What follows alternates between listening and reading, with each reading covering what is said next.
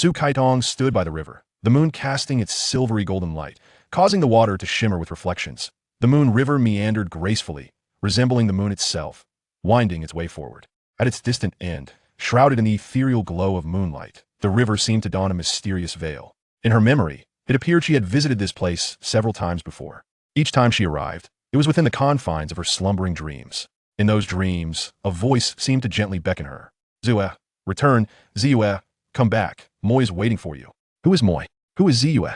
Su Kaidong had never paid heed to such inquiries. Yet now she was unequivocally convinced that she was not dreaming, she was truly standing by the moon. She took a few steps forward, surrounded by lush reeds and delicate little flowers, an endless expanse of plain stretching before her. She plucked a few small blossoms, bringing them to her nose, inhaling their fragrant essence deeply. The flowers were exquisite and fragrant. Su Kaitong pressed onward, yearning to discover the path back to I in the past. While lost in dreams, she had come to this place, free to arrive and depart at will. But now, it was uncertain how long she had wandered. Su Kaitong had ventured far, far away. The moon river stretched endlessly, seemingly without end. She stood by its banks, watching the water flow serenely downstream.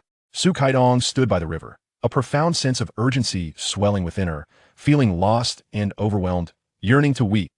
As the night gradually ebbed away from her, a glimmer of dawn emerged at the horizon. Su Kaitong paid no heed to the arrival of dawn, her mind still lost in contemplation of her troubles. Feeling somewhat fatigued, she found a stone and sat quietly upon it. It was only when the sun began to rise over the horizon that she became aware of the fact that she had spent each night by the moon river. Su Kaitong had never before visited the moon river in the morning. She had never imagined she would truly find herself here, for everything she had known of this place had existed only in her dreams. The gentle morning breeze caressed her face, bestowing upon her a refreshing sensation. The indescribable beauty of the moon river at dawn. Surrounding her were lush green grasses and blooming flowers in vibrant hues of red, yellow, and purple, a riot of colors. Distant mountains undulated gracefully, shrouded in a mist that glimmered in the sunlight, rising like a veil of white smoke. Nearby, a peach orchard burst into bloom, and a flock of birds chirped merrily as they took to the skies. Ba. A little white lamb appeared from somewhere, standing a short distance away from Su Kaitong and bleating softly. Could there be a shepherd nearby? She mused. Indeed, she thought it best to seek out a nearby dwelling. If she could find someone to take her in, she would not have to face starvation. On approaching the lamb, she noticed it had only 3 legs. Yet, it was quite adorable, and she gently stroked its tender, fluffy coat as the little lamb obediently nestled at her face. Little darling, a young girl emerged from the nearby woods, calling out cheerfully. As she approached Su Kaitong, her eyes lit up upon seeing the lamb behind her, and she ran over with delight. Sister, that's my lamb. May I take it home?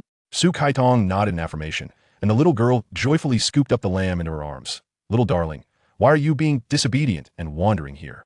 The little girl clutched the lamb and prepared to leave. Sister, where do you come from? You seem so peculiar. I have never encountered anyone like you, the little girl remarked as she turned back after taking a few steps. Su Kaitong was indeed different from her. Just observe she wore a black shirt, black trousers, and black leather shoes in contrast. The little girl was adorned in garments reminiscent of ancient attire, featuring a long tunic with a diagonal opening and flared sleeves, her hair fashioned into 2 small all horns, much like the ancient costume seen on television. What is this place? I'm uncertain how I ended up here. I shouldn't be in this location, yet I cannot find my way. I truly do not know what to do. I am utterly at a loss. Su Kaitong expressed her frustration to the young girl. Are you lost? The girl inquired. Yes, I am lost, Su Kaitong replied. Sister, how about this? Come home with me, and let my father and uncle assist you. What do you think? The little girl blinked her bright eyes and gazed up with an innocent expression. Where do you live? Su Kaitong asked. Just behind this peach orchard, the girl pointed out. Su Kaitong pondered for a moment and nodded in agreement. The girl introduced herself as Ziyue, explaining that this village was called Moon Village, named for the beautiful moon river that meandered around the village, bringing happiness, joy, and abundance to its inhabitants. Su Kaitong followed Ziyue as they meandered through the peach orchard, arriving at a quaint village nestled behind a grove.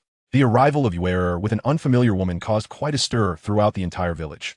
The villagers gathered around Ziyue's home, urging her to recount the events repeatedly. Ziyue explained that she had spotted her sister by the banks of the Moon River, accompanied by the little one at the time. Her grandparents, uncles, aunts, and a dozen other relatives encircled Su Kaitong, their curiosity palpable. The grandmother inquired, "From whence do you hail? How is it that you are adorned in such attire? Could you be a celestial being or a foreigner?" "I come from Hong Kong," Su Kaitong replied. "Hong Kong?" A look of skepticism washed over their faces, and Ziyue's grandfather remarked, "I have never heard of such a place. The villagers echoed his sentiments, admitting their unfamiliarity with that name. The younger individual suggested consulting the elders for guidance on locating Hong Kong, in hopes of discovering the path for her return. They regarded Su Kaitong with the intrigue reserved for an otherworldly visitor, scrutinizing her from head to toe, and vice versa. Indeed, Su Kaitong was strikingly different from them. Her hair cascaded over her shoulders, and her clothing was a world apart from their own. They further inquired which province Hong Kong belonged to, the identity of its governor, how she arrived at Moon Village, who accompanied her, and where she intended to go next. Su Kaitong vigorously shook her head. It was not due to ignorance of their questions, but rather her uncertainty on how to respond. Hong Kong, she explained, is a thriving international metropolis located in the southern part of China. A place to the south of China? A land of barbarians? A young man with a topknot, clad in a wide-sleeved long robe and sporting a goatee, introduced himself as the uncle of the moon. I've only heard tales of the southern lands being abundant in lychee fruits. Could it possibly be that region? Indeed, it lies in close proximity, Su Kaitong replied. Do not rush. One person's wisdom is limited, while two can devise a longer plan. If the young lady does not mind, may she find temporary refuge in our humble abode, and we shall deliberate further. Moon's grandmother, appearing to be in her 40s or 50s, spoke gently to Su Kaitong. Thank you, madam. Truth be told, Su Kaitong had scarcely closed her eyes by the banks of the Moon River and was utterly fatigued. The young lady's attire is peculiar. She does not seem to belong to our dynasty. Moon's grandfather finally gestured for silence among the group and spoke. Our dynasty? Is this place referred to as my dynasty? Su Kaitong asked, bewildered. No, this place is called Moonlight Village, named after the Moon River. Moonlight Village is but a corner of the vast royal territory. Royal territory? Su Kaitong inquired, perplexed. Indeed, we are currently in the first year of Guangshuan. Guangshuan? The first year of Guangshuan. The first year of Guangshuan during the later Zhou? Su Kaitong's entire being jolted at this revelation. Having studied history, she recognized that the first year of Guangshuan marked the time when Guo Wei usurped the throne and decl. Art himself emperor during the 5 dynasties and 10 kingdoms period. Su Kaitong stood there, mouth agape, as if frozen in disbelief. Had she truly traveled back over 1,000 years? How had she come to be here in this era of the 5 dynasties? Good heavens! She recalled that she had originally been standing on her balcony at home, gazing at the moon above th. In moonlight that night was exquisite, so beautiful it stirred her imagination. Suddenly, a radiant beam of light cascaded from the moon, enveloping Su Kaitong in its brilliance, rendering her nearly unable to open her eyes. As she acclimated to the luminosity, she discovered a winding path illuminated within it, leading directly to the moon. The surrounding houses faded away, leaving only this singular path of light before her. Was this a celestial phenomenon? Su Kaitong pondered, momentarily dismissing it as an illusion. She vigorously shook her head, rubbed her eyes, and gently patted her face to confirm her senses. Bewilderment washed over her. Before her stood a gallant general, clad in armor and wielding a gleaming sword, galloping away on a sleek black steed upon the moon. Who was he? Was there truly someone on the moon? What was this sight before her? Why did the moon appear so peculiar tonight, with a general upon it? Was the path within the light genuinely a path? Could she traverse it to seek out the general? Driven by insatiable curiosity, Su Kaitong resolved to venture forth and uncover the truth, stepping onto the lunar path. Standing upon this road, her doubts about it being mere illusion dissipated indeed. It was a tangible path, one that grounded her in reality. She understood that by following this route, she could ascend to the full moon and find the general. With newfound determination, she set forth, slowly advancing. Finally, she stood atop the luminous moon, yet the general was nowhere to be seen. The moonlight enveloped Su Kaitong as she gazed around, and before her, a shimmering river of silver manifested. The Moon River. She stood by the Moon River, thus arriving in the era of the 5 dynasties over 1,000 years ago. She felt as though she was adrift in the time tunnel, convinced that at this moment, she was indeed lost within its depths. The concept of the time tunnel is a subject of extensive inquiry among numerous scientists, yet who has truly traversed its enigmatic passage? Although believers in the existence of time tunnels continuously present evidence to substantiate their authenticity, further exploration and investigation remain imperative. Her grandmother instructed her daughter, Rui Ping, the mother of Yue, to escort Su Kaitong to a room for rest. Yue followed closely behind, and together, the mother and daughter ushered Su Kaitong into the chamber. Our humble abode is rather modest. I hope you will not find it lacking, Yue's mother said courteously. No, not at all, Su Kaitong replied, her heart heavy with the realization of her displacement in the time tunnel, leaving her feeling despondent. She dared not wish for much. Simply having a place to rest was already a blessing. The room was a quintessential farmhouse, with earthen gray walls, a yellow clay floor, and a small window shaped like a field character. It contained a simple bed, a table, a stool, and a wardrobe, all sparsely furnished. From Yuer's mother, Su Kaitong learned that 3 generations of their family resided in a large house together, including her uncles and grandparents. Her husband was the 4th in line, and they made their living through the herding of cattle and sheep. "Miss, please wash your face," Yuer's mother said as she entered with a basin of warm water. "Thank you. I can manage on my own," Kaitong replied, a bit embarrassed as she accepted the basin, took a towel, and washed her face. "Miss, please take a rest," Moon's mother said as she removed the basin, urging her daughter to step outside so as not to disturb the young lad's repose. "How should I address my sister-in-law?" Su Kaitong inquired. Moon's mother smiled softly. "You may call me Ruaping." As Ruaping and her daughter exited, they gently closed the door behind them. Watching the door that Ruaping and her daughter had shut, Su Kaitong felt as if her entire being had collapsed, sinking onto the bed in a daze. Her mind was a tumult of confusion. She had somehow found herself in the era of the 5 dynasties, a millennium ago. Unbelievable. When Su Kaitong roused from her stupor, the sun was nearing the horizon, casting a slant of light through the translucent tiles of the roof onto the floor. For a fleeting moment, she believed she had returned to her own time, to her home. Yet the earthen wall remained firmly etched in her vision, a stark reminder that she was still in the village by the River Moon village. "They must think I've gone missing." Su Kaitong sat vacantly on the bed, the distress of her irrevocable situation flooding her mind. She had indeed become lost within the corridors of time. That moon was decidedly peculiar, and she should never have ventured onto that path. Yet, it was so bizarre. How could there be such a moon? The anomaly had emerged as a result of temporal distortion, and yet she had acted as if bewitched, running toward it with thwart. Second thought, what am I to do? What am I to do? Oh heavens! This jest is far too cruel, and not amusing in the slightest. She felt an overwhelming sense of frustration. Perhaps she would have to spend eternity here, in solitude.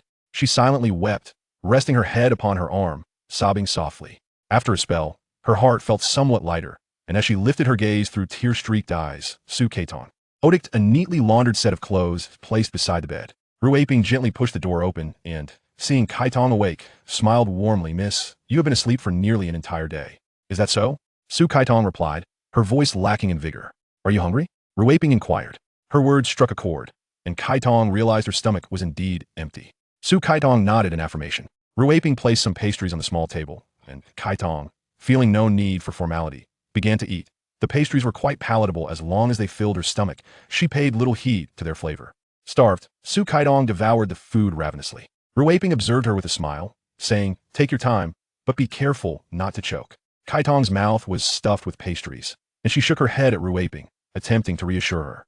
However, with her mouth so full, her attempts to respond only resulted in muffled sounds. Ruaping couldn't help but laugh at her comical state. Once Su Kaitong had satisfied her hunger, Ruaping picked up the set of clothes from beside the bed, insisting that Kaitong change. "No one dresses like you do here. Looking like this will only invite ridicule." "Oh," Su Kaitong replied, slipping into the garments which were somewhat loose. Ruaping remarked, "For now, let's make do with this when time permits. I shall help you sew a few more outfits." "Thank you," Su Kaitong smiled. Though she remained nonchalant about the matter, in her previous travels, she found joy in donning ancient costumes available for rent and capturing as series of photographs. Now, however, she must step out into the streets daily adorned in such attire. Yet the uniformity of the garments worn by passers-by makes her unique appearance all the more pronounced. With a graceful flourish of her long sleeves, Su Kaitong emulated the ancient maidens depicted in film and television, offering a courteous bow to Ruaping. "Sister, I thank you for your kindness. Please, no need for such formality," Ruaping replied with a smile. "Is the young lady awake?" inquired Ziyue matron and several daughters-in-law, standing at the doorway. "Madam," Su Kaitong greeted the elder respectfully, "I am awake now, please come in." The young lady must be a celestial being descended to earth. Look at her delicate fingers, smooth and fair. It is a pity that this humble attire does not reflect her noble stature. Yet it is certainly an improvement over what she wore upon her arrival. It suits her quite well, Ziyue matron remarked, appraising Su Kaitong and taking her hand. "Indeed, it suits her well," echoed the sisters-in-law in agreement. As Su Kaitong donned the garments, she bore a striking resemblance to an ancient maiden. Though the fabrics were simple and unrefined, they could not conceal her exquisite beauty. Her complexion radiated a delicate rosy hue. Her enchanting eyes sparkled with life. Her lips were as red and luscious as cherries, and her nose was charmingly petite. Ruaping assisted Kaitong in arranging her tousled hair into a halfupto, transforming her into a quintessential ancient girl. "Did you rest well, my dear?" Ziyue matron inquired tenderly as she sat by the bedside. "Our humble abode is modest, and I apologize for any discomfort. I hope you'll not find it unpleasing." "Madam Su, what nonsense is this? Lady Kaitong would never dare to harbor any disdain. Not even for a moment," exclaimed Su Kaitong, expressing her heartfelt gratitude. As she spoke, her mannerisms became somewhat reflective of her surroundings. She was acutely aware that without the warm hospitality of this benevolent family, she might have perished. Dead in the streets. Indeed, this is splendid news. You may find solace in our humble abode until you discover the path back home. There is no rush for you to depart, my dear, replied Madame Xu. Thank you. I am deeply grateful, esteemed lady, Kai Tong expressed with profound appreciation, bowing respectfully. Thus, Su Kai Tong settled in Moonlight Village, where the Su family welcomed her with open arms, treating her like an honored guest. Each day, she would wander to the banks of Moonlight River, hoping for another miracle to transport her back to the 21st century. Alas, the miracles eluded her. Each visit ended in disappointment. Whenever her melancholic demeanor and restless spirit became apparent, the Su family would kindly advise her to embrace a more open heart. Gradually, they learned of her extraordinary journey from the moon to Moonlight Village, gazing at her in disbelief. After all, who possesses the ability to traverse from the moon to a mere village? Such feats seemed reserved for celestial beings. She must be a celestial being without a doubt. Yet, it appeared this little deity lacked sufficient power to find her way back to the heavenly realm. Su Kai Tong resided in Moonlight Village for over 2 months. One day, Rui Ping informed her that they would visit the marketplace to sell some fine beef and tender lamb. Madame Xu instructed Rui Ping to take Kai Tong along to the market, to assist her in procuring a few yards of fabric and other items suitable for a young lady. For more than 2 months, she has remained in Moon Village, a place where fields abound, surrounded only by cattle and sheep. While the pastoral scenery is undeniably beautiful, being confined to this small village day in and day out has left her feeling increasingly restless. During her time in the village, Kai Tong occasionally accompanied Yue to herd sheep on nearby hills, enchanted by Yue's melodious singing. Other times, she joined Rui Ping by the riverbank to wash clothes. The stream adjacent to the village is a tributary of Moon River, its waters crystal clear. The village is sparsely populated, and the locals, intrigued yet somewhat skeptical of her presence as an outsider, have nonetheless welcomed her with their innate kindness and simplicity. When the opportunity arose to visit the market, how could Su Kai Tong contain her excitement? One morning, while the sky was still shrouded in a grayish haze, she was roused from her slumber by Rui Ping. With bleary eyes, she mumbled, "Have I just fallen asleep only to rise again? It's not too early. Dawn has already broken. We must hurry to the market, or we shall miss out on a good spot," Rui Ping informed her. "I'm so tired," Kai Tong replied. "Then you can continue to sleep. We shall go without you." No, Su Kai Tong insisted, summoning the resolve to rise from her bed. After a hasty breakfast, she climbed onto the ox cart prepared by the Su brothers, watching as they herded the cattle and sheep destined for sale towards the market. The leisurely pace of the cart soon lulled Kai Tong back into a drowsy state, and she closed her eyes, drifting off once more. Yet, it seemed she had barely dozed when Rui Ping, ever persistent, called her awake again.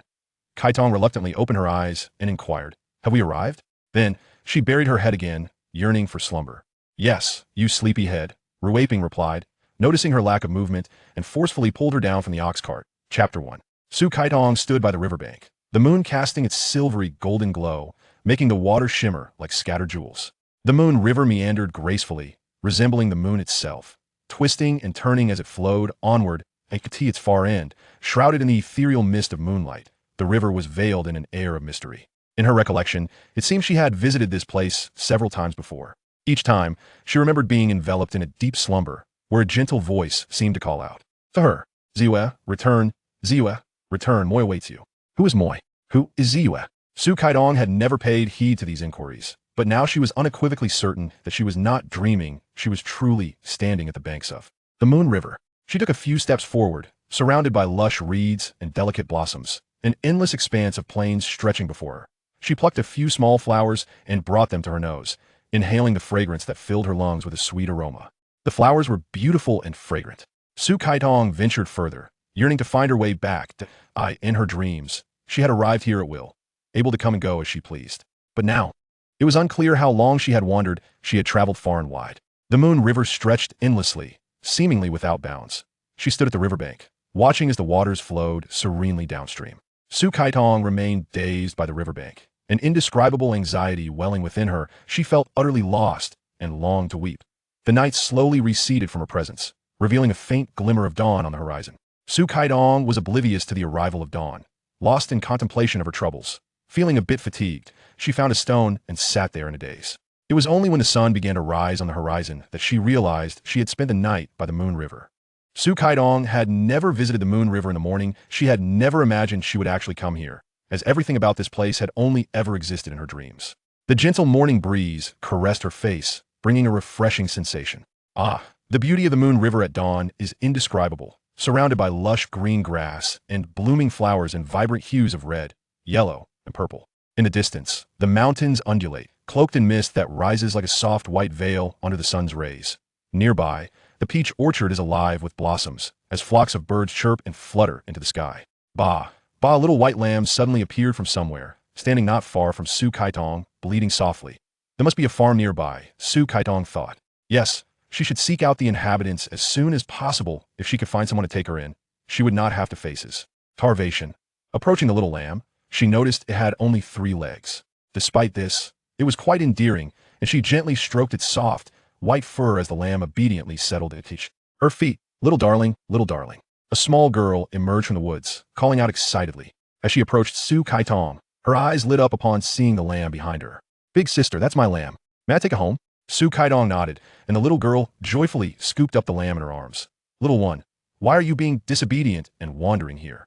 The little girl clutched the lamb as she turned to leave. Sister, from where do you come? You seem so peculiar. I have never encountered anyone quite like you, the little girl said, glancing back after taking a few steps. Indeed, Su Kaitong was unlike her. Just look at her, clad in a black shirt, black trousers, and black leather shoes that in contrast. The little girl wore attire reminiscent of ancient garb, a long tunic with a diagonal closure and flared sleeves, her hair adorned with 2 small horns, much like that traditional costumes seen on television. Where's this place? I have no idea how I ended up here. I shouldn't be here, but I can't find my way that I truly don't know what to do. I'm utterly at a loss. Su Kaitong expressed her frustration to the young girl. Are you lost? The girl inquired. Yes, I'm lost, Su Kaitong replied. Sister, how about this? Come home with me, and let my father and uncle help you figure it out, shall we? The girl blinked her bright eyes and tilted her innocent face. Where do you live? Su Kaitong asked. Just behind this peach orchard, the girl pointed out. After a moment's contemplation, Su Kaitong nodded. The girl introduced herself as Ziyue, explaining that this village was named Moonlight Village, owing to the beautiful moonlight river that gracefully meandered around the village, bestowing happiness, joy, and abundance upon its inhabitants. Su Kaitong followed Ziyue around the peach orchard and arrived at a small village behind it. The return of Ziyue with a stranger stirred the entire village into a flurry of excitement.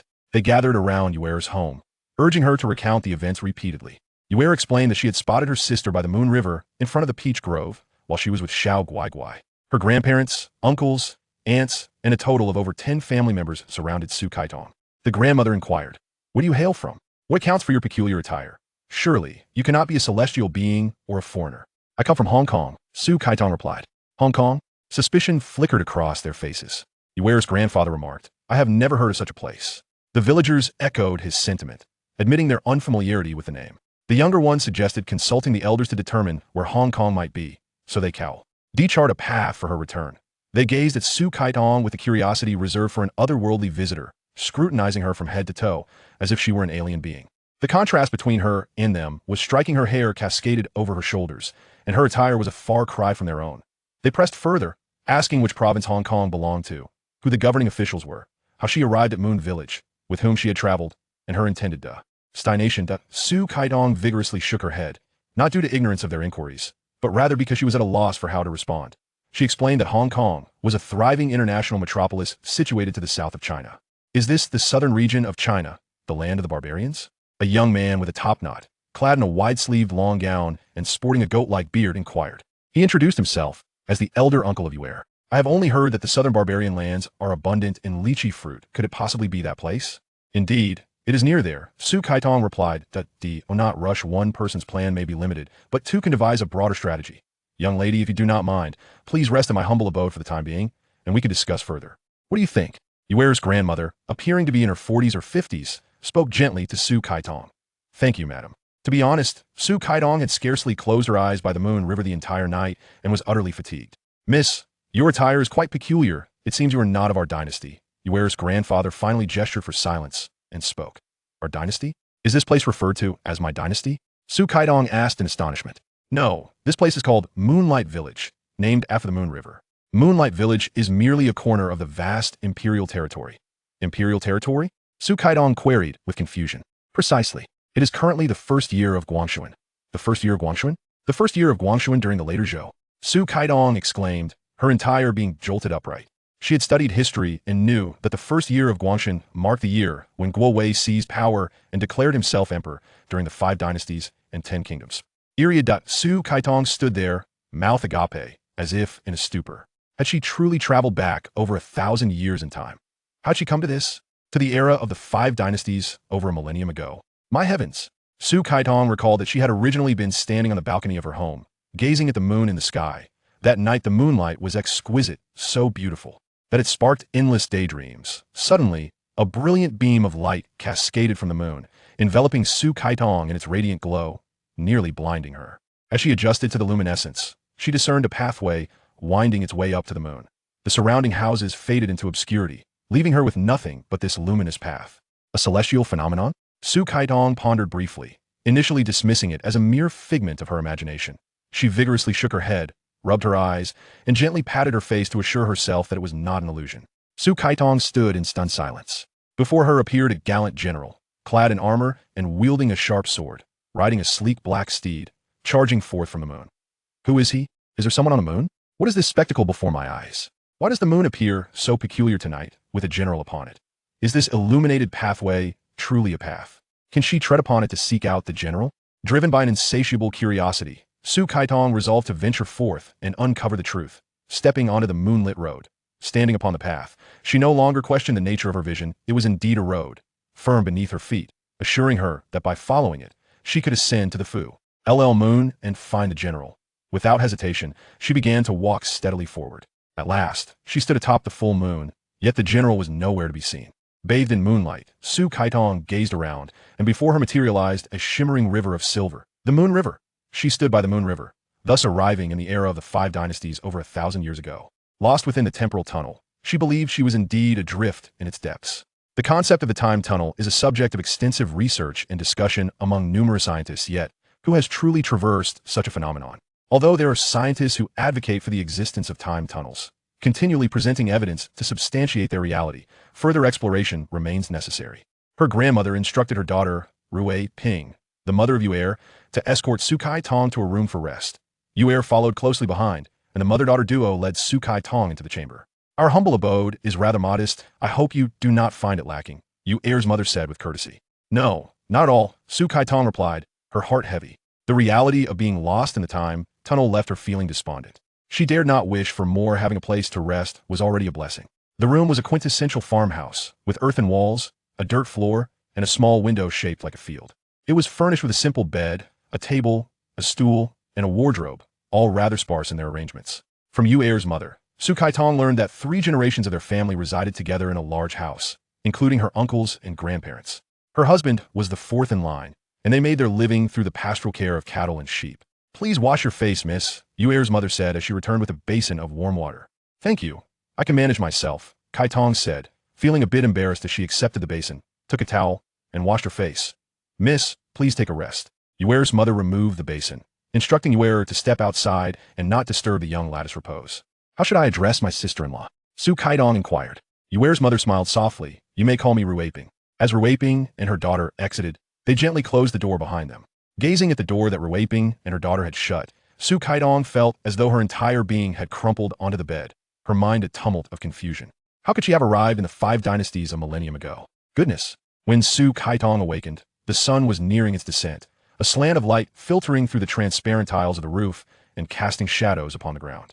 For a fleeting moment, she believed she had returned to her own time, back to the comforts of her home. Yet the earthen wall still loomed before her eyes, a stark reminder that she remained in the village by the Moon River Moon Village. They must think I have vanished, she mused, sitting on the edge of the bed, overwhelmed by the anguish of her irrevocable situation. Indeed, she had become lost in the tunnel of time. That moon was rather ominous, and she ought not to have ventured down that path. However, it was all so strange. How could such a moon exist? A bizarre phenomenon resulting from the distortion of time and space. And yet, as if bewitched, she had impulsively run towards it without a second thought. What am I to do? What am I to do? Heaven, you have played a cruel jest, and it is anything but amusing. She felt an immense burden of despair. Perhaps she would be condemned to spend an eternity in this solitude. She silently wept, resting her head upon her arms, sobbing softly. After a while, her heartache seemed to alleviate somewhat. Raising her gaze through tear-filled eyes, Su Kaitong noticed a neatly laundered set of garments resting by the bedside. Ruiping gently pushed the door open, and upon seeing Kaitong awake, she smiled and remarked, "Miss, you have been asleep for nearly an entire day. Yes, that's so?" Su Kaitong replied, a hint of lethargy in her voice. "Are you hungry?" Ruei Ping inquired. Her question made Kaitong acutely aware of her empty stomach. Su Kaitong nodded in affirmation. Ruei Ping placed some pastries on the small table, and Kaitong, not one to be coy, began to indulge in the treats, which were quite palatable. As long as they filled her belly, she paid little heed to their flavor. Feeling truly famished, Su Kaitong devoured the pastries with great fervor. Ruei Ping stood nearby, observing her and chuckled. "Take your time, be careful not to choke." With her mouth stuffed full of pastries, Kaitong shook her head at Ruei Ping, attempting to reassure her. However, the abundance of food rendered her attempts at speech unintelligible, merely producing muffled sounds. Ruei Ping could not help but laugh at her amusing predicament. Once Su Kaitong had satisfied her hunger, Ruei Ping picked up the garment from the bedside, insisting that Kaitong change into them. "No one dresses like you do here, Mississippi. Such attire will only invite ridicule," she admonished. "Oh," Su Kaitong replied, slipping into the clothes, which were a tad loose.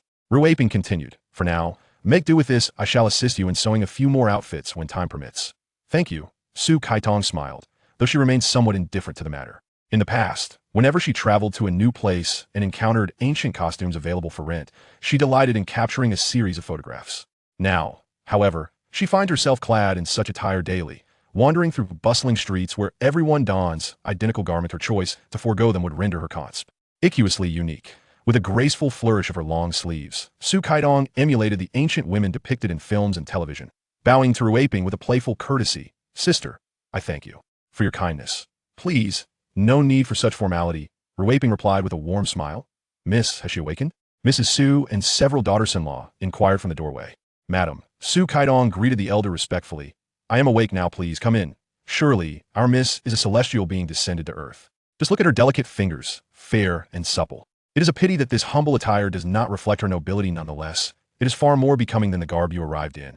And you indeed look the part, Mrs." Su assessed Su Kaitong with an appreciative gaze, taking her hand in hers.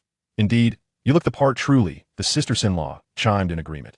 Even in simple clothing, Su Kaitong carried herself with an air of elegance that belied the modest fabric. Her complexion was a flawless canvas of rosy white, her enchanting gaze captivating, lips as red as cherries, and her nose charmingly delicate. Ruei Ping assisted Kaitong in arranging her tousled hair into an elegant halfupto, transforming her into a quintessential maiden of ancient times. "Has the young lady rested well?" Mrs. Su inquired with concern, settling beside the bed. "Our humble abode may be lacking, and I hope it does not displease you. Please do not take offense." "Madam Su, how could you say such a thing? Lady Kaitong would never harbor any disdain, especially not when she has yet to express her gratitude." Kaitong repeatedly conveyed her thanks, her speech taking on a local flavor. She was acutely aware that had it not been for the kindness and hospitality of this family, she might have perished on the streets. "That is well, indeed. Make yourself comfortable in our humble abode, and when you find your way back, it will not be too late for you to depart," Madame Su replied. "Thank you. I am profoundly grateful, esteemed lady." Kaitong expressed her heartfelt appreciation with a respectful bow. Kaitong settled into Moonlight Village, where the Su family treated her with the warmth and respect reserved for honored guests. Every day, she would venture to the banks of the Moonlight River, hoping for a miracle that would transport her back to the 21st century. Alas, such miracles eluded her, and each hopeful journey ended in disappointment. Whenever the Su family observed her melancholy and anxiety, they would encourage her to remain open-hearted. Gradually, they came to understand that she had traveled from the moon to Moonlight Village, which left them in astonishment. Who could possibly possess the ability to traverse from the moon to this earthly realm? It was a wonder only deities could achieve. She must be a celestial being, undoubtedly, with no room for doubt. Yet, this little deity lacked sufficient power, making it difficult for her to find the path back to her heavenly abode. Kaitong resided in Moonlight Village for over 2 months. One day, Ruei Ping informed her that they were heading to the market to sell fat beef and tender lamb. Madame Su instructed Ruei Ping to take Kaitong along to the market, to assist her in procuring some fabric and purchasing items for young ladies. For the past 2 months, she had been residing in Moon Village, a place characterized by its pastoral scenery of fields and grazing livestock. Despite the undeniable allure of the idyllic countryside, being confined to the small village with no opportunity to venture elsewhere had left her feeling stifled and restless. During her time in the village, Kaitong occasionally accompanied Yue in herding sheep to the nearby hillsides, listening to Yue's captivating songs. At times, she would join Ruei Ping to do laundry by the river, a tributary of the Moon River, its waters crystal clear. The village had a small population, and the locals, regarding her as an outsider, viewed her with a mixture of curiosity and suspicion. However, They were, without exception, kind and simple-hearted villagers, and they had accepted her into their community. How could Su Kaitong not be overjoyed at the prospect of visiting the market? That morning, at the break of dawn, the sky was still shrouded in a somber twilight. Kaitong was roused by Rui Ping, and with drowsy eyes, she mumbled, "I had only just fallen asleep. Do I have to get up already? It's late already, it's the crack of dawn. We need to get to the market town early, otherwise we won't be able to secure a good spot," Rui Ping informed her. "I'm so sleepy," she complained. "Then continue sleeping, well, go on ahead." "And oh no, I can't." Su Kaitong forced herself out of bed. After having breakfast, she boarded the ox cart prepared by the Su brothers, watching as they drove the cattle and sheep they intended to sell toward the market town. The leisurely pace of the ox cart made Kaitong feel sleepy again. She closed her eyes and drifted off to sleep. But it seemed that she had only dozed off when Rui Ping persistently woke her up. Kaitong reluctantly opened her eyes and asked, "Have we arrived?" before burying her head again in an attempt to sleep. "Yes, you sluggard," Rui Ping replied, noticing her lack of movement, and forcefully pulled her down from the ox cart. Chapter 2. As the sky gradually cleared, the Su family herded their cattle and sheep into a vacant area, and soon several vendors began to corral their own livestock nearby. Su Kaitong surmised that this might be a designated market for trading animals, and to explore the town, one would likely have to venture further ahead. Quietly, she inquired with Rui Ping, who confirmed her thoughts, adding that the small vendors would not commence their sales so early. She promised to take Kaitong to the market shortly. Elated, Kaitong patiently awaited the arrival of purchasers for the livestock. Su Gili somehow procured a piece of sugar cane. He peeled it, cutting it into several segments, and handed one to Kaitong. As the day progressed, the market grew increasingly lively. A considerable number of cattle and sheep had already found new owners. Kaitong had been staying with the Su family for over 2 months, during which Su Foreign had developed a particular fondness for her and expressed her desire to adopt Kaitong as a goddaughter. Given that they shared the same surname, Kaitong was more than willing to recognize her as a mother. When Kaitong affectionately called Su Furin mother, the old matron, delighted by this endearment, offered her a gentle reprimand, reminding her that the term mother was typically reserved for the matron of a brothel, and suggested she use dear mother instead. With a sweet call of dear mother, Kaitong brought a radiant smile to Su Furin's face. Following a visit to the ancestral hall to pay respects to their forebears, Su Furin proudly declared Kaitong her adopted daughter. At over 50 years of age, she had welcomed a daughter into her life, and took every opportunity to boast about her to others. The Su family's young ladies were particularly cherished by the old matron, who instructed her daughter-in-law to take Kaitong to the marketplace, allowing Rui Ping to accompany her in selecting some fabric to make a few garments.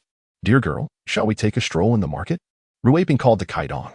"Absolutely," Kaitong exclaimed, joyfully leaping up to follow Rui Ping. "What does okay mean?" Rui Ping asked, puzzled. "Okay simply signifies good," Su Kaitong elucidated. "Oh, so okay means good," Rui Ping nodded in confusion.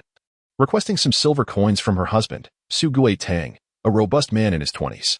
The Su family comprised 4 brothers, Gui Li, Gui Ping, Gui Zhen, who worked in unison to manage their ranch with great efficiency, bringing plump cattle and tender sheep to the market each year during this season.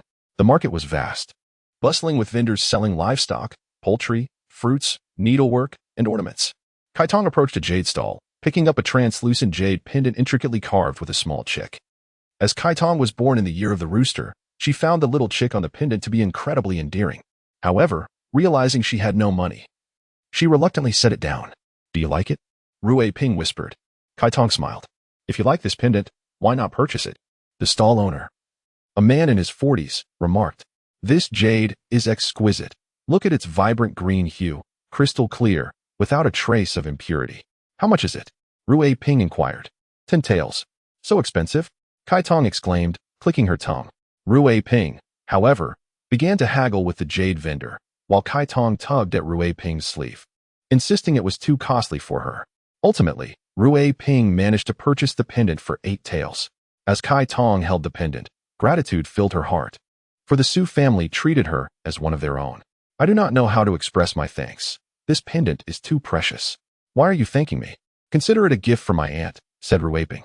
"Thank you, sister-in-law," replied Kaitong, bowing slightly. The 2 women conversed as they strolled along the market's edge. Rui Ping intended to take Kaitong to the silk shop to view the fabrics. Just as they were about to turn a corner, the sound of galloping hooves approached rapidly from afar, causing passers-by to hastily step aside. "Hurry," Rui Ping urged, pulling Kaitong as they sought a place to hide. In an instant, The cavalry arrived before them, encircling the two women. "What do you want?" Ruaping asked in alarm. From the group, a middle-aged man, seemingly their leader, dismounted and respectfully addressed Kaitong. "Miss, please return with us. The master has been restless in his search for you, and the mistress has fallen ill, constantly calling your name. Please, come back with us." Kaitong, bewildered, widened her eyes, unable to comprehend the man's words. "Miss, who is there, miss?" she questioned. "What do you mean?" Ruaping asked. "Is she your miss?" "Indeed, she is our rainbow miss, who has been missing for several months. The master and mistress, deeply concerned for their daughter, have searched relentlessly. Now, please return to reassure them. I am not your miss. You have mistaken me," Kaitong insisted, shaking her head repeatedly. "How could we be mistaken? You are clearly our miss. Please, return home. Can you really be so heartless as to disregard the master and mistress? What decorum is expected of a young lady of noble birth? To leave home without permission is already a breach of propriety, and to disregard the feelings of one's parents is utterly reprehensible." At this moment, a gathering of onlookers had formed, and an elderly gentleman interjected, saying, "No, I am not their daughter. They have mistaken me for someone else." Su Kaitong retreated repeatedly, distressed by the misunderstanding. "My lady, we have not mistaken you. How could we?" one of the attendants insisted. "A servant from the estate returned from the market and reported seeing you there. The master instructed us to fetch you. We could not possibly be mistaken. Please, return home and pay your respects to the master and mistress." "I am not. I truly am not." Su Kaitong felt utterly helpless, unsure how to convince them of her innocence. Oh dear, what could compel one to abandon home? To disregard the nurturing love of one's parents is an act of great disrespect. The crowd murmured in agreement, echoing the sentiment. "Miss, you should return with them to the estate," Ruaping suggested, seeing the accusatory stares directed at Su Kaitong and feeling a sense of guilt. Ruaping was puzzled by the authenticity of the situation. The sudden appearance of this young lady in their moonlight village was indeed suspicious. However, returning her to the estate posed its own challenges. She was uncertain how to explain to her family that they had inadvertently lost a young lady during a market visit. Surely, her mother-in-law would cast blame upon her. Yet, if the girl truly belonged to another family, one could only imagine the distress her parents would feel. Nevertheless, ought she not return to clarify matters with her own family? Does sister-in-law also believe their words? Kaitong exclaimed in exasperation. "No, we must ensure clarity in this matter. Is it truly necessary?" Kaitong inquired, her brow furrowed in confusion. Ruaping nodded in affirmation. "Would you accompany me?" "Certainly." The middle-aged man summoned a sedan chair, and they proceeded toward the city. After a brief interlude, approximately the time it takes to smoke a cigarette, the sedan chair halted before an opulent mansion adorned with intricate dragon carvings and painted walls. Dismounting from his horse, the middle-aged man approached the crimson door and rapped on it firmly. The doorkeeper opened a crack, and upon recognizing the man, he bowed respectfully before fully opening the door. A procession of individuals entered the inner courtyard, and Su Kaitong and Ruaping alighted from the sedan chair, realizing they had arrived. The scenery was enchanting, with intricately carved walls, gently swaying green willows, and a pond teeming with blooming lotus flowers, all spanned by a quaint bridge. It appeared they had reached the residence of a prominent family. A maid, gracefully holding a basket of vegetables, crossed the small bridge and greeted Kaitong with a courteous bow. "Miss, I pay my respects." Kaitong furrowed her brow. Why did everyone mistake her for that particular young lady? She recalled the middle-aged man's words about the young lady's disappearance for several months, and it seemed her own resemblance to her was the cause of this misunderstanding. The middle-aged man guided Kaitong and Ruaping across the bridge, traversing several corridors before arriving at a grand hall. The hall was adorned with lanterns embellished with intricate designs and several pieces of calligraphy. The furnishings were lavish. In the center stood a man with his hands clasped behind his back, while a woman of regal bearing, in her 40s, sat gracefully in a chair. "Reporting to you, my lord, the young lady has returned." The middle-aged man addressed the figure with utmost respect. Upon seeing Su Kaitong, the woman joyfully rose from her seat and approached her. Grasping her hand and surveying her from head to toe, tears of affection glistening in her eyes. "My daughter, you have returned. I have missed you dearly. Do you know how often I have yearned for you? Why did you leave home? Look at how thin you have become." The lady gently caressed Kaitong's face. Speaking with a heart full of sorrow, Kaitong stood in silence, unsure of how to respond to her mother. What kind of girl is this rainbow? Headstrong and willful? A spoiled child? How could she possibly defy a mother's love? Thus, she allowed her mother to touch her face. Kneel down. The master turned abruptly, his voice a thunderous command. Kaitong widened her eyes, startled by his fierce demeanor and that sudden outburst. You ought to speak more courteously. It was not my choice to come here. You all forced me into it, Su Kaitong retorted bluntly to the master. You are utterly out of line. A young lady absconds from home and returns without acknowledging her misdeeds, daring to confront her father like this. Rainbow, what has come over you? How can you speak to your father in such a manner? Apologize to him at once. The lady exclaimed, her face a mask of terror, tears streaming down her cheeks. What wrong do I need to acknowledge? What have I done wrong? Su Kaitong scoffed coldly. Rainbow, have you been possessed? How have you changed so drastically? The lady wept. Ah Fu, fetch the family rules. The master called out to the middle-aged man standing by the door. Yes, Ah Fu replied. Dear sir and madam, perhaps you should clarify the situation before reprimanding the young lady. Rui Ping interjected, positioning herself protectively in front of Kaitong. We brought her home from the Moon River. Yet she has never regarded herself as a member of this household. She insists she traveled from the moon to Moon Village, and not that she ran away from home. What utter nonsense! Is she some celestial being? Running from the moon to Moon Village? The master retorted, his ire escalating. Let me inform you. I have journeyed here from the 21st century, not from your so-called rainbow, Su Kaitong declared indignantly. Are you still spouting nonsense? If I refrain from disciplining you, do you not realize your fault? The master seethed through clenched teeth. Are you being reasonable at all? Ah Fu interjected, offering the master a long whip. The madam, in tears, insisted that Su Kaitong kneel and apologize to the master. Reluctantly, Kaitong was pulled down to the ground, utterly bewildered. Did she truly resemble a rainbow? It seemed that regardless of her denial, those within this household would not relent. What difference does it make if I acknowledge being a rainbow? It merely amounts to admitting a mistake. You ungrateful daughter. How could I, Su Pu Ran, have sired such a shameless girl, bringing disgrace upon the Su family? This is all you're doing. Su Pu Ran bellowed. As Su Pu Ran hurled the whip towards her, Su Kaitong's complexion dray father, I acknowledge my wrongdoing. I should not have departed from home without permission. I, Kaihong, promise it shall not happen again. Su Kaitong feigned tears as she spoke, casting furtive glances at the man she referred to as her father. Will you dare to do so again in the future? Su Purang's anger blazed forth. Indeed, every fault lies with me, the daughter. I have acted shamefully, bringing disgrace upon our family name. I am unworthy to face others. I shall atone with my life. As Su Kaitong declared this, she abruptly rose, rushing towards the grand pillar in the hall. Both the lady of the house and the master were taken aback by her sudden action, their composure lost. The lady shrieked in despair, while the astute steward, Ah Fu, swiftly intervened, grasping Su Kaitong's arm. Su Purang, taken aback by his daughter's fierce resolve, observed her intent to take her own life, and sighed heavily. Casting aside the whip he held, his fury dissipating by half. Enough, my dear Kaihong. Do you truly wish for your father to endure such sorrow? How should I explain this to General Liu? Father, mother, but has my sister returned? A young gentleman, clad in a plain robe and adorned with a gauze cap, entered the hall with an air of elegance, fanning himself with a paper fan. However, he was met with an atmosphere so altered from the norm that none paid him heed. Kaihong's hair was disheveled, her face stained with tears. While their father stood in the center of the hall, his expression one of fury, the whip discarded on the floor, and their mother weeping nearby. Su Ziyue understood the gravity of the situation. In such a family governed by strict discipline, Kaihong's departure was a serious transgression. Frowning, he approached his sister.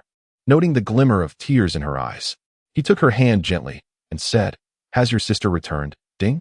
Do you know that your parents have been so anxious about you that they haven't been able to eat or sleep? Don't you ever run away from home again? Humph. Does she think she can do as she pleases in the future? What kind of propriety is it for a young lady to show her face in public before marriage? Well, daughters can't be kept at home forever. You should get married as soon as possible and let your husband discipline you. Su Peron said with a huff. Husband? Su Kaitong felt confused again. Who was her husband? Was she to marry a man she had never met? Su Kaitong shuddered at the thought. Master, you've already beaten her and scolded her. Why don't you let Kaihong go back to her room to rest? The madam said at this time. Suilian. Su Peron heard what his wife said and called out loudly. Take the young lady back to her room to rest. A maidservant dressed in green clothes with a red cloth trim, about 13 or 14 years old, walked into the hall from outside the door, came to Su Kaitong, bowed to Su Kaitong, and said, "Please follow Tsuelian." Su Kaitong didn't know what to do. She looked at Tsuelian and then at Ruaping. At this time, Ruaping completely believed that Kaitong was the young lady of this family. When Ruaping saw Kaitong looking at her, she waved to her and said, "Miss, I will go back and explain to the old lady. We will be very happy for you to return to your own home." Su Kaitong sighed, her brow furrowed, and she was sullen. She refused to explain anything further and had to follow the maidservant Tsuelian back to her room. Su Paran ordered people to take out hundreds of taels of silver and give them to Ruaping as a thank you gift for taking care of Kaihong for the past few months. Ruaping couldn't refuse and had to accept it. The madam told her that they were welcome to come and visit Kaihong at any time. After Ruaping departed from the Su residence, she returned to the town and recounted the events in detail to Gui Tang and several of her uncles. Though the Su brothers were reluctant to part with Kaitong, she ultimately belonged to another family and had to report back to her mother-in-law. Chapter 3. Su Kaitong followed Chui Lian through several corridors, arriving at the young lady's chamber in the rear garden. She seated herself upon an intricately carved rattan chair, her head bowed in silent frustration. It was a forced acknowledgement that she was indeed someone else's daughter. Whether this fate was a blessing or a curse remained uncertain. What events might unfold next? Chui Lian tended to the whip marks, applying salve and changing her clothes. Noticing the young lady's sullen demeanor, she assumed the wounds were causing her pain. "Miss, does it hurt terribly?" Su Kaitong shook her head, remaining silent. Seeing her indifference, Chui Lian pouted and stood beside her, saying, "Miss, are you unhappy to be home? Do you not miss Chui Lian? Do you not think of the master and mistress? They fell ill due to your absence. Do you truly wish to leave them behind?" With a sigh, Su Kaitong lifted her gaze to Chui Lian. "I am unsure how to express my feelings. Is it that you are discontent at home? Could it be that there are more enticing matters outside that hold your affection?" Chui Lian, lacking understanding, failed to grasp why the young lady would wish to leave her home, especially when General Liu was a paragon of a good husband. "Why would you not cherish him?" "General Liu? Who is General Liu?" Su Kaitong asked in astonishment, recalling that Su Pu Ran had mentioned him in the hall earlier. She had presumed him to be a figure of great importance to the Su family. "He is your fiancé. Son-in-law?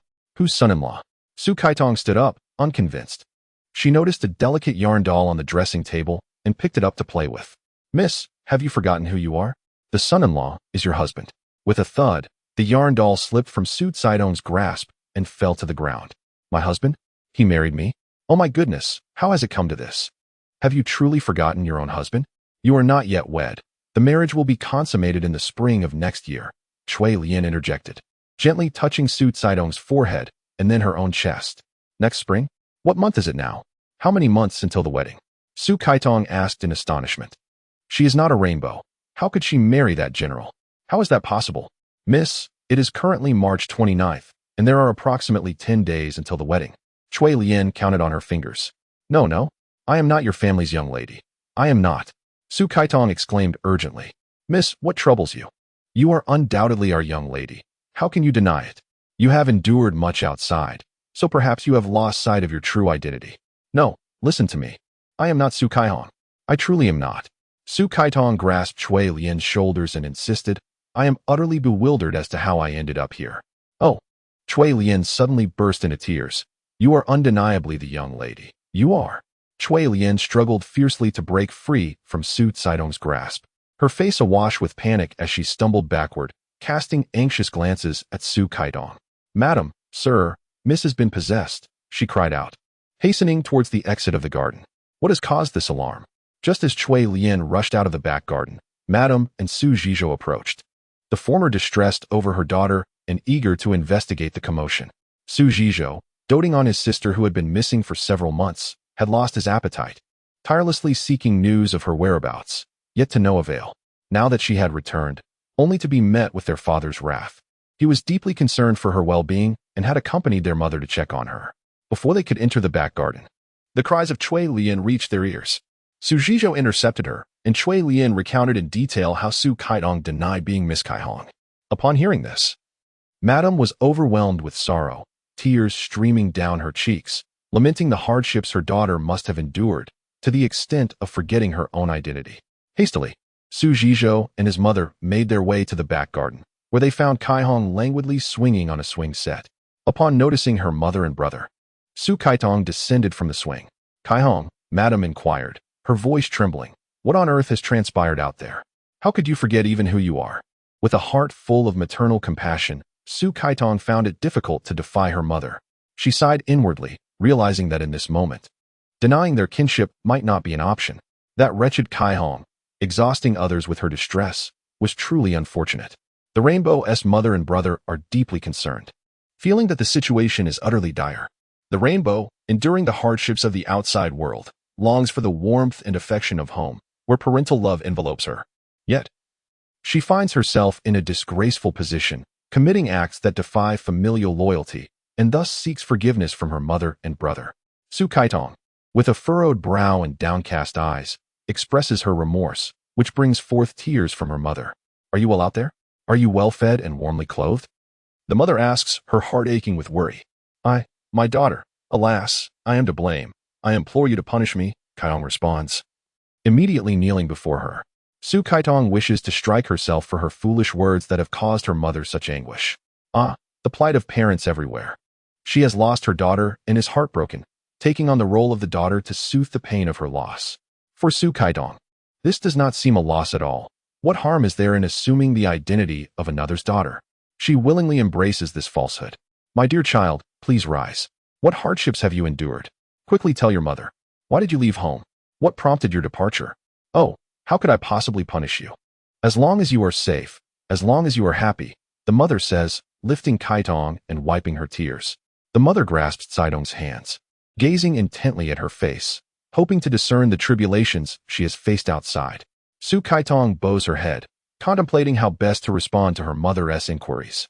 Ziyue bows to the lady and, upon receiving her command, exits the back garden.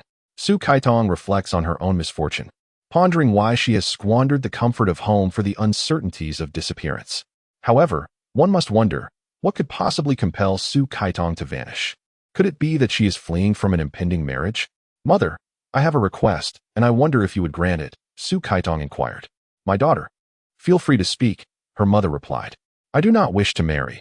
I desire only to remain by your side for all eternity. My child, it is an inevitable part of a woman's life to marry. Your filial piety is commendable, but how could you reject the notion of marriage? The daughters of the Su family are not destined to remain unmarried. You are already betrothed to General Liu. The idea of breaking off the engagement is absolutely out of the question. Not only would it bring disgrace to the Su family, but do you not recognize the character of General Liu? Your match is socially appropriate. What more could you desire? Mother, I refuse to marry, Su Kaitong thought to herself. As long as she did not have to marry the General Liu, what harm was there in being Su Kaihong? The thought of returning to the 21st century seemed like a fanciful dream, but if marriage was unavoidable, no, she could not marry. Sister, this is absolutely not permissible. Father has already exhausted himself over your engagement. Such a match is rare. Do you still fail to comprehend this? Breaking off the engagement is not an option. Upon hearing that his sister wished to annul her betrothal, Su Ziyue was taken aback. Such a splendid match. Why would his sister refuse it? Sister, what compels you to break off the engagement? Is it because of someone else? As soon as these words left his lips, Su's mother widened her eyes in disbelief. She could not fathom that her daughter, sheltered within the confines of their estate, would refuse marriage for the sake of another. Oh, my dear, do you truly wish to drive your parents to despair? The lady lamented, filled with frustration. Mother, please do not heed his nonsensical chatter. Is there truly someone special in Rainbow? Su Kaitong cast a resentful glare at Su Ziyue, thinking to herself that while he may not assist her in speaking favorably, his ridiculous fabrications only serve to complicate matters further. Am I not his sister by blood? Can he not see that I am but an impostor? Is it true? The lady inquired. Indeed, Su Kaitong replied, her head bowed in shame. She felt an overwhelming sense of despair. Must she truly wed a man she has never even met? The thought was terrifying. She knew nothing of him, and yet they expected her to marry him. How could this possibly be? At this realization, a shiver ran down her spine. The lady, relieved of her prior anxiety, sighed heavily, noticing the pallor on Caidong's face and the tremors that coursed through her body. Her concern grew anew. Is my daughter unwell? She reached out to touch Caidong's forehead and pulled her into an embrace. I am fine. I am not unwell. Su Kaitong replied sullenly, her heart heavy with regret. How could she have been so foolish as to find herself on the moon? Only to be thrust into this bewildering era of the 5 dynasties and 10 kingdoms? It seemed as though an unseen force had guided her to this incredulous time. What am I to do? Is my daughter unhappy? The lady asked again. She simply does not wish to marry. With another sigh, the lady responded, Oh, my daughter. To support a husband and raise children is the path of a woman. You have been clever and astute since childhood. How is it that you fail to understand this? Are you asking me to marry a man I have never even met? This is not how it should be. Women ought to have the right and significance to exist on their own terms. How many women's happiness has been compromised by arranged marriages? Do you comprehend the essence of love born from freedom? True love, as I envision it, is a union where a man and a woman come to know one another.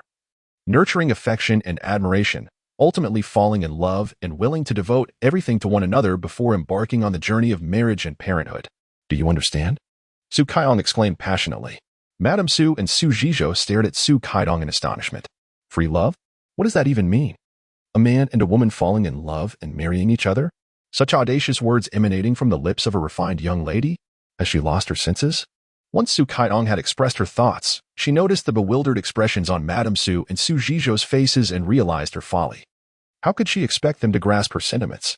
Their era and education were steeped in traditional values, making it impossible for them to understand her perspective on romantic freedom. Cursed be this moment. Su Kaidong felt an urge to slap herself. She covered her mouth in disbelief as she gazed at Madame Su and Su Ziyue.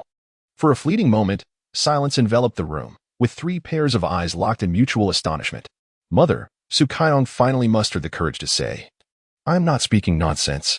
During my time away from home, I ventured into the 21st century, where love is pursued freely, unbound by parental commands or matchmaking. Upon hearing these words, Madame Su and Su Ziyue's eyes widened even further. Sister, what is the 21st century? How far is it from here? Are the people there truly so happy? I wish to visit that place and witness it for myself. Su Ziyue remained silent for a while, before suddenly exclaiming with enthusiasm. The 21st century is not a place. This left Su Kaidong utterly astounded. She struggled to articulate her thoughts, stating, It is time, the time of the future. The world of humanity yet to come, a world over 1,000 years ahead. What are you rambling on about? Sister, do you even comprehend what you are saying? Su Ziyue's expression darkened, disbelief etched across his face. How could this be? 1,000 years later? Are you speaking nonsense? Sister, are you jesting with your brother? We have always shared a deep bond. Why resort to such tricks? Su Kaidong found herself at a loss for words. She closed her eyes and sighed deeply. I was merely teasing you all, dear brother. You have all fallen for my ruse, she confessed, weaving a web of lies. She did not wish to complicate matters further. Since they were unable to believe her, she resolved to leave it at that, not wanting to provoke any alternative explanations. What do you mean by that? Humph. Su Ziyue feigned anger, brushing off his sleeves. Are you trying to fool even your brother? Have you had your fun? I am fine, truly fine. Brother. You are a man. Must you be so petty? Su Ziyue stood beneath a cherry tree, turning to glare at Su Kaidong. After that incident, Su Kaidong no longer claimed to be a person of the 21st century. She understood that no matter how she explained it, no one would believe her to be a soul adrift in the time tunnel, having traversed back over 1,000 years to the 5 dynasties and 10 kingdoms period. Su Kaidong lived a life of simplicity and affluence in Su family village, which was located near Moon River and was home to a prominent family within a radius of several hundred miles. Their wealth stemmed from the acquisition of silk and the production of exquisite textiles, specifically crafted for the imperial court. Su Kaidong had never visited the weaving workshop. Several times she had playfully urged Su Ziyue to take her on a tour, but he had flatly refused. Women are not permitted to set foot in the workshop. It would bring misfortune upon the establishment, Su Ziyue declared. You are speaking nonsense. I refuse to believe it. Whether you believe it or not, you must accept it. This is a rule established by our ancestors, which must not be violated, Su Ziyue replied with a sense of pride. Fuming, Su Kaidong glared at him, nearly engaging in an argument. The Su family village was home to hundreds of servants, with courtyards adorned with artificial mountains and lakes, and pavilions and towers that resembled picturesque scenes. Accompanied by Cui Lian, Su Kaidong spent several days exploring every corner of Su family village. In the secluded confines of her courtyard, every evening when the moonlight was at its zenith, she would sit idly on the swing, gazing at the solitary cold moon in the sky, much like a bird trapped in a cage. It was then that she truly felt the plight of ancient women, devoid of freedom and happiness. Miss Cui Lian gently roused Su Kaidong from her reverie as she stared at the moon. Whenever Su Kaidong gazed at the moon hanging in the sky, Chui Lian would transport an array of pastries into the garden, accompanying her mistress as they both admired the cold lunar orb. Chui Lian could not fathom why her mistress held such a fondness for the celestial body. Certainly, the moonlight was enchanting. Who could resist its charm? Yet, the expression on Su Kaitong's face was not that of mere admiration. It was laden with profound concerns and veiled anxieties. Su Kaitong shifted her gaze from the moon to Chui Lian, staring at her vacantly, her eyes silently inquiring about something. Why did her mistress take such delight in moon gazing upon her return home? In the past, though Su Kaitong appreciated the moon, she had not indulged in nightly observations as she did now. Chui Lian, feeling somewhat foolish, decided to pose the question to her mistress. Alas, Su Kaitong let out a deep sigh, for her mistress had once claimed to have journeyed to the moon. Mistress, you speak of nonsense again, Chui Lian said, her expression betraying her alarm. How could you think I am speaking nonsense? Su Kaitong replied, furrowing her brow.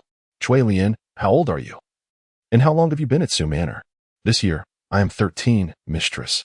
Have you forgotten? I began serving you 10 years ago. Why is it that upon your return, you are so different from before? You still do not believe me, do you?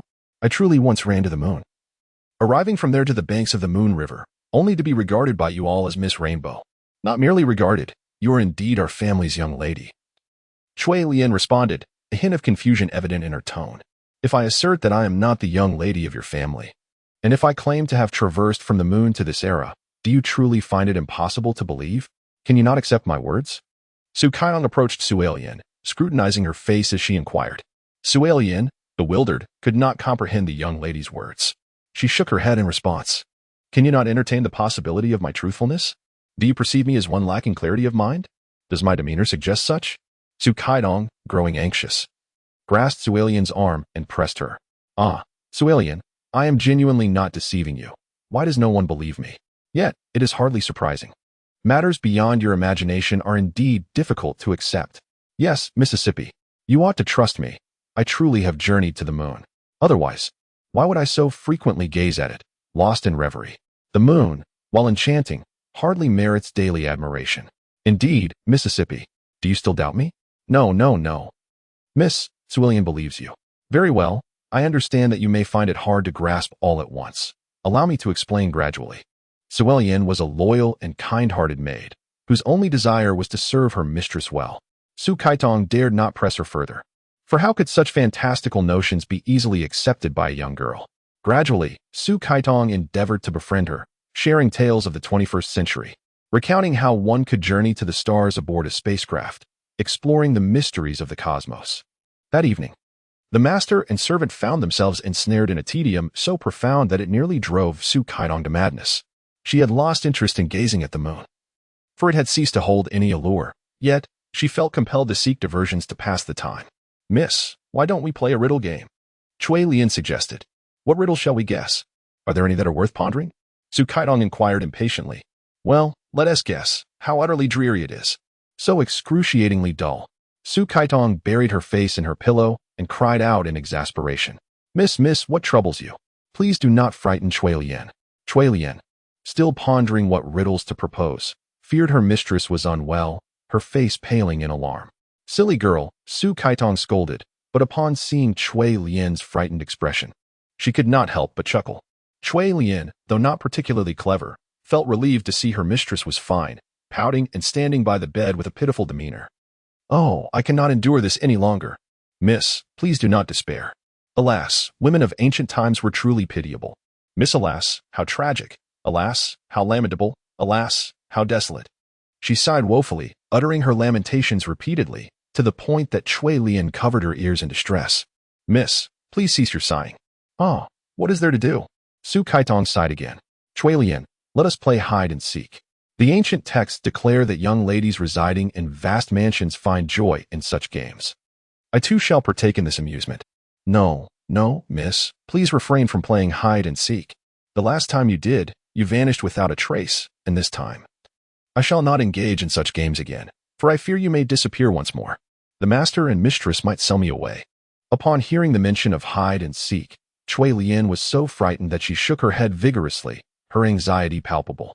Is it true that playing hide and seek can lead to vanishing? Su Kaitong inquired, her beautiful eyes wide with disbelief. Indeed, miss, have you forgotten? Right by the well. You ran off, and then you simply disappeared. Is it truly that mysterious? Such wonders exist?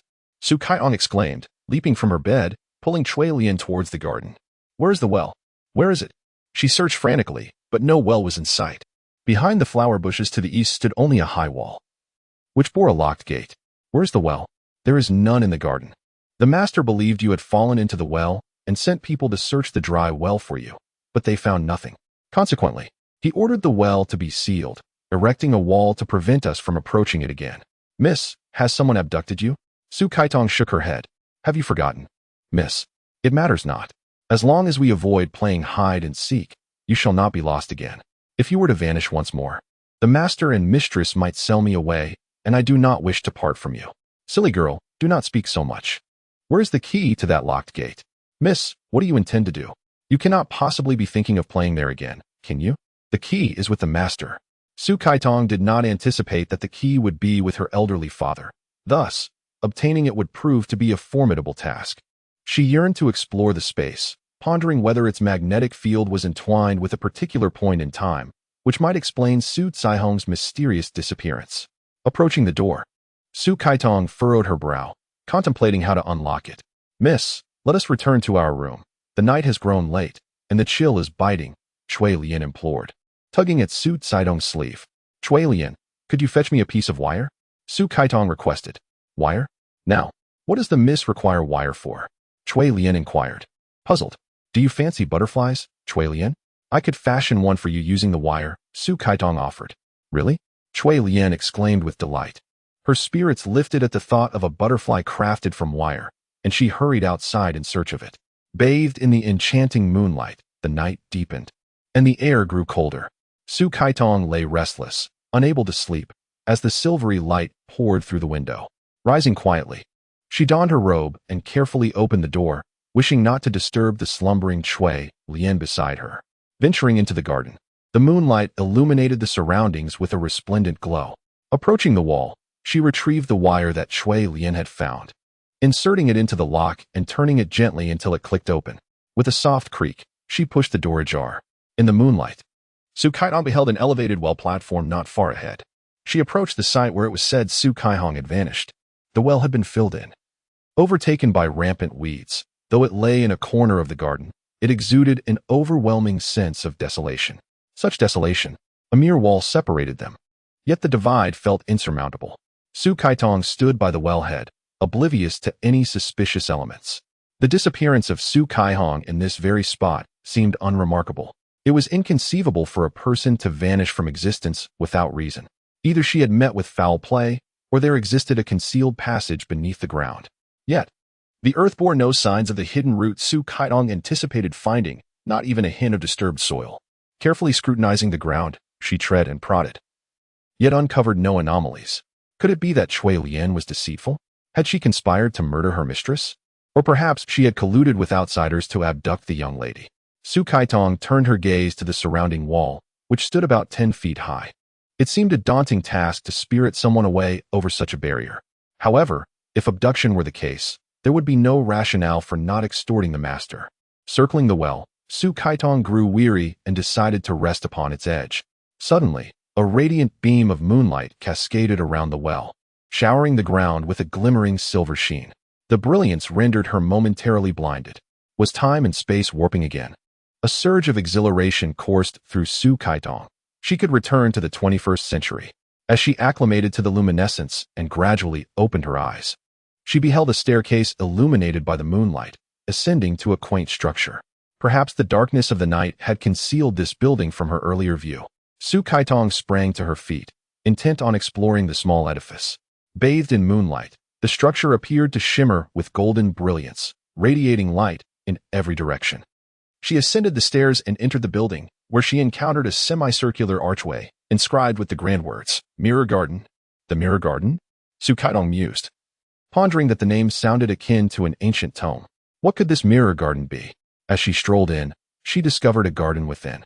The garden was ablaze with blossoms, their fragrance wafting through the air. Su Kaitong, filled with delight, dashed into the flower-laden embrace. Ah, this was no earthly paradise, indeed. It was a realm of ethereal beauty, a dwelling place for celestial beings. Have you arrived? A regal woman glided towards her through the blooms. Who are you? Are you the moon fairy? Su Kaidong exclaimed in astonishment amidst the flowers. I am the flower fairy, a companion to the Lady of Disaster. The woman replied with a gentle smile. A flower fairy? One who tends to flora? Surely you jest. Su Kaitong responded, her surprise palpable. You may choose disbelief. Yet you cannot deny the truth, such as your own identity. Me? You know who I am? Su Kaitong laughed, thinking to herself. Would you fathom that I am a traveler from a millennium hence? You are Su Kaihong, the woman stated. No, you are mistaken, Su Kaitong promptly refuted. You are Su Kaihong, and also Su Kaidong. You are the Su Kaihong who traversed through time from a millennium after the 5 dynasties to the present. The Su Kaihong of 1,000 years past, Su Kaihong is you. What? I am she, and she is me? Su Kaidong exclaimed, her mind reeling as if struck by thunder. Bewildered by the revelation. Humanity, in its folly, presumes to have comprehended all that exists within the cosmos, a testament to mankind's ignorance, leading to the belief that the universe comprises but a singular space. In truth, the universe is boundlessly vast, with multiple dimensions. The very act of traversing from a distorted space-time to another serves as an eloquent testament that everything unfolds according to divine will. No, it cannot be. How is this possible? Su Kaitong exclaimed in distress. Behold, the woman commanded gracefully, her flowing sleeves dancing as she gestured. Before them materialized an object reminiscent of a mirror, yet not quite a mirror, within which shadowy figures flickered. A child was born, matured, wed, or offspring, and ultimately succumbed to illness and death. Her soul transitioned to another realm, briefly pausing before reincarnating as a human once more. Reincarnation? Such a notion seems plausible. The fact that she could traverse to another space-time, returning to a past a millennium ago, is irrefutable. Su Caidong's heart raced with trepidation, suppressing the rising tide of panic within. She was unwilling to acknowledge this reality. It was beyond her capacity to accept. This is false. You deceive me. If I am Su Kaihong, why then is she missing in this world while I have appeared here from a millennium hence? You have been declared missing in the world of 1,000 years hence. There exists but one Su Kaihong. Your reincarnation in this era also yields but one Su Kaihong. Thus, even though you carry the memories of 1,000 years into this world, you remain her, and she remains you. Furthermore, eons ago, at the dawn of creation, you were Ziyue, the beloved of Mo. Mo? Who is Mo? Su Kaitong inquired, increasingly bemused by the peculiar woman before her, her brow furrowed in confusion. Your man, a man who loves you dearly. My man. Su Kaitong pondered, sensing that the woman before her might be slightly unhinged. Reluctant to pursue the matter further, she cautiously stepped back, overwhelmed by a sense of dread. Suddenly, a fragrant breeze enveloped her, carrying an intoxicating aroma. The woman floated away from the flower bed, shimmering with glimmers of gold, gradually vanishing into the fragrant air. Su Kaitong, rendered speechless, reached out in an attempt to grasp the woman, but she dissipated like a wisp of smoke. Stunned, Su Kaitong opened her palm and took a step forward, only to find herself stumbling into thin air. Help! She cried out, crashing to the ground with a thud. As she rose from the earth, Su Kaitong realized she had fallen near the edge of a well. Brushing off the dust from her clothes and moving her limbs, she felt relieved to find herself uninjured. Miss, you ended up here? Chui Lian exclaimed, hurriedly entering with tears in her eyes. It turned out that shortly after Su Kaitong had left the room, Chui Lian had awakened from a dream to find her absent. In a panic, she rushed to the garden, only to discover that her mistress was nowhere to be found, prompting her to sob uncontrollably. Miss, please return to your room. I cannot bear the thought of losing you again, Chui Lian implored. Su Kaitong regarded the distressed Chui Lian before glancing back at the location where the pavilions had appeared moments ago. The area now seemed dark and foreboding, devoid of any structures. Chui Lian, did you see that? There was a mirror garden here, Su Kaitong insisted. No, miss, there is no such mirror garden here. Please, return to your room, Chui Lian urged. Is it possible? She questioned, her disbelief palpable. Just moments ago, she had been conversing with a stunning woman. Had she merely experienced an illusion, or was she ensnared in a dream? Perhaps it was merely a mirage? No, she quickly dismissed that notion. Mirages typically occur in deserts or over oceans, or may be the result of exhaustion-induced hallucinations. But where could that be? Miss, please do not frighten Chui Lian any further. She is easily scared, Chui Lian said, wiping away her tears. Is it truly not there? How can that be? The moon concealed itself behind the clouds, deepening the night's shadows. The once vibrant garden now appeared more desolate and terrifying. Su Caitong's gaze fell upon the swaying grasses and trees, and a shiver ran down her spine. "Miss, the wind is biting and the night is cold. Perhaps we should return indoors to rest," Cui Lian urged.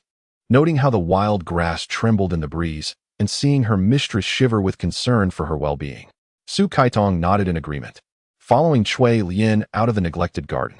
As she watched Cui Lian lock the garden gate, her mind momentarily blanked, devoid of any thought. Upon returning to her chamber, Su Caitong lay back under the covers, attended by Cui Lian, her eyes fixed on the indistinct ceiling. The words of the woman echoed in her mind, repeating relentlessly. The mysterious woman had claimed that Su Caitong, and Ziyue were all the same person. Mo Xie's woman, Ziyue, such a beautiful name. Who were they? Who indeed were they? Su Caitong pondered vacantly. That night, Su Caitong experienced a haunting nightmare, wherein a man clad in a fur-lined tiger robe wielded a sharp sword, plunging it into her heart. Upon awakening, she lingered in a state of disorientation, believing for a moment that she had transcended this earthly realm and descended into the underworld. A chill of terror enveloped her, as the imagined blade seemed to pierce her very soul, leaving her with an indescribable ache in her heart. "Miss, awaken! Miss!" Cui Lian, alarmed by her mistress's frantic cries, noticed her icy hands and feet, and desperately shook her. Su Caitong opened her eyes, her heart racing tumultuously. Why did that man wish to kill her? In her bewilderment, she nearly forgot it was merely a dream, yet inexplicably regarded the vision as reality. "Miss, you have had a nightmare. I shall fetch a doctor," Cui Lian declared, rising to seek assistance. "No, do not go. I am fine," Su Caitong implored, grasping Cui Lian's arm. Her spirit weighed down by an inexplicable heaviness. "Are you truly unscathed, miss?" Cui Lian inquired. "I am fine," Su Caitong insisted, rising despite Cui Lian's attempts to restrain her. She pushed open the forbidden garden's entrance, determined to locate the mirror garden, yet found only desolation where the small building from her dream had stood. And the mirror garden was nowhere to be found. Had it all been a figment of her imagination? What could it possibly mean? Chapter 4. Su Caitong struggled to accept the notion of marrying a man she had never met, regardless of how revered and envied he may be in the eyes of others. Whether she was Su Caihong or Su Caitong, she could not come to terms with this harsh reality. She is a student at the Chinese Language Institute in Hong Kong. Although she has experienced a few romantic involvements, they have only encompassed fleeting kisses and embraces.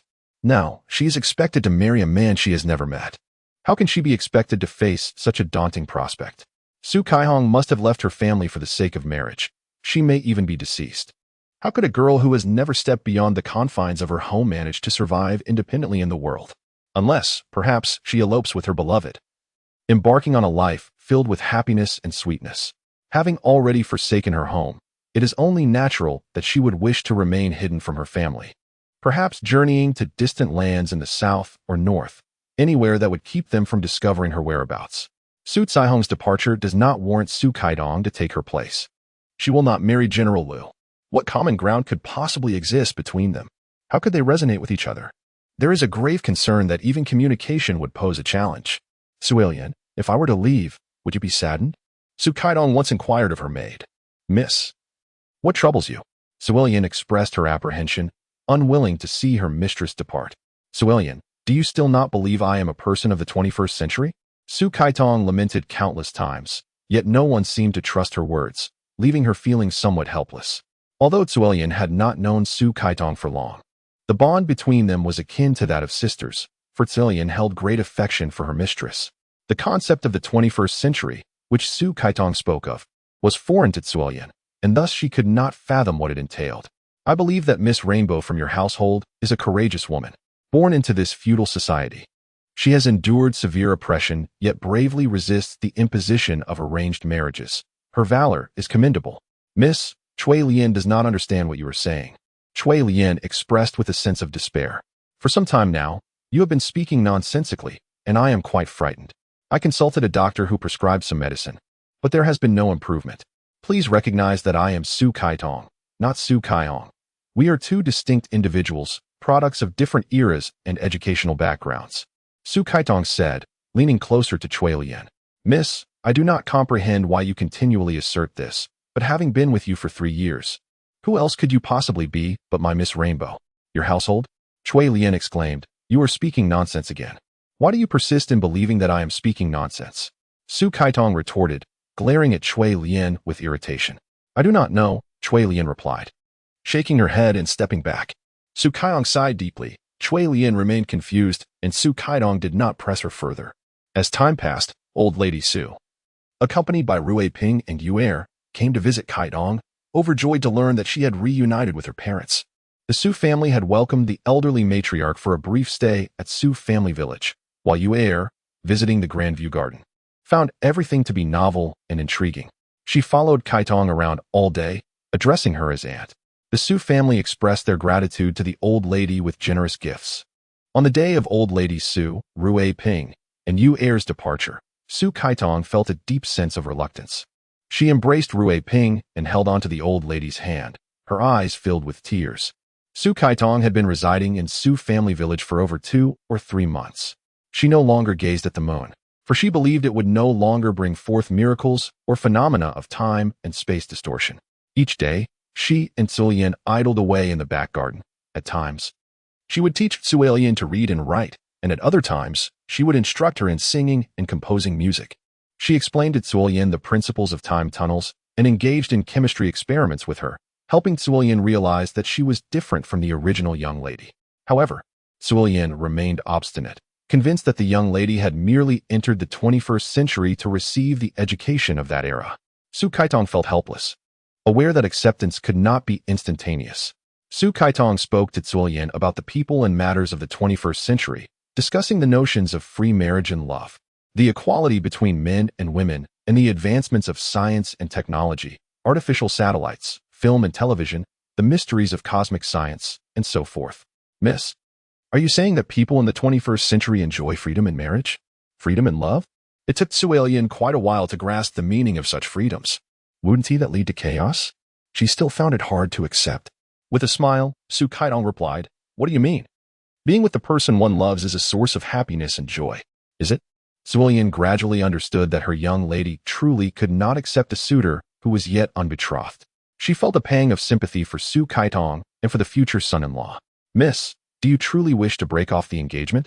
Su Kaitong responded, Zuelian, if I were to break off the engagement, do you think father would agree?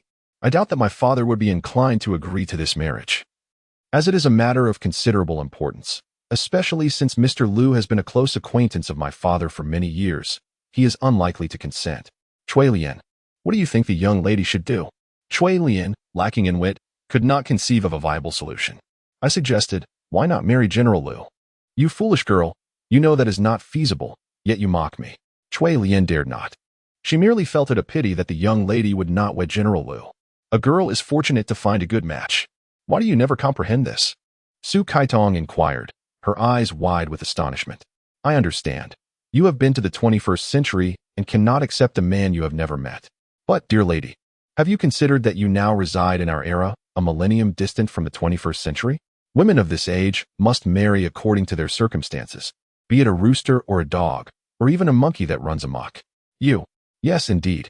I am Su Kaihong, and thus I must marry that Lu Buchuan. Truly, I wish to see him, to ascertain whether he possesses any extraordinary traits that would earn your admiration. Whether he possesses 3 heads and 6 arms, I cannot say, however. I have heard from the maid Sue Hong in the ladies' chamber that both my father and mother rather favor this union, and being a general. He must indeed be a remarkable man. Who is remarkable? Su Ziyue inquired, entering the room while waving a paper fan. You are, Su Kaidong jested. Humph. Will my little sister praise her elder brother? Unless the sun rises from the west. I understand now. She must be yearning for her future husband. Alas. It pains my heart. Once my sister has a husband, she no longer cares for her brother. Su Ziyue lamented, clutching his chest in feigned agony. Young master, Cui Lian may be ignorant, but it is only natural for the young lady to miss her fiancé, Cui Lian replied with a smile. Oh, how shameless. Are you eager to marry? I fear it is the elder brother who wishes to send his sister away, hastening her marriage, Su Kaidong teased. As the days passed, Su Ziyue frequently visited the back garden to spar with his sister and witty banter. Su Kaidong found herself confined in the garden, idle and growing increasingly despondent. She pondered the plight of women in ancient times, bound by countless restrictions, Even stepping outside their homes deemed a great transgression. With Su Zhizhou's presence to lighten the atmosphere, her days were rendered less dreary. One day, Su Caidong's sister-in-law arrived, cradling her young son Junlang, accompanied by a girl of about 16 or 17. Su Caidong greeted her sister-in-law with a graceful bow. The young girl also offered a courteous bow, saying, "Sister-in-law, good day." Su Caidong was taken aback. "And, good day." Little Junlang slid from his mother's embrace and sweetly tugged at Su Caidong's lips. She gently caressed Junlang's cherubic face and instructed Cui Lian to bring candies and pastries to entertain their guests. It was the season of blooming laurel flowers, and the garden offered a delightful setting for leisurely conversation amidst the blossoms. Su Caidong gazed intently at the girl who had addressed her as sister-in-law, while her sister-in-law, intrigued, held the girl's hand and turned to Su Caidong, asking, "Sister, do you know who she is?" Su Caidong shook her head. "She is your future sister-in-law, Miss Xianfang. Today she has come to visit, thus meeting her future sister-in-law." Su Caidong's mouth fell agape, momentarily at a loss for words. A sister-in-law? How astonishing. With the arrival of this sister-in-law today, tomorrow it may very well be the in-laws, and the day after could even see Lu Buqiuan making an appearance. Lu Buqiuan. Why does his presence linger everywhere? Everyone speaks of him in glowing terms, as if he were an unrelenting specter haunting her, ensnaring her in an inescapable grasp. Sulan observed Su Caidong's sudden pallor, puzzled by her apparent fright. She assumed that perhaps her sister-in-law was unwell, reaching out to touch Su Caidong's forehead. Yet finding no signs of illness, she grasped Su Caidong's hand and inquired, "Sister, are you unwell?" "No," Su Caidong replied, forcing a faint smile as she shook her head. Su Lian had already set out candies and pastries on a small table in the garden and entered to invite everyone outside. "If you feel unwell, we must call a doctor," she added. Su Caidong appeared distracted, responding to her sister-in-law with absent-minded remarks. No, Su Caidong thought, she must devise a plan. Since calling off the engagement proved futile, the only recourse left is to flee. Fleeing? This notion flickered through Su Caidong's mind. Of course, if she cannot cancel the engagement, why not escape? Only by fleeing can she find the best solution. Xianfang gazed intently at her sister-in-law, finding her exceedingly beautiful. With enchanting eyes, a delicate mouth, and a smooth, pristine complexion, she perceived her as utterly lovely. She adored Su Caidong, cherished this sister-in-law. Lu Xianfang stayed at the Su residence for several days, and on the day of her departure, Su Caidong resolved to leave as well. Having spent over 2 months in the Su residence, she had largely deciphered the intricacies of the estate. The most opportune moment for her escape was at the stroke of midnight, coinciding with the changing of the guard when the sentry would be preoccupied. There were several side doors, yet only one was poorly defended, located not far from the lake, albeit distanced from the rear garden. Regardless of the risks, Su Caidong felt compelled to attempt her escape. Failing to try might mean missing her chance entirely. That fateful evening, as the clock struck midnight, Su Caidong quietly arose, delicately gathering her belongings and concealing a pouch of silver within her undergarments. She gently opened the door, only to find Cui Lian sleeping peacefully, a faint smile gracing her lips. Su Caidong felt a pang of reluctance at the thought of leaving, as she feared her departure might bring misfortune upon Cui Lian. With a sigh, she turned towards the door. Cui Lian was stirred awake by Su Caidong's sigh, blinking her sleepy eyes. She was startled to see a figure by the door, instantly dispelling her drowsiness. Rubbing her eyes, she recognized it was her mistress.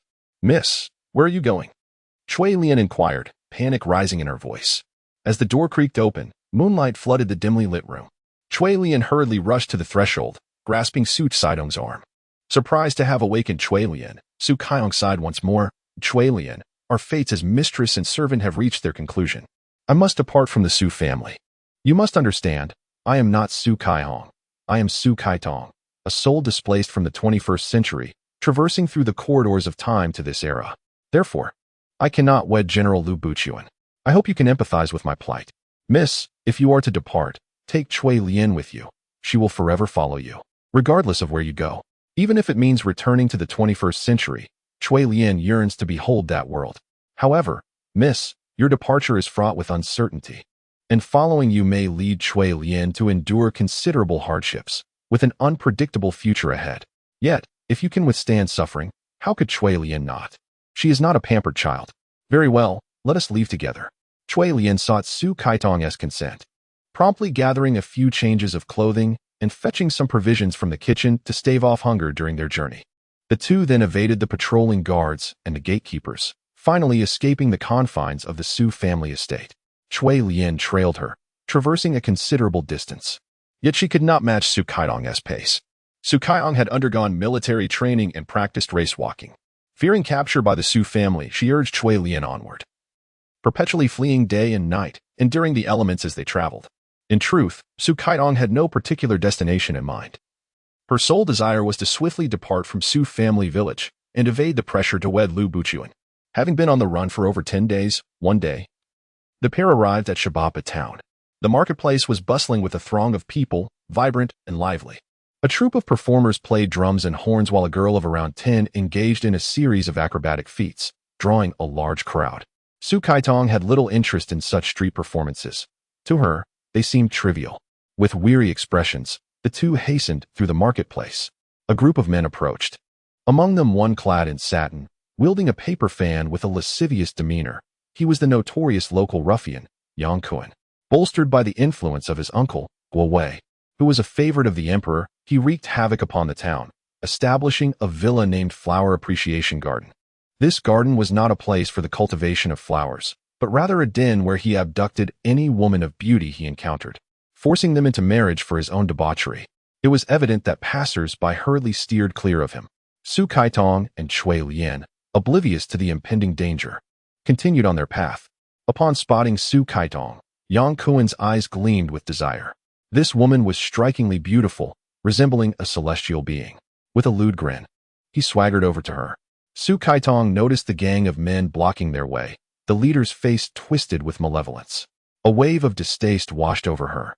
She recognized they had encountered a rogue, a scenario she had often seen in films. "Please, clear the way," Su Kaitong said softly, sensing the misfortune that had befallen them. The men before them were surely up to no good. "You want me to move aside?" Yang Kuan replied flippantly. "Very well, but only if you allow me a kiss." "Do not insult my lady," Cui Lian interjected, positioning herself protectively in front of Su Kaitong. "So she is your lady? Ah, the little girl knows how to defend her mistress. She will not be taken," Yang Kuan commanded his henchmen. Like wolves pouncing on their prey, his followers surged forward, toppling Cui Lian to the ground and seizing Su Kaitong. Cui Lian cried out for help to the passers-by, but none came to their aid. Cui Lian pursued for several intersections, yet the group of ruffians quickly whisked Su Kaitong away, leaving Cui Lian far behind. Unable to keep pace with them, Cui Lian stumbled and fell to the ground. Heartbroken, she sat weeping bitterly. Passers-by shook their heads and sighed as they walked past her. An elderly woman approached and helped Cui Lian to her feet, saying, "My dear, you must be from out of town. Unaware of the circumstances that led you and the young lady to venture out. That scoundrel from earlier is Yang Kuan, the nephew of the current emperor. He is notorious for his misdeeds, and your lady is surely in grave peril now. Please, kind lady, tell me where the authorities are. I must report that villain. In broad daylight, he abducts innocent maidens. Surely, there must be justice?" Cui Lian lamented, tears streaming down her face. "Yang Kuan embodies the law," the elderly woman cautioned. "You must not go to the authorities. They protect one another. The government has long been a puppet of the Yang family." A sympathetic passerby advised. "Alas, yet another girl falls victim to such cruelty," another passerby sighed. Cui Lian wept anew, never having anticipated that her escape with the young lady would lead to such misfortune. Had she known the fate that awaited them at the hands of those wicked men, she would have preferred to marry Lu Buchuan at home instead of suffering this humiliation. Cui Lian pounded her chest in despair, reproaching herself. Why had she not intervened to halt the young lady's reckless actions? On the day of the elopement, she should have informed the master and mistress to prevent the young lady's flight. Now, how could Cui Lian return and face them? "Child, you must return home. Weeping here serves no purpose," the elderly woman urged. Suddenly, a troop of horsemen approached swiftly from the east. The old woman pulled Cui Lian to hide, but Cui Lian was unable to evade them and was knocked to the ground by the galloping steeds. Ziyue Lian, bruised and battered, found herself in the unfortunate throes of misfortune today. Having just lost her position as a maid, she was now struck down by a horse. As she wept bitterly, she lifted her gaze, and upon seeing the figure before her, her cries abruptly ceased in shock. The one responsible for her fall was none other than Su F, the chief steward of the Su household. Su Kaitong had fled with Ziyue Lian, leaving only a letter behind, and upon learning of this, Su Pu ran into a furious rage. Nearly driven mad with anger, he dispatched his servants to relentlessly search for his wayward daughter.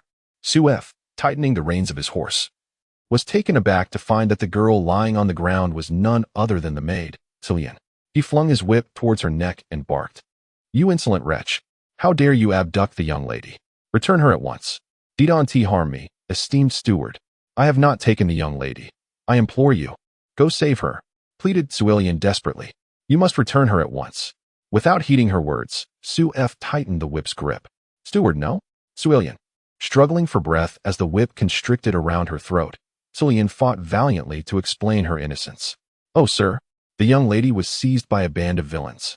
If you do not act swiftly, she may suffer a terrible fate."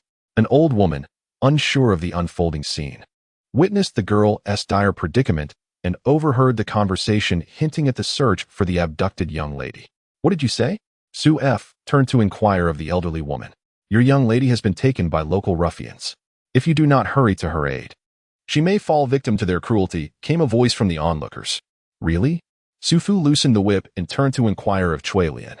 Cui Lian, on the verge of asphyxiation, appeared pallid, her vision clouded by a flurry of golden stars.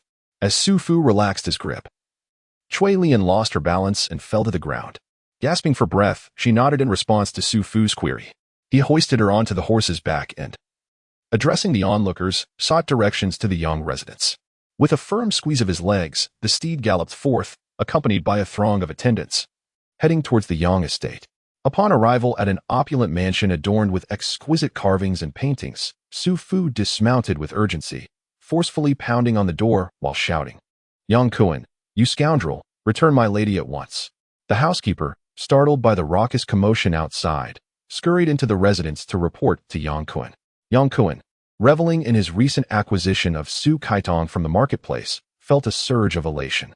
This beauty was the most exquisite of all he had seized, and he intended to indulge himself thoroughly. He had confined Su Kaitong in a chamber on the upper floor, instructing the household matron to attend to her needs, with plans of marriage in mind. Suddenly, the shouts from outside pierced the atmosphere, igniting Yang Kun's fury. Accustomed to tyranny, he had never encountered a woman he could not dominate. No one had ever dared to challenge him at his own doorstep. The thought of not inflicting severe punishment on the intruders only fueled his rage. Who dared to defy him? Yang Kun, accompanied by a cadre of martial artists, approached the door. Observing several men clad as attendants shouting recklessly, and noticing the woman who had previously obstructed his plans pointing at him, he commanded his entourage, "Strike them down." The martial arts instructors, who typically paraded their prowess alongside Yang Kun, upon hearing their master's command, brandished cudgels and broadswords, assailing Ziyue and his companions. Utterly outmatched by these ruffians, Ziyue's party was swiftly overwhelmed and knocked to the ground within mere moments. Yang Kun approached Ziyue, planting a foot squarely upon his face, causing blood to trickle from Ziyue's mouth as he lay immobilized. "I've seized your young mistress," Yang Kun sneered. "What of it? I intend to marry her. What if I do? Should you dare to interfere with my affairs again, I'll have you all beaten to death. Now, scurry back to your manor and inform your master that the young mistress is mine, and I shall soon unite with her in a celestial union." With that, Yang Kun delivered a kick to Ziyue's body, causing him to writhe in agony on the ground. "Vanish from my sight, lest I use your blood to consecrate my blade," Yang Kun roared, before departing with his band of martial artists in a boisterous uproar. Cui Lian assisted the steward onto his horse as Ziyue writhed in unbearable pain. With great effort, Ziyue mounted his steed and led the retainers away from the Yang residence, seeking refuge in a nearby inn. Ziyue was disheartened, for despite discovering the whereabouts of the young mistress, he had failed to rescue her, leaving him uncertain of how to face his master upon his return. Disregarding his injuries, Ziyue hastily penned a letter, entrusting it to Ziyue, instructing him to ride with utmost speed to the manor and inform their master of all that had transpired. Ziyue, clutching the letter, spurred his horse towards the city's outskirts. Scarcely had he traveled 20 li when a troop of soldiers appeared before him, advancing in a formidable formation. At their head rode a young and dashing general, his heroic bearing evident. The banners bore the insignia of Lu. "Halt," the soldiers commanded. Ziyue's heart raced with anxiety as he failed to notice the soldiers ahead.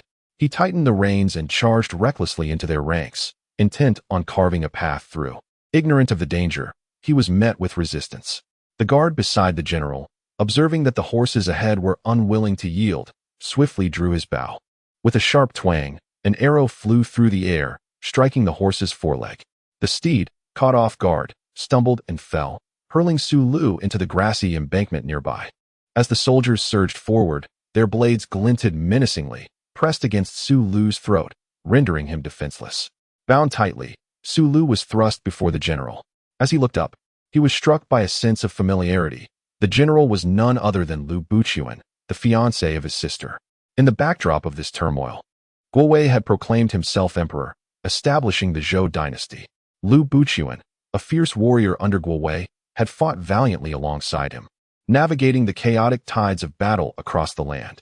With grand ambitions of unifying the realm, Guowei had dispatched 1,000,000 troops southward, appointing Lu Buqian as the commander of the Central Army, conquering the provinces of Huainan. Lu Buqian was on his way back to court when fate brought him face to face with Su Lu. Fiancé? Su Lu exclaimed in confusion. Upon recognizing Lu Buqian as his sister's future husband, a tumult of emotions surged within him, joy intertwined with sorrow. It is a relief to see you here, he murmured. Lu Buqian, having also identified Su Lu, whom he had encountered several times at the Su residence, noticed the tears streaming down Su Lu's face. With concern, he helped him to his feet and asked, "What troubles you so?" "Son-in-law, Miss has been taken away by a vile young master," Su Lu lamented, tears streaming down his face. "What?" Lu Buqian felt a chill run down his spine. "Quickly, son-in-law, you must rescue the miss. Otherwise, it may be too late." With urgency, Lu Buqian mounted his horse, discarded his armor, and donned civilian attire. He whispered a few instructions to the deputy commander before galloping forward alongside Su Lu toward the city ahead. In no time, the city walls came into view.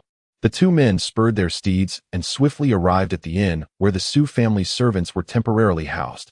Su Fu had already sought medical attention for his injuries. The doctor had prescribed several ointments and advised him to rest. Cui Lian knelt beside him, wiping away her tears, acutely aware that the situation had escalated drastically. With the miss abducted and the steward gravely injured, she wondered how the miss was faring now. Without her presence, what might that wicked young master do? Cui Lian lamented her folly in allowing the miss to leave the estate. "You wretched servant! Did you incite the miss to run away, leading to this calamity? Do you understand your crime?" Su Fu gasped, chastising Cui Lian. Cui Lian accepted her guilt, leaning wearily against the bed. Su Fu saw Su Lu enter with the son-in-law of the Su family. He struggled to rise from the bed to pay his respects, but, weakened by his injuries, fell to the ground.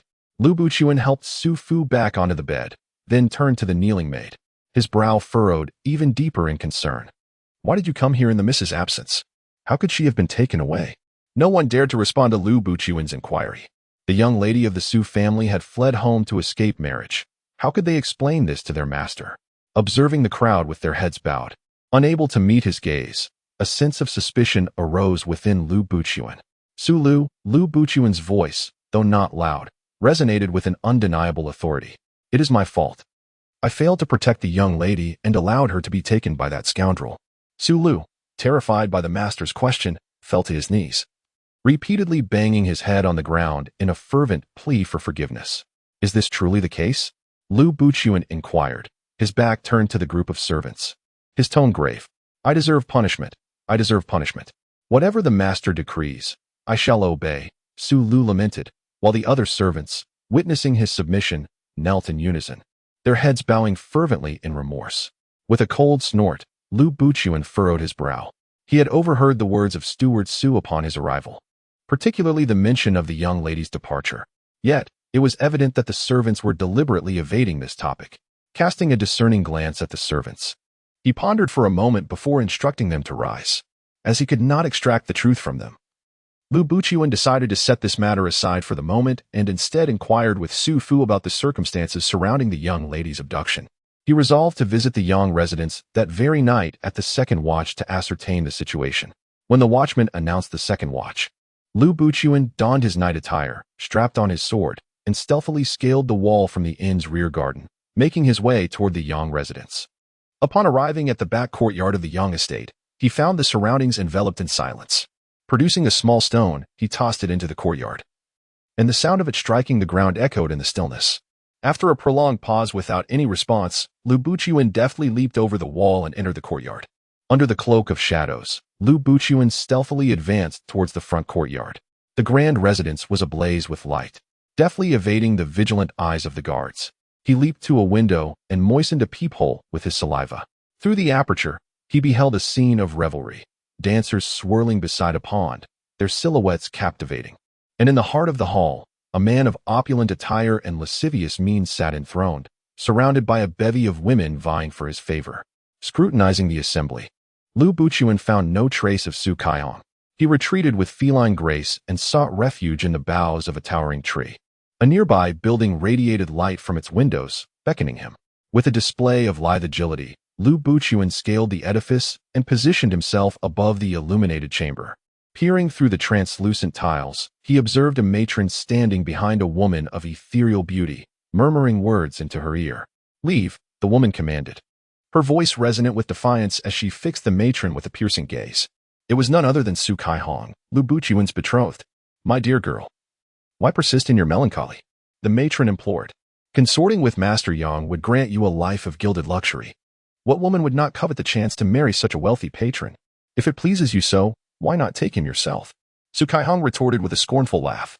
"Such words, my lady," the matron exclaimed, feigning offense. "This old frame has long withered. Had I the bloom of youth, I would indeed seek the hand of a wealthy man. Alas, fate has denied me such fortune. Begone!" Su Kaihong thundered, her patience exhausted, witnessing his beloved's captivity. Lu Buchuan soared through the open window. The matron, startled by his sudden appearance, gaped in astonishment, but before she could utter a cry, Lu Buchuan silenced her with a swift strike to her pressure points. As Su Kaihong beheld a figure soaring through the window, before she could ascertain the situation, Lu Buchuan had already pivoted and embraced her. Bewildered by the man's intentions, Su Kaihong struggled vehemently, yet remained unable to break free from his encompassing grasp. "Release me," Su Kaihong exclaimed, her voice tinged with desperation. Lu Buchuan remained silent, and observing Su Kaihong's relentless struggle, he swiftly pressed upon acupoints on her chest, causing her to collapse limply into his arms. Lu Buchuan gathered her up and leaped out of the window. Unbeknownst to them, Kaihong's cries had roused the attention of the matron outside the room. As the matron lifted the curtain, she was met with the sight of the motionless figure on the ground, prompting her to cry out in alarm. "Guards, something terrible has happened. Come quickly." In an instant, lights blazed throughout the compound, and a throng of armed guards materialized from seemingly nowhere. Lu Buchuan clutched Su Kaihong tightly in his arms, swiftly making his way toward the courtyard wall, while the house servants gave chase, their shouts echoing behind him. Sensing a gust of wind at his back, Lu Buchuan hastily dodged a staff aimed at him from the left, seizing the weapon with his right hand. Turning swiftly, he delivered a precise kick to the pursuing servant. Having wrested the staff from his assailant, Lu Buchuan brandished it with formidable skill. Hampered by the need to protect Su Kaihong while simultaneously fending off the advancing servants, Lu Buchuan retreated toward the courtyard wall, striking as he moved. "Kill him! Kill him!" Yang Kuin exhorted, brandishing a steel blade amidst the throng of servants. Lu Buchuan, wary of prolonging the engagement, retrieved a handful of pebbles from his person and hurled them forward, striking several of the foremost pursuers. Then, with a powerful surge, he leaped atop the enclosure wall. Lu Buchuan, cradling Su Kaihong, fled from the Yang residence and darted into a shadowy alley. He leaped onto rooftops, traversing several narrow lanes. While the Yang family's attendants shouted and pursued relentlessly, demanding to capture him, urging not to let him escape, Lu Buchuan nimbly vaulted from one rooftop to another, but soon perceived a dead end ahead, revealing what appeared to be a garden below, shrouded in dense foliage and shadows. As the attendants shouted and passed by outside the garden wall, Lu Buchuan exhaled a sigh of relief. He glanced down at Su Kaihong, who was gazing at him with wide eyes. Lu Buchuan tore away the black cloth from his face, wiped the sweat from his forehead, and then released Su Kaihong's acupoint. The moment she regained her mobility, Su Kaihong raised her hand and struck at Lu Buchuan, exclaiming, "Rogue, scoundrel!" Frustrated, she felt that this man had already taken enough liberties with her. One moment he was embracing her, the next he was exploring her person. Quick-witted, Lu Buchuan seized her hand firmly. "What are you doing?" he inquired. "Rogue," she retorted, bewildered about whether this man was a hero or a villain, fearing she had merely escaped one peril only to plunge into another. "Who is the rogue? Can we speak rationally?" "I am your," Lu Buchuan began, intending to claim he was her future betrothed, but he hesitated, realizing he was still unclear about her motives for fleeing. "What am I to you?" Su Kaitong demanded, struggling against his grasp. Ah, benefactor, my savior, have you not considered that, were it not for my intervention, you would have been subjected to the vile indignities of that scoundrel? As the esteemed daughter of the Su family, is it not customary for you to express your gratitude rather than strike me? Lu Buqian had glimpsed Su Kaitong on several occasions within the confines of the Su residence. Albeit from the shadows, her visage and laughter were indelibly etched into the depths of his soul, for he cherished her deeply. Benefactor? How can one discern the nature of your character? She retorted, release me at once. I beg your pardon for my rudeness. Lu Buqian hastily relinquished his hold on Su Caitong's wrist. Humph. Su Kaitong winced as she rubbed her wrist, now red and sore from his grasp. Miss Su. I extend my respects, he said, bowing deeply before her. How did you know my surname is Su? She inquired, turning her back to him. Are you unaware? It was the Su household that summoned me to your aid. On my way here, I encountered Su Lu, who informed me that Su Fu was grievously injured while attempting to rescue you from that ruffian. Miss Zuelian is presently with them. Lu Buqian whispered gently in Su Caitong's ear, his fervent breath brushing against her cheek and ear, stirring a flutter within her heart. Have you seen Zuelian? Su Caitong's voice trembled as she felt her back against Lu Buqian's chest, a sense of trepidation enveloping her in the presence of this imposing man. Indeed, Lu Buqian replied, extending his arms to embrace Kaitong, swiftly turning her body towards him. In an instant, she found herself spun around, her hands captured behind her by the man beside her, his hand cradling her head. Lu Buqian pressed his lips against hers, passionately kissing her. Su Kaitong struggled helplessly, bewildered by the rogue nature of this man and how he could treat her so. She had thought she encountered a gallant hero who would rescue her from the den of wolves, only to find herself ensnared in the jaws of a tiger. Su Kaitong resisted fiercely, filled with resentment, tears streaming down her face as a salty taste filled Lu Buqian's mouth. He lifted his gaze to meet Su Caitong's, inquiring, Are you crying? He released his grip on her hands and caressed her delicate face. Let go, Su Kaitong exclaimed, a mix of anger and hatred coursing through her as she shook off his touch. Lu Buqian enveloped her in his embrace, holding her tightly as he asked, What troubles you? Why are you crying? Su Kaitong thrashed in his arms, kicking with all her might. What manner of man is this? Are all men of this era so rude and brutish? Observing her fervent struggle, Lu Buqian leaned down, catching sight of her eyes ablaze with fury. Captivated by their intensity, he lowered his head further, claiming her crimson lips with a kiss. Su Kaitong found herself breathless, summoning all her strength to push against his solid chest. With a soft gasp, she lamented the plight of being at the mercy of such a domineering man. Realizing the magnitude of her folly in being so lightly treated by him. Why did you run away from home? Lu Buqian remained unyielding despite her shove. What business is it of yours? Su Kaitong retorted, her voice laced with tears. Such a temper. Why not stay comfortably at home? Look at how dangerous it is out here. Had I not arrived in time to rescue you, you would have already become someone else's wife. What concern is it of yours? Kaitong replied with irritation. Why shouldn't it matter to me? All right, stop crying. I will take you back. Lu Buqian said as he approached, gently wiping the tears from Su Kaitong's face. She swatted his hand away and shouted, Don't feign compassion like a cat playing with a mouse. What are you talking about? Lu Buqian asked, confused by the intensity of her anger, his brow furrowed. Su Kaitong surveyed her surroundings. Darkness enveloped the area ahead. She contemplated a way to shake off this man, realizing that in such obscurity, he could do away with her without anyone knowing. Just as she prepared to step away, Lu Buqian unexpectedly wrapped his arms around her waist from behind. I love you, he whispered softly in her ear. Su Kaitong froze, taken aback by his declaration. Did he truly love her? Was he out of his mind? Just as she was about to unleash her fury, Lu Buqian lifted her effortlessly over the wall and gracefully descended. Chapter 5. Su Kaitong, held in Lu Buqian's embrace, leaped down from the wall, feeling a mix of embarrassment and anger. Once her feet touched solid ground, she quickly broke free from his hold. Suddenly, a clashing sound of blades echoed from the alley ahead, growing ever closer. Su Kaitong was rendered speechless, fearing the people from the Yang residence had returned, and clutched Lu Buqian's sleeve tightly. The members of the Yang family were far more terrifying than the man beside her, and she felt her complexion shift. Do not be afraid. I am here, Lu Buqian reassured her, pulling Su Kaitong behind a nearby large tree. They witnessed a severely injured man struggling to run a few steps forward, pursued by two men clad in black. Where do you think you can escape to? A hollow voice echoed.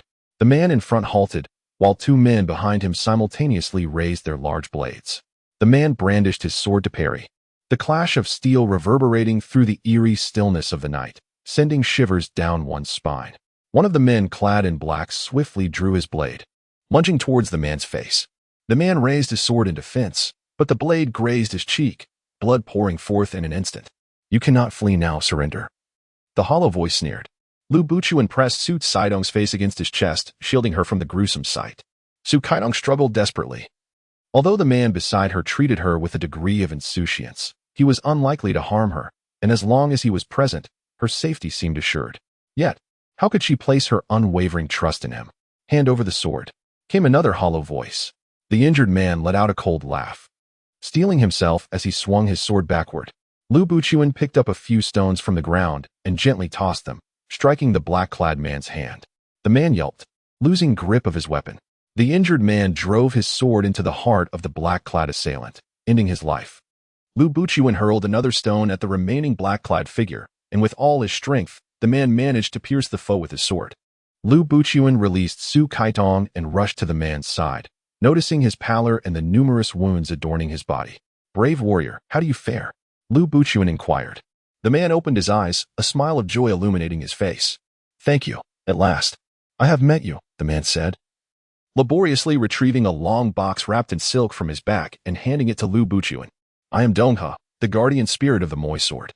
I have safeguarded the Mo Sword atop the southeast mountain for millennia. Today, only the blood of Ziyue can unseal the sword. And only Mo can draw it from its sheath. The force that seeks to annihilate the world. Fu Xiu has been resurrected, and the Mo Sword is returned to you. You must journey to Dwelling Mountain in the north, where the Kite Immortal resides. He can aid you." The man spoke in halting breaths, and with his final words, he succumbed to death. Brave man, Lu Buchuan called out several times. Yet the man lay with closed eyes, a smile gracing his face, as if he had fulfilled his purpose. Lu Buchuan gently set down the body of the man who called himself Dongha, silently gazing at the lifeless form. Su Caitong approached, crouching beside him, her heart shivering at the sight of the blood-soaked ground. Suddenly, the man's corpse emitted glimmers of golden light, ascending like ethereal wisps. Su Caitong and Lu Buchuan widened their eyes in astonishment at the rising golden particles, as the body on the ground vanished without a trace. Su Caitong stared in disbelief. Who could claim that there were no tales of spirits? Everything was so utterly unfathomable. The sparkling golden fragments coalesced into the likeness of the man in life. "Hasten to Dwelling Mountain, or the world shall suffer, and the three realms will plunge into irretrievable chaos. Remember, only with the blood of Ziyue can the sword seal be undone." The ephemeral figure spoke these words before vanishing like a gust of wind, leaving no trace behind. Lu Buchuan was filled with bewilderment as he unwrapped the long box enveloped in silk. The box, crafted from fragrant sandalwood, bore intricate carvings on its lid. Upon opening the wooden container, a myriad of radiant beams emanated from within. In the darkness of night, the brilliance was even more resplendent. Nestled inside lay a sword, its scabbard adorned with ancient patterns depicting the sun, moon, mountains, and rivers.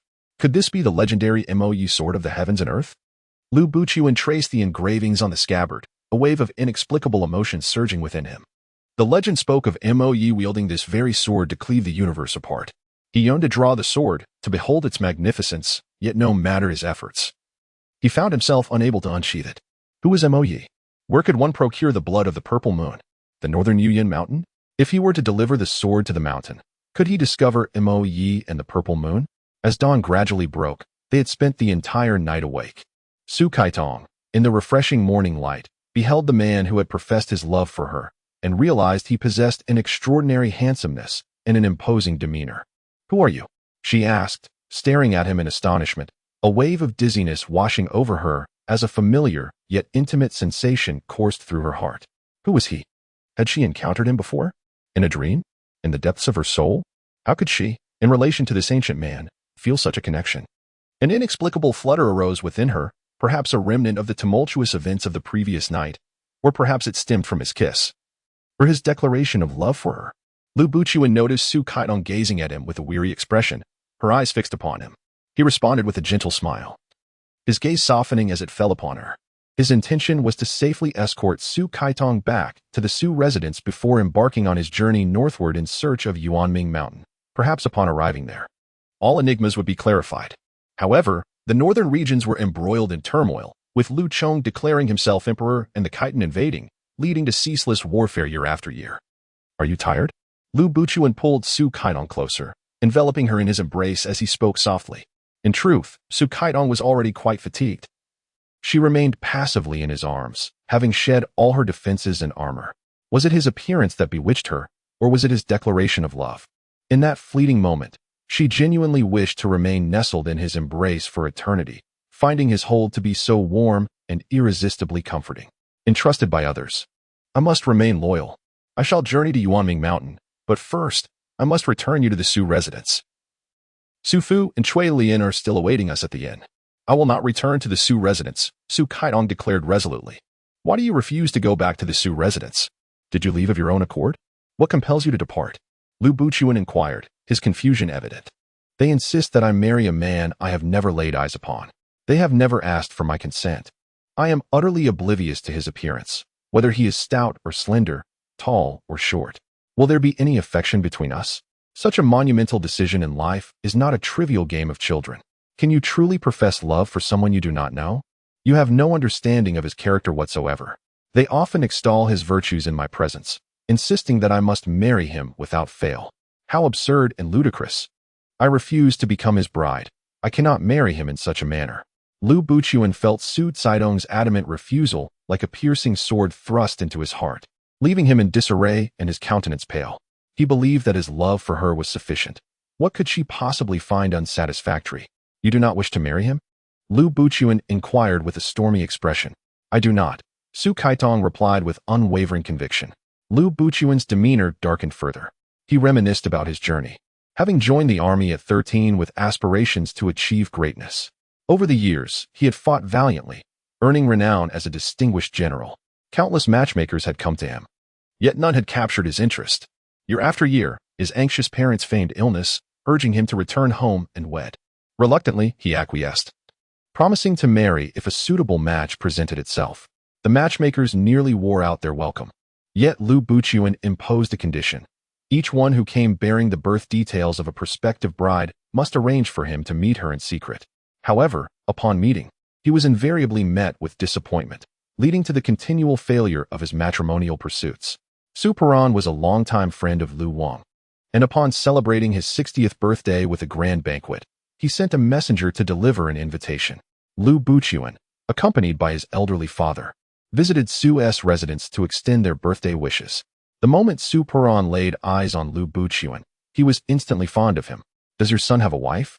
Su Peron inquired tentatively. Alas, not yet, Lu Wang lamented, shaking his head, burdened by the dilemma. As he stroked his beard, his admiration for Lu Buchuan grew. I have a daughter, merely 22 years of age, possessing the beauty of a blossoming lotus and the grace that could eclipse the moon. I wonder how she would match with your son. Lu Wang shook his head, glancing at his son. I appreciate your kind regard, but I fear Buchuan may not be worthy. Lu Buchuan responded with an expressionless demeanor. Su Peron hesitated, unsure of how to respond to Lu Buchuan's indifference. Lu Buchuan detested the sycophants that swarmed around him, so he quietly retreated to the garden, adorned with various rare flowers. As he strolled among the blooms, he was suddenly captivated by the ethereal sound of a zither, flowing like a gentle stream. Following the melody, he arrived at the back garden, where he beheld a stunning beauty seated before the instrument. Delighted to find the enchanting figure he had longed for, Lu Buchuan hurried back to inform his father, urging him to inquire about her identity. Father, who resides in the back garden? He asked. Lu Wang, upon hearing his son's inquiry, responded with a smile. That would be my youngest daughter. Consequently, they engaged a matchmaker, bestowed gifts, and set a wedding date. Every time Lu Buchuan visited Su's estate, he would conceal himself amidst the flowers in the back garden, secretly observing his future bride. Yet now, she expressed her unwillingness to marry him. Hey, what is the matter with you? Su Kaitong spoke to herself, noticing his face suddenly change. The originally gentle and affectionate gaze now turned icy, leaving her at a loss. Pierced by that frigid stare, this man was utterly perplexing. His demeanor shifted with bewildering swiftness. Was he upset that she did not express her gratitude for his life-saving act? By the way, how should she address her savior? Su Kaitong inquired. Lu Lan, leave troubles? Su Kaitong mused, noting the coldness in his tone. Was such a name truly fitting? Who was he leaving troubles for? Her? It seemed he genuinely intended to trouble her. Lu Buchuan shot her a frosty glance before turning to walk away. Su Kaitong was at a loss as to how she had offended him, feeling somewhat dejected. She had no idea where Lu Buchuan was headed, but if he meant to escort her back to the Su residence, she would resolutely refuse to accompany him. Hey, where are you going? Are you taking me to the inn for Su Fu to escort me back home? Su Kaitong called out loudly. Hearing her question, Lu Buchuan turned around. Do you intend to stay here? His tone was far from cordial. The dawn had already broken. If he did not depart soon, he would risk being discovered in his night attire, which might arouse suspicion. If you are going to take me back to the Su residence, then I will not leave. Su Kaitong pouted defiantly. You must leave, whether you like it or not, Lu Buchuan replied curtly. What is wrong with you? How have I offended you? Is it unacceptable for me not to return to the Su residence?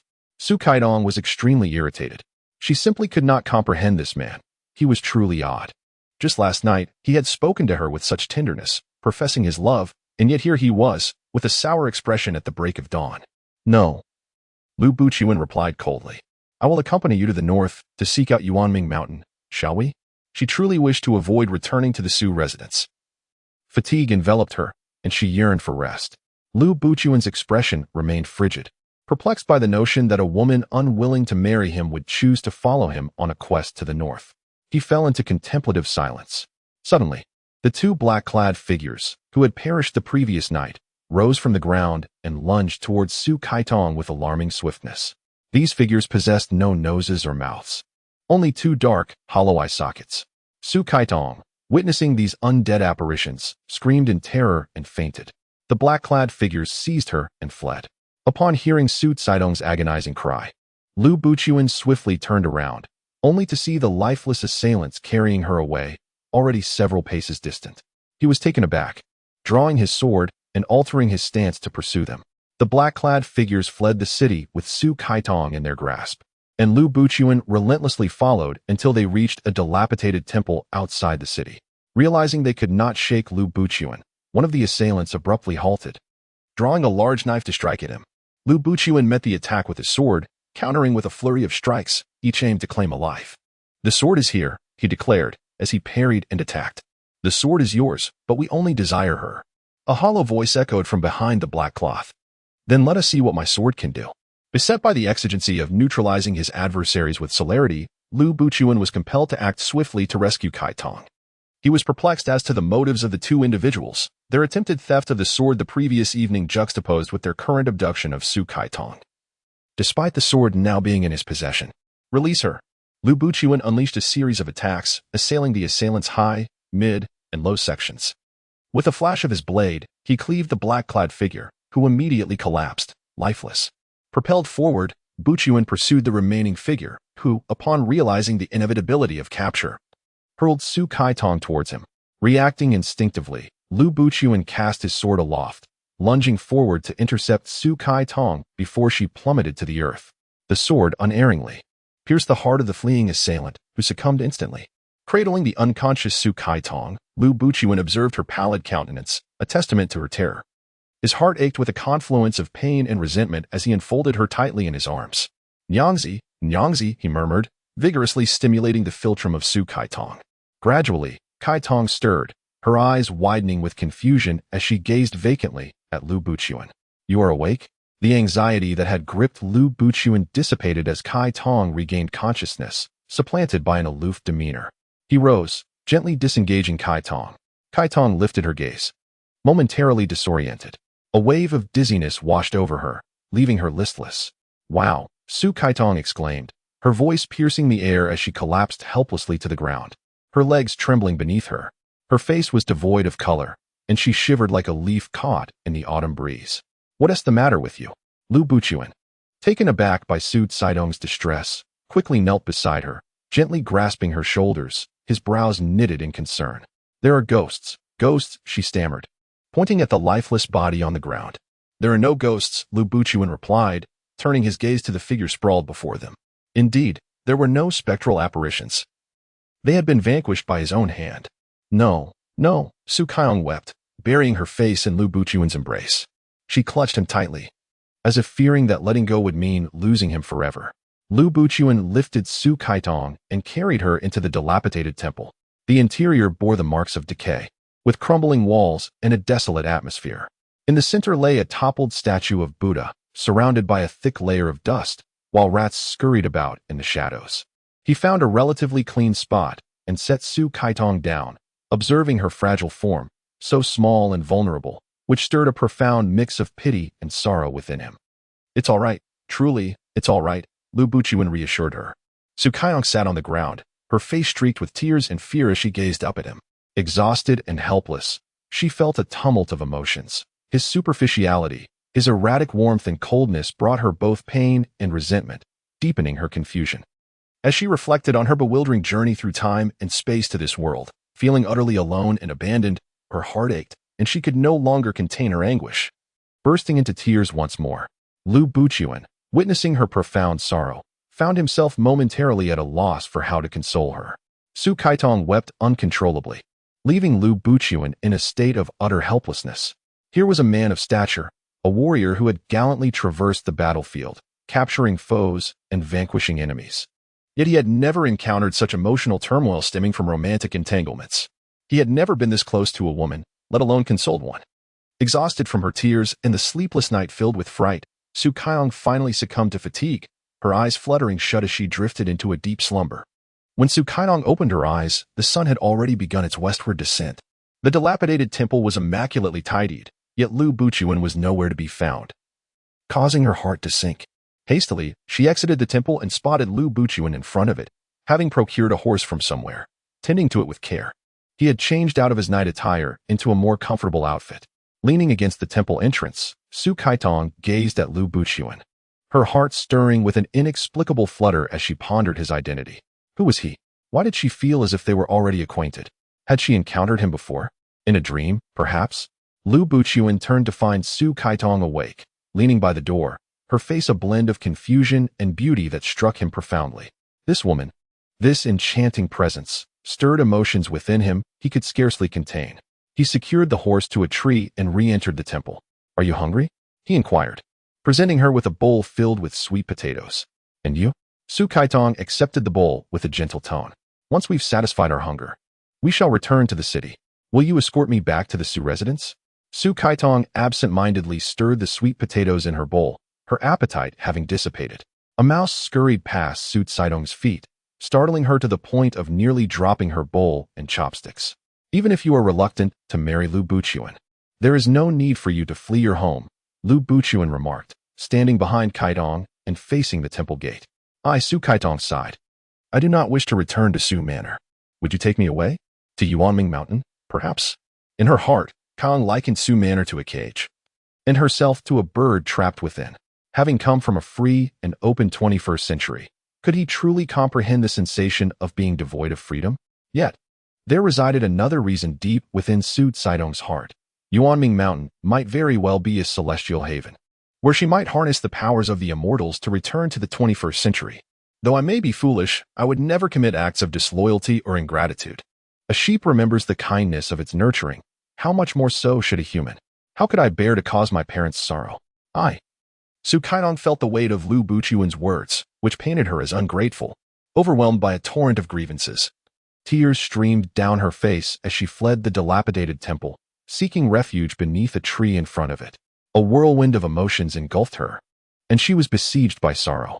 Unable to return to her place of origin and equally unable to avoid returning to Su Manor, she thought of her biological parents who had given her life, nurtured her, and loved her, fearing they might believe her to be lost to the world. The anguish of Su Manor over their missing daughter was profound, how much more so for her parents. With these thoughts, Su Kaitong's cries grew more desperate and heart-wrenching. Lu Buqian stood behind her, bewildered by the depth of her sorrowful weeping. "You neither cherish Lu Buqian nor wish to return to annul your engagement." Lu Buqian, feeling troubled, pondered how he could compel her into matrimony when her demeanor revealed her reluctance. Otherwise, he would be no different from Yangquan. Su Kaitong, embracing the trunk of a tree, silently gazed at the horizon where the crimson sun had descended beyond the western mountains. In which direction of the heavens, amidst which clouds, lay the realm that haunted her dreams? "Do not be sorrowful," Lu said. "I promise to take you to Yuanming Mountain." Slowly, Su Kaitong turned her head, meeting Lu Buqian's unwavering gaze. Overcome by emotion, She could not help but leap into his embrace. "Thank you," she wept, holding him tightly. Lu Buchuan, momentarily taken aback by her affection, eventually gently pushed her away. As dusk enveloped the sky, the dilapidated temple became shrouded in night. Lu Buchuan and Su Kaitong returned to the rundown sanctuary, where he lit an oil lamp, casting a faint glow within. "We shall make do here tonight. Tomorrow we will greet Su Fu in the city, and then we shall head north," Lu Buchuan declared, carrying Su Kaitong. "Can one reside here?" she inquired, surveying the crumbling temple. Although Lu Buchuan had tidied the place, making it appear somewhat clean and orderly, its dilapidation was evident. With the roof exposed and the walls allowing the wind to seep through, there are no nearby dwellings, but the temple is in ruins. It can still provide shelter from the wind and rain. Su Kaitong picked up the uneaten sweet potato, taking a bite when suddenly a small mouse tumbled from the beams above, landing directly in her bowl. "Ah!" Su Kaitong shrieked, startled enough to drop the bowl to the ground. "What is happening?" Lu Buchuan swiftly approached Su Kaitong, who, in a state of panic, turned to face him. The two were nearly nose to nose, and Su Kaitong realized the proximity between them was so intimate that she could distinctly hear his breath. Their eyes locked, each gazing at the other in a moment that felt suspended in time. In that instant, his world contained only her, and hers only him. "Who are you?" Su Kaitong asked dreamily, as if centuries had slipped away. "I am Lu Buchuan." Upon hearing his name, Su Kaitong's eyes widened in astonishment. This remarkably handsome man was to be her husband? "You are Lu Buchuan?" she inquired, stepping closer to him. Lu Buchuan, awakening from his stupor, realized he had misspoken and quickly corrected himself. "I am Lu Lan, Lu Buchuan's brother. Yes, Lu Lan." He approached the temple entrance, resting his left hand on the doorframe, striving to regain his composure. Su Kaitong found herself perplexed by the unusual feelings she harbored for this ancient man, a warm sensation coursing through her heart. Though their acquaintance was brief, it felt as if they had known each other for millennia within the depths of her soul. "Lu Lan," she murmured, staring blankly at Lu Buchuan. Was he not Lu Buchuan? She struggled to dispel the confusion in her heart. She hailed from the 21st century and could not possibly have encountered him. "You are not Lu Buchuan? Truly not him?" Su Kaitong asked, her gaze fixed intently upon him. "No," Lu Buchuan replied, turning away. Disappointment enveloped Su Kaitong's heart, leaving her unable to articulate the reason for her dismay. Was she not the one who wished to dissolve their engagement? Did his identity somehow alter her resolve? Confusion clouded her mind. Why did she feel entranced upon seeing him? Did she genuinely desire to marry him? Was she, perhaps, a woman devoid of rationality? Why did she long for him to be Lu Buchuan? Was it because of his kiss and words from the previous night that she clung to such hope? "Why do I feel as though I have known you for an eternity?" Su Kaitong murmured. "What are you talking about?" Lu Buchuan replied with a bitter smile. Indeed. What was she saying? Was it possible that she had fallen in love at first sight? Such a notion seemed utterly fantastical. "I don't know. I just feel an inexplicable familiarity and warmth from you," Su Kaitong continued. Unbeknownst to her, it was this very man who had awakened long-buried emotions deep within her soul, emotions that had once thrived when they were a devoted couple in a distant past. Lu Buchuan moved towards the altar, fixating on the flickering oil lamp that cast an erratic glow. His towering figure obscured the wavering light, rendering the dilapidated temple even gloomier. "Are you truly willing to take me to Yueling Mountain?" Su Kaitong inquired softly, seeking reassurance that he was not deceiving her. "I, Lu, am not one to break my word," Lu Buchuan responded, devoid of any emotional inflection. Su Kaitong gazed at his broad back, perplexed by his sudden coldness. Even more bewildering was her own willingness to accompany him to Yueling Mountain, despite having worried the night before about his possible inappropriate actions. "That's not what I meant," she lamented, feeling aggrieved. Did he not profess his love for her? Was this truly his way of expressing it? In the distance, the haunting howls of wolves echoed, mingling with the rustling of grass and trees stirred by the wind. Through the cracks in the walls, the inky blackness of the night sky was visible, where shadowy silhouettes of trees swayed ominously, as if the dilapidated temple were surrounded by an army of phantoms. Images of resurrected corpses flickered before her eyes, their wails reverberating just outside the crumbling sanctuary. A chill ran down Su Kaitong's spine. All she desired was to cling to the man within the temple, convinced he would protect her. This was the first time in her life she had found herself in such dire straits. Panicking, Su Kaitong approached Lu Buchuan, wanting to voice her fear. "Don't come any closer," he commanded coldly, seated on the ground beneath the altar. He was afraid of her proximity, fearing he would be unable to suppress his yearning for intimacy. Su Kaitong halted in her tracks, intimidated by his indifferent demeanor. The icy gaze in his eyes pierced her heart like a dagger. The pain was excruciating, as if a sword had plunged into her chest. Grief-stricken, she pressed her hand against her heart and retreated to the wall, crouching beneath the decayed structure. The agony in her chest brought forth cold sweat, overwhelming terror, and sorrow that streamed down her cheeks. She buried her face in the crook of her arm, weeping silently. A sudden gust of wind arose, and Sha dash. Lu Buchuan abruptly stood up from the ground, drew the sword he wore, and swiftly went to Su Caitong's side, pulling her up from the ground. He heard faint footsteps outside the house. "What's wrong?" Lu Buchuan asked, perplexed, seeing Su Caitong's tear-streaked face. Another gust of wind blew in through the hole in the wall and the broken window, extinguishing the flickering light. Several men in black instantly burst in from outside the door and window, and with a loud crash from the roof, several men in black descended from the sky. Lu Buchuan held Su Kaitong tightly, afraid of losing her again in a moment of carelessness. He saw that there were a total of 5 enemies who had rushed into the dilapidated temple. He was confident that he could eliminate them.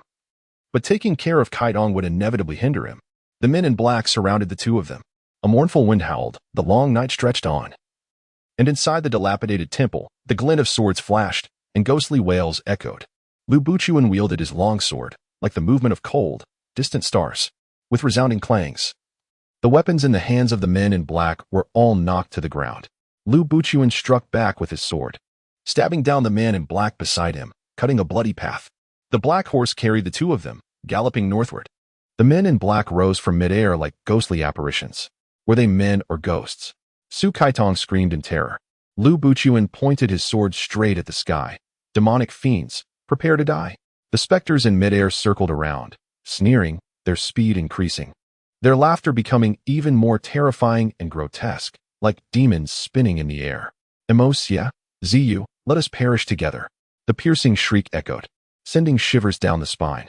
Lu Buchuan spurred his steed forward, a spectral force conjuring a colossal whirlwind that uprooted trees. The immense vortex threatened to engulf both man and beast. With a terrified neigh, the horse reared up on its hind legs as Lu Buchuan gripped the reins tightly, his other hand brandishing his sword. "Abomination, taste my steel." Lu Buchuan hurled his treasured blade toward the eye of the tempest. The wind seized the sword, whirling it around before snapping it in two with a sickening crack, sending the broken pieces hurtling back toward Lu Buchuan. Acting with lightning reflexes, Lu Buchuan unslung the scabbard from his back, using it to deflect the fractured blade with a resounding clang, diverting it a considerable distance away. The monstrous whirlwind lifted man and beast, ensnaring Lu Buchuan and Su Kaitong within its vortex. Darkness enveloped them. The rustling of wind mingled with the sounds of rushing water, cries, and ghostly wails, creating an illusion of a vast army awaiting their demise. Swiftly, Lu Buchuan drew his sword from its sheath, the blade emitting a palpable aura of chilling menace. 2 luminous, lamp-like orbs of ghostly eyes appeared before him. He raised his sword, striking forth with both blade and scabbard. A blood-curdling scream pierced the air as the spectral eyes gushed forth crimson ichor. The tempest abruptly ceased, and the wraith-like black garments disintegrated into fragments. Lu Buchuan and Su Kaitong, along with their steed, plummeted to the ground. Chapter 6. As the first light of dawn painted the eastern sky, the harrowing night drew to a close. The two figures were coated in the foul-smelling fluid of the specter. The black horse carried them swiftly northward. The sky grew increasingly clear, as a small river shimmered under the early morning sun stretching before them. The horses, weary from a night of travel, found solace along the riverbank. Lu Buchuan released the horses while Su Kaitong seated herself by the water's edge, immersing her tired feet in the cool stream, which washed away her fatigue. She shed her soiled garments, donning only a fitted shirt. Lu Buchuan approached Kaitong, noticing her in that thin attire and concerned for her well-being. He picked up her discarded clothes from the ground and draped them over her shoulders. "Why have you removed your clothes? The morning air is quite chilly. Be cautious not to catch a chill," he cautioned. Su Kaitong turned her head, glancing at the clothing in Lu Buchuan's hands and then back at him. Recollections of his indifference within the dilapidated temple and his selfless act during her rescue left her perplexed about his nature. Gratefully, she offered him a radiant smile before turning her gaze toward the brilliant sun. Exhausted and melancholic from a sleepless night, she felt a chill in her heart at the thought of his previous aloofness. Supporting her chin with her hand, she silently stared into the distance.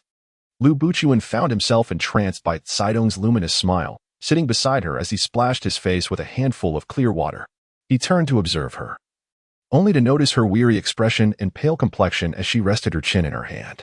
The memory of her tear-streaked face from the previous night haunted him, instilling a profound sense of guilt within him. "I am sorry," Lu Buchuan whispered softly. Su Kaidong turned to face him, her eyes filled with questions. Was it for the frivolity of the previous night, or for his coldness inside the temple? What manner of man was he? Kaidong remained silent for a moment, merely gazing at him with contemplation. A new day has dawned. Lu Buchuan, aware of Kai Tong's gaze upon him, deliberately tilted his face skyward and remarked, "The sun is indeed splendid. Are we to encounter humans or specters?" Su Kaitong lowered her head, her mind still haunted by the events of the previous night. The occurrences before her were so astonishing that had she not witnessed them with her own eyes, she would never have believed.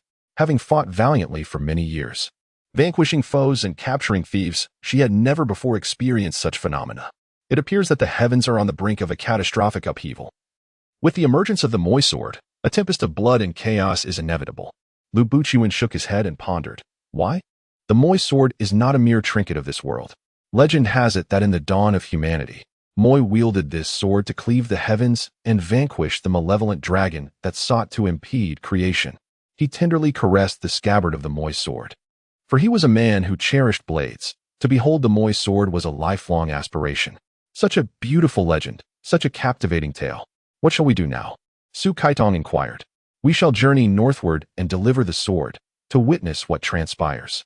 Indeed, with the divine sword in hand, we shall bear witness to the legends of heaven and earth. Lu Buchuan gazed at Su Kaitong, who seemed to have forgotten the terror and panic of the night before. Are you not afraid? With you beside me, I fear nothing, Su Kaitong responded, shaking her head. Am I truly so worthy of your trust? Do you not fear that I may be malevolent? No, you are not a bad person. You make me feel as though we have been friends for an eternity, Su Kaitong said, looking into his eyes. Lu Buchuan was momentarily rendered speechless. No, Lu Buchuan fell silent for a considerable time before he spoke again. Perhaps I should escort you back to the Su residence. There is nothing that cannot be resolved. Once we return, we shall annul our engagement. A pang of distress gripped Lu Buchuan's heart as he gazed at the gently flowing river, enveloped in a profound sense of melancholy. He was to dissolve his commitment to the woman beside him, yet they remained in each other's company day after day, a torment for him indeed. Weren't we supposed to embark on a journey to find Yuanming Mountain in the north together? Why the sudden change of heart? Su Kaitong inquired, her eyes fixed on him with confusion.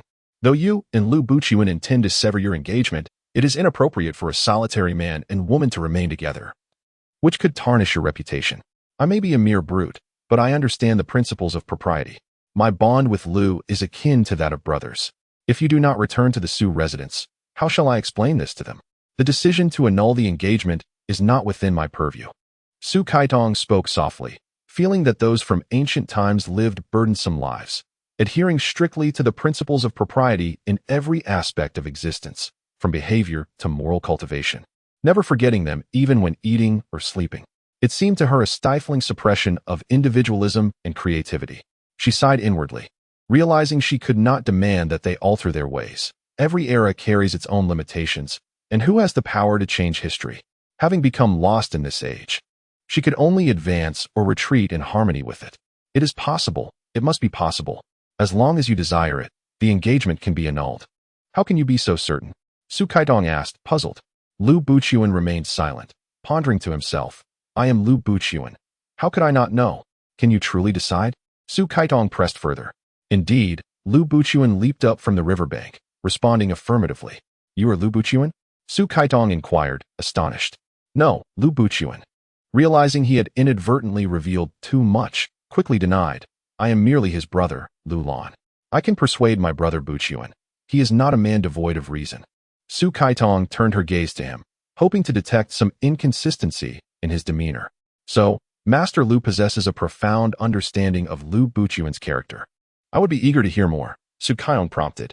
Well, my brother is dutiful to our parents at home and values loyalty and righteousness when abroad. He treats his subordinates as if they were his own brothers, showing them compassion. He is indeed a devoted and affectionate husband. However, due to the incessant wars, the common people suffer greatly, their lives in turmoil. He joined the military at the tender age of 13 and has achieved numerous military accomplishments. He is a commendable general. Surely there are countless suitors vying for his affection? Su Kaitong suddenly felt a pang of jealousy. My brother is solely enamored with Kaitong, yet alas. Kaitong does not return his affections, Lu Buchuan spoke with a heavy tone.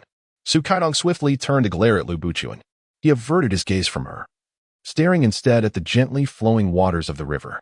Is it true that I hold such a dismal place in Miss Sue's heart? Am I truly so unworthy that she would disdain me? Lu Buchuan quietly asked, yearning for her to believe he was indeed Lu Buchuan, and yet, he wondered if he could forgive her for her disdain. How could she ever explain herself to him? Whether she was Su Kaihong or Su Kaidong. Who would ever believe her words? Could you take me to meet Lu Buchuan? Su Kaidong inquired tentatively. Why should you seek another meeting with Lu? Since fate has eluded us, it is perhaps best not to meet again. Lu Buchuan responded with a wry smile, contemplating the unnecessary burdens that would accompany such a reunion, especially after the impending annulment of their engagement. On the contrary, perhaps upon encountering General Lu, I may reconsider the annulment, Su Kaitong mused to herself, recognizing Lu Buchuan's reluctance to acknowledge his feelings. Is it not true that you wish to facilitate their union? She teased, her eyes sparkling with amusement. No, I assure you, that is not my intention, Lu Buchuan hastily clarified, perplexed by her insinuations. General Lu is aware of Kaitong, yet she remains oblivious to him. As his good friend, your intentions are undoubtedly pure. Taking me to meet General Lu seems entirely appropriate, wouldn't you agree? Su Kaitong observed, her gaze unwavering upon Lu Buchuan. Lu Buchuan stammered, grappling with thoughts of his fervent protection of her during moments of peril juxtaposed with the icy detachment that had caused her heartache. Who else could embody Lu Buchuan, if not he? He exuded an aura of valor and elegance, his composure unshaken in the face of adversity, every gesture resonating with the dignity of a general. Suddenly, Su Kaitong rose unsteadily from the riverbank, a wave of dizziness overtaking her. Oh dear, she exclaimed, her body tilting backward. In a swift motion, Lu Buchuan rushed to her side, enveloping her in his arms. What is the matter? My head is spinning, Su Kaitong confessed. Clinging to Lu Buchuan, her eyes fluttering shut, Lu Buchuan cradled Kaitong in his arms, gazing into the distance where a bamboo shed came into view not far ahead. Having endured a restless night, he sensed that Kaitong must be weary. He carried her to the bamboo shelter, where Su Kaitong nestled in his embrace. A warm sensation welling up in her heart. Two individuals from entirely different eras, she felt an immediate affection for him upon their first encounter. Could this be fate and destiny at work? The bamboo shed was sparsely adorned with scattered straw. Lu Buchuan arranged the straw within, creating a comfortable place for Kaitong to lie down. Overwhelmed with gratitude and tenderness, Su Kaitong gazed at Lu Buchuan with her enchanting eyes. If you were in his place, would you resent me? If he were you, would he forgive me? She asked softly. Given that fate had brought her back to the tumultuous era of the 5 dynasties and 10 kingdoms, and that destiny had led her to this man, how could he not be Lu Buchuan? With such an extraordinary son-in-law at the Su residence, if help were to be sent for her, who else could it be but him? Please forgive me, Su Kaitong murmured, resting her head on Buchuan's shoulder. Through the straw, she caught glimpses of the tranquil blue sky and drifting clouds, and she closed her eyes. After a night of fatigue, she found herself utterly exhausted. Why speak of forgiveness? Lu Buchuan pondered in silence before responding. Not receiving a reaction from Kaitong, he turned to find her peacefully asleep against his arm. Lu Buchuan gazed quietly at the slumbering Su Kaitong, a sigh escaping his lips. She was so delicate and beautiful, so trusting as she slept in his embrace. Observing her fair complexion, smooth skin, and rosy, petite lips, he could not resist the temptation to tenderly kiss her. As Su Kaitong awoke, the sun was once again setting in the west. Lu Buchuan sat beside her, his back turned. She gazed at his broad shoulders and sturdy frame. A warm feeling coursing through her heart. With him by her side, she could enjoy a peaceful slumber. You're awake? The rustling of the grass prompted Lu Buchuan to turn his head. Upon seeing Kaitong had stirred, his eyes brimmed with boundless affection and concern as he inquired. Su Kaitong sat up. Have I slept the entire day? Lu Buchuan nodded. Will the events of last night repeat themselves this evening? Su Kaitong asked, her brow furrowing with worry. Not at all. Lu Buchuan's expression turned grave, his brow furrowed in deep thought. He was unable to ascertain whether the impending fate of tonight was a blessing or a curse, as if specters were lurking, their identities uncertain, human or ghostly. They seemed to be drawn by the legendary Mo Xie, yet their strange behaviors and actions remained inexplicable. Lu Buqian was burdened with concern, struggling to suppress his worries, fearing that revealing them would only heighten Caitong's anxiety. Before nightfall descended, Lu Buqian led Su Caitong away from the riverbank. The black steed bore them across the rushing stream and over steep, rugged hills, as the night wind howled and the stars and moon dimmed in the sky. The black horse galloped at a breakneck pace, poised to surge past the thicket, when suddenly, a formidable troop of soldiers appeared, blocking their path, torches ablaze all around. Lu Buqian tightened the reins, causing the steed to let out a long neigh. In the midst of the throng was a golden, resplendent palanquin, within which sat the illustrious Emperor Guowei of the later Zhou. Lu Buqian dismounted swiftly and knelt before Guowei. "Your servant, Lu Buqian, pays his respects to your majesty. Long live the emperor, long live the emperor, 1,000 years of prosperity." Guowei discerned that the person before him was none other than the valiant and multifaceted General Lu Buqian. Elated, he descended from the golden carriage and assisted Lu Buqian to his feet. "General Lu, what compels you to depart from the army? I trust you have been well?" Guowei inquired with genuine concern.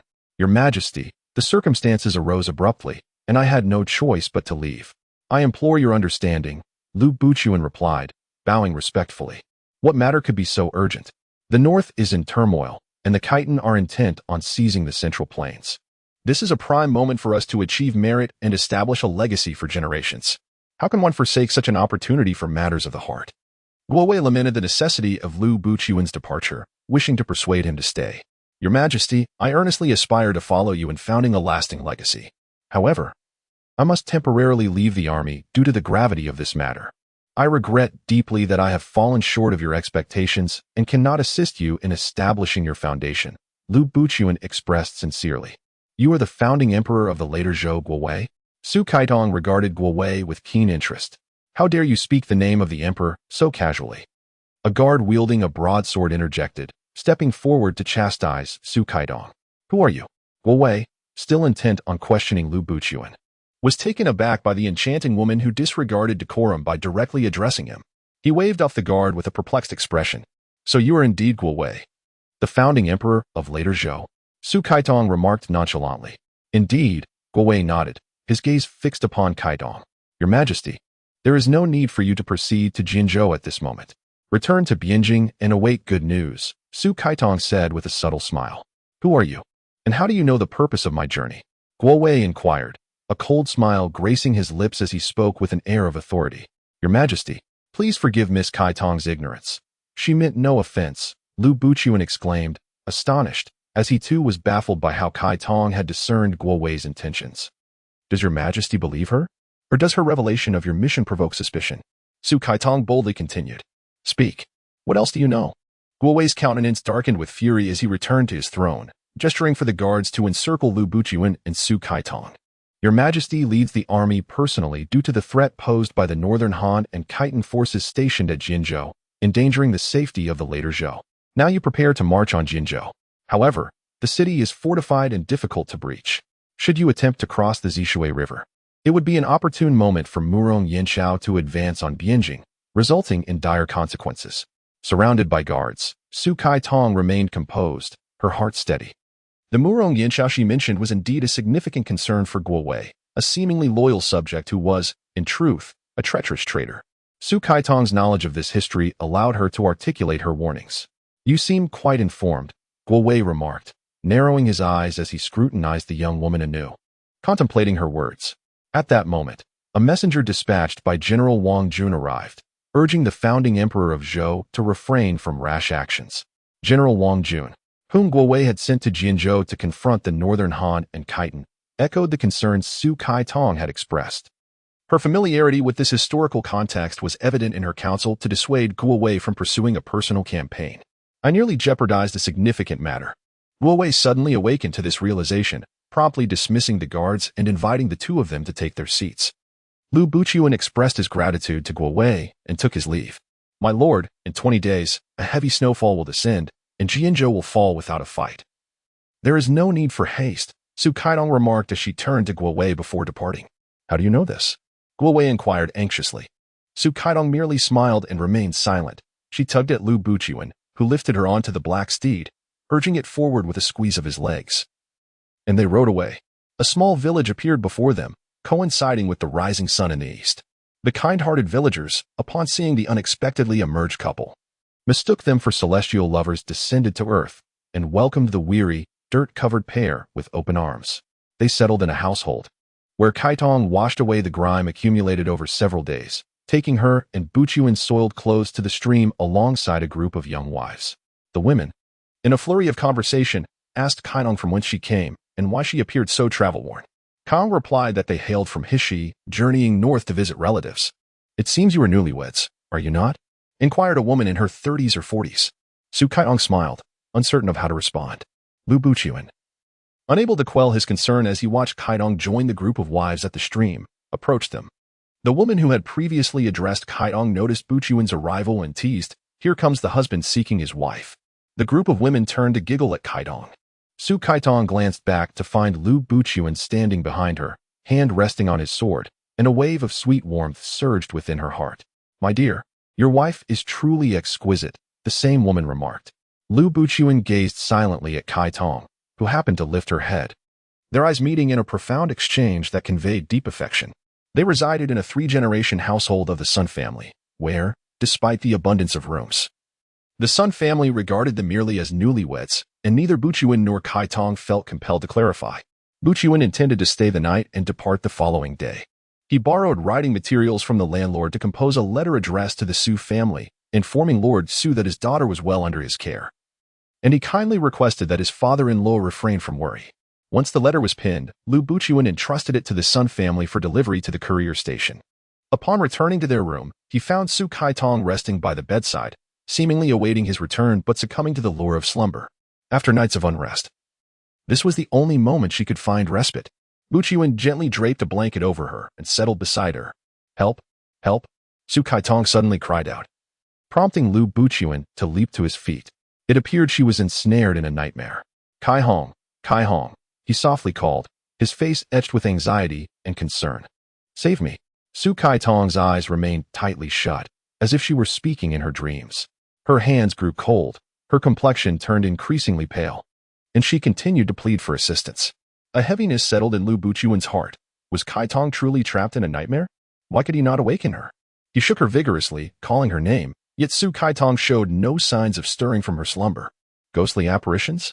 Lu Buchuan felt a sudden jolt of fear, immediately lying beside Kaitong, forcing himself to succumb to sleep. What transpired in Kaitong's dreams? Could he venture into her dreamscape to rescue her?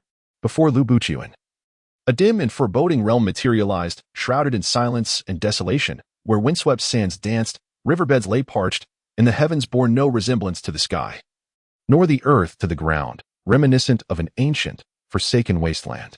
"Help me, General, save me," echoed Kaitong's voice from the distance. Lu Buchuan sprang forward, his foot landing upon a demon. A swarm of fiends lunged at him, but Lu Buchuan retaliated with a flurry of strikes, sending the malevolent creatures sprawling. He grasped the fallen Su Kaitong, just as a monstrous entity swung a blade-like weapon towards them. "Ah!" Su Kaitong shrieked in terror, witnessing the imminent danger. In a swift motion, Lu Buchuan pushed her away, but the weapon struck his left arm. He gritted his teeth against the searing pain and swiftly locked his grip around the demon's neck, snapping it with a sickening crack. "Hurry, we must flee," Lu Buchuan urged, propelling Kaitong forward as they dashed away. The ground fissured, spewing forth torrents of blood-red liquid. Lu Buchuan held Su Kaitong tightly, evading the cascading lava, when a blinding white light surged towards them. Losing his footing, they both plummeted into the unknown. Su Kaitong, groggy and disoriented, opened her eyes, her heart racing as if it might leap from her chest. Believing herself to be dead, she turned to see Lu Buchuan lying beside her, and she gazed at him in astonishment. "Are we dead?" Su Kaitong inquired. "We were dreaming. Those specters sought to ensnare our souls through dreams. Humph. They shan't so easily extinguish our lives." Lu Buchuan winced as he propped himself up, cradling his injured arm. "You're hurt?" Su Kaitong gasped, sitting up abruptly. Upon seeing Buchuan's blood-soaked arm, her heart ached with a profound sorrow. What transpired? Can one sustain injuries in a dream? Were those visions not mere figments, but reality? How could this be? How could this be? Su Kaitong was engulfed in bewilderment, increasingly unable to comprehend the events unfolding in this world, in this time and space. all of which defied her understanding and belief. Bu Qiuan's wound was severe. He urged Kaitong to retrieve the hemostatic powder from his embrace. As she rummaged through his belongings, she produced a fragrant pouch alongside a small vial. Upon seeing the pouch, Bu Qiuan's expression shifted to one of alarm, and with bloodied hands, he snatched it away and quickly returned it to his bosom. Kaitong was perplexed. Who had gifted him this pouch that elicited such a reaction? Bu Qiuan's countenance betrayed a deep unease as he accepted the vial from Caitong's hands. "Allow me to tend to this myself," he insisted. "Permit me," she replied, taking the vial and applying the powder to his injury. "Does it hurt terribly?" Bu Qiuan shook his head. "Who bestowed that pouch upon you?" Su Kaitong questioned softly. Tearing a strip of fabric from her garment to bandage Bu Qiuan's wound, a surge of inexplicable jealousy rising within her. Bu Qiuan gazed at her, slowly extracting the pouch from his embrace, now stained with his blood. "It was a gift from my future bride to her future husband," he replied. "This pouch is a token exchanged during our betrothal. I beg your pardon. Please forgive me." Su Kaitong was suddenly overwhelmed with a torrent of words, unable to articulate her profound gratitude towards him. Reflecting on her elopement and the possibility that he might indeed be Bu Qiuan, she realized she had already wounded his heart. A pang of sorrow surged within Su Kaitong. She sincerely wished to express her apologies. She was willing to be both Su Kaihong and Su Kaitong. Within the secluded garden of the Su residence, amidst the enchanting flowers, she found herself questioning the words of the flower fairy, which she had once dismissed, yet now felt no desire to resist. She pondered, what harm is there in being herself? Bu Qiuan removed a gold necklace from around his neck, adorned with a lustrous pearl, within which were inscribed sacred scriptures. He placed the necklace around Caitong's neck, saying, "This pearl was gifted to me by an enlightened monk on the day of my first moon. He advised my parents to present it to my future wife once I had settled down. It has accompanied me throughout my life, through battles and journeys, and I hope it will protect you as it has protected me." "Thank you," Su Kaitong said, her eyes brimming with tears. "How could I accept such a precious gift meant for your wife?" Bu Qiuan said nothing, simply fastening the necklace around her neck. As Su Kaitong caressed the pearl, tears glistened in her eyes, and she felt increasingly remorseful towards Bu Qiuan, even though he was reluctant to acknowledge his identity. At dawn the following day, Bu Qiuan and Su Kaitong bid farewell to the villagers, cloaked in the starry sky and the crispness of the morning dew, as Bu Qiuan rode forth into the horizon. Suddenly, with a resounding boom, flames erupted behind him, engulfing the entire village in a fierce inferno. Bu Qiuan turned his horse around, letting out a long, piercing neigh as the black steed reared up on its hind legs. Gazing at the blazing village before him, a chill of dread gripped his heart. "Quick, save the villagers!" Kaitong cried out in alarm. The flames illuminated the faces of Su Kaitong and Bu Qiuan in a fiery glow as they dismounted, determined to rush into the flames and rescue the villagers. With a series of deafening explosions, the village echoed with the sounds of devastation. The villagers' anguish cries mingling with the crackling of burning homes, creating a haunting symphony at dawn. The raging fire had transformed the village into a hellish landscape, rendering their entry impossible, leaving them helpless as they watched the destruction unfold. "If only we had a fire truck and a team of firefighters," Su Kaitong murmured through trembling lips, tears streaming down her face. "What did you say?" Bu Qiuan inquired. "Why is this happening? What on earth has transpired?" Su Kaitong collapsed into Bu Qiuan's embrace, weeping uncontrollably. The kind-hearted villagers, the homes that had sheltered them, and the village's wives weighed heavily on her heart, consumed by the flames. "We must make haste to Yuanming Mountain," Bu Qiuan said firmly, holding Su Kaitong close. The firelight cast a crimson hue upon his stern visage, while his lips pressed tightly together, eyes ablaze with a fierce resolve. Malevolent spirits had begun to wreak havoc upon the world. He vowed to protect the people of this land, willing to expend his last breath to eradicate the evildoers. He understood the perilous journey that lay ahead, and the woman in his arms demanded his unwavering protection. In a world ravaged by catastrophe, innocent lives were in peril. "Is it those devils who did this?" Su Kaitong asked, her eyes brimming with tears. "Indeed," came the reply. The village, engulfed in flames, cast a crimson hue across the sky. They traveled far and wide, yet the towering blaze remained visible. Bu Qiuan and Su Kaitong endured the elements, hastening northward without respite. Along their journey, they inquired about the location of Yuanming Mountain, but it seemed no one possessed knowledge of its whereabouts. On this day, they arrived at Huangzhou, where banners obscured the sun, and a vast encampment stretched for miles. Filled with Liao's soldiers and foreign generals, their flags emblazoned with the name Yell. The war drums thundered, and as the city gates swung open, a cavalry unit emerged to confront the enemy, led by the city's general wielding an iron halberd. From the Liao ranks stepped forth a towering warrior, Hahaha, who wielded his meteor hammers with an almost ethereal grace. The battle cries echoed through the heavens, and within mere 10 exchanges, the tide of combat began to shift, revealing the city's general's faltering strength. Hahaha's powerful hammers narrowly spared the general's life. With a few more strikes, the city's defender could no longer withstand the onslaught and was unseated by a crushing blow, plunging the city into chaos. Hahaha surged forward, leading his troops into the city. Inside, the soldiers scrambled to raise the drawbridge. The Liao forces invaded, setting fire to the city and plundering the land, leaving the innocent citizens to face impending disaster. Lu Buqian halted his horse, his brow furrowed in concern. "Stay here, do not stray," he commanded before dismounting and utilizing his agility to dart toward the enemy ranks. Lu Buqian charged into the rear of the enemy formation, toppling a significant number of foes. The Liao soldiers, intoxicated by their initial victory, were unprepared for the enemy lurking behind them. Chaos erupted in their rear, as communication faltered between the front and back lines. The Liao soldiers ahead had turned around, and Hahaha raised his iron hammer, aiming it at Lu Buqian. Hearing the rush of wind behind him, Lu Buqian, wielding the Mo Xie sword, tilted to the left and, with a swift reverse motion, parried the dual hammers. He then leaped forward, intent on escaping the enemy formation. Suffocating, mounted on her steed, watched from afar as Lu Buqian brandished his sword, annihilating his foes without mercy. She distinctly perceived the visage of an ancient war deity, fighting valiantly to liberate humanity, cleaving the heavens and earth with bloodshed. Am I hallucinating? Suffocating shook her head, vigorously rubbing her eyes. Suddenly, shadows flickered in the grass, startling Suffocating and evoking the chilling notion of devils, reminiscent of a dream she once had. Tightening the reins, she spurred her black horse forward, which let out a resounding neigh and galloped ahead with fervor. Lu Buqian, hearing the horse's cry from a distance, felt a sinking sensation in his heart. He had been preoccupied with vanquishing his enemies, oblivious to her peril. Executing a powerful strike, he felled several Liao soldiers nearby, though the Mo Xie sword remained sheathed. It radiated an overwhelming aura of menace and strength. Lu Buqian, disinclined to linger in battle, was consumed with worry for Caidong's safety. The earlier neigh of the black horse suggested she might be in trouble. Feigning a maneuver, he exited the fray and ran toward the direction of the galloping horse. But there was no sign of either the black horse or Caidong.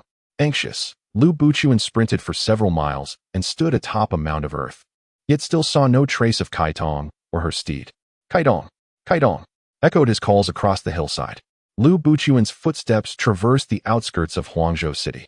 For several consecutive days, he searched in vain for Caidong, lamenting the grave mistake he had made. Consumed by self-loathing, he knelt despondently upon the ground. In Chapter 7, Suffocating tightened the reins as the black horse galloped forward with the speed of lightning. Unconcerned with direction, she was solely focused on escaping, striving to distance herself from the clutches of danger. She had no notion of how far she had fled when she felt an urgency to halt the horse. Calling out repeatedly, her pleas went unheeded. The black steed seemed to accelerate further, instilling in Suffocating a profound sense of terror.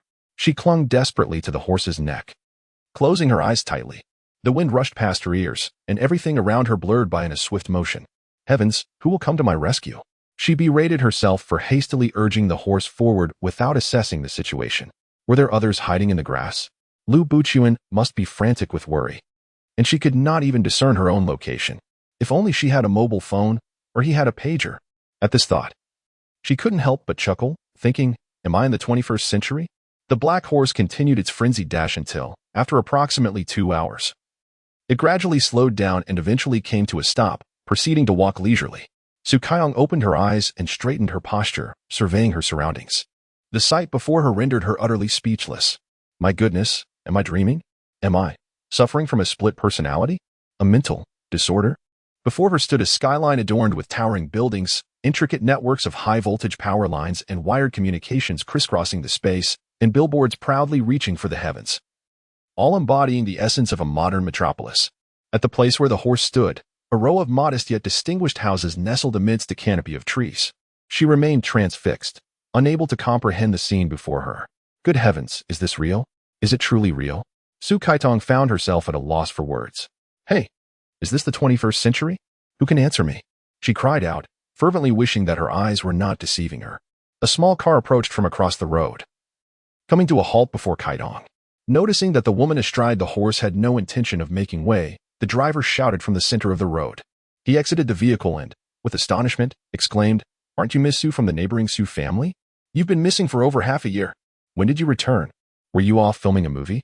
The man, in his 50s, was taken aback upon seeing Su Kaitong clad in ancient attire. Is this truly the 21st century?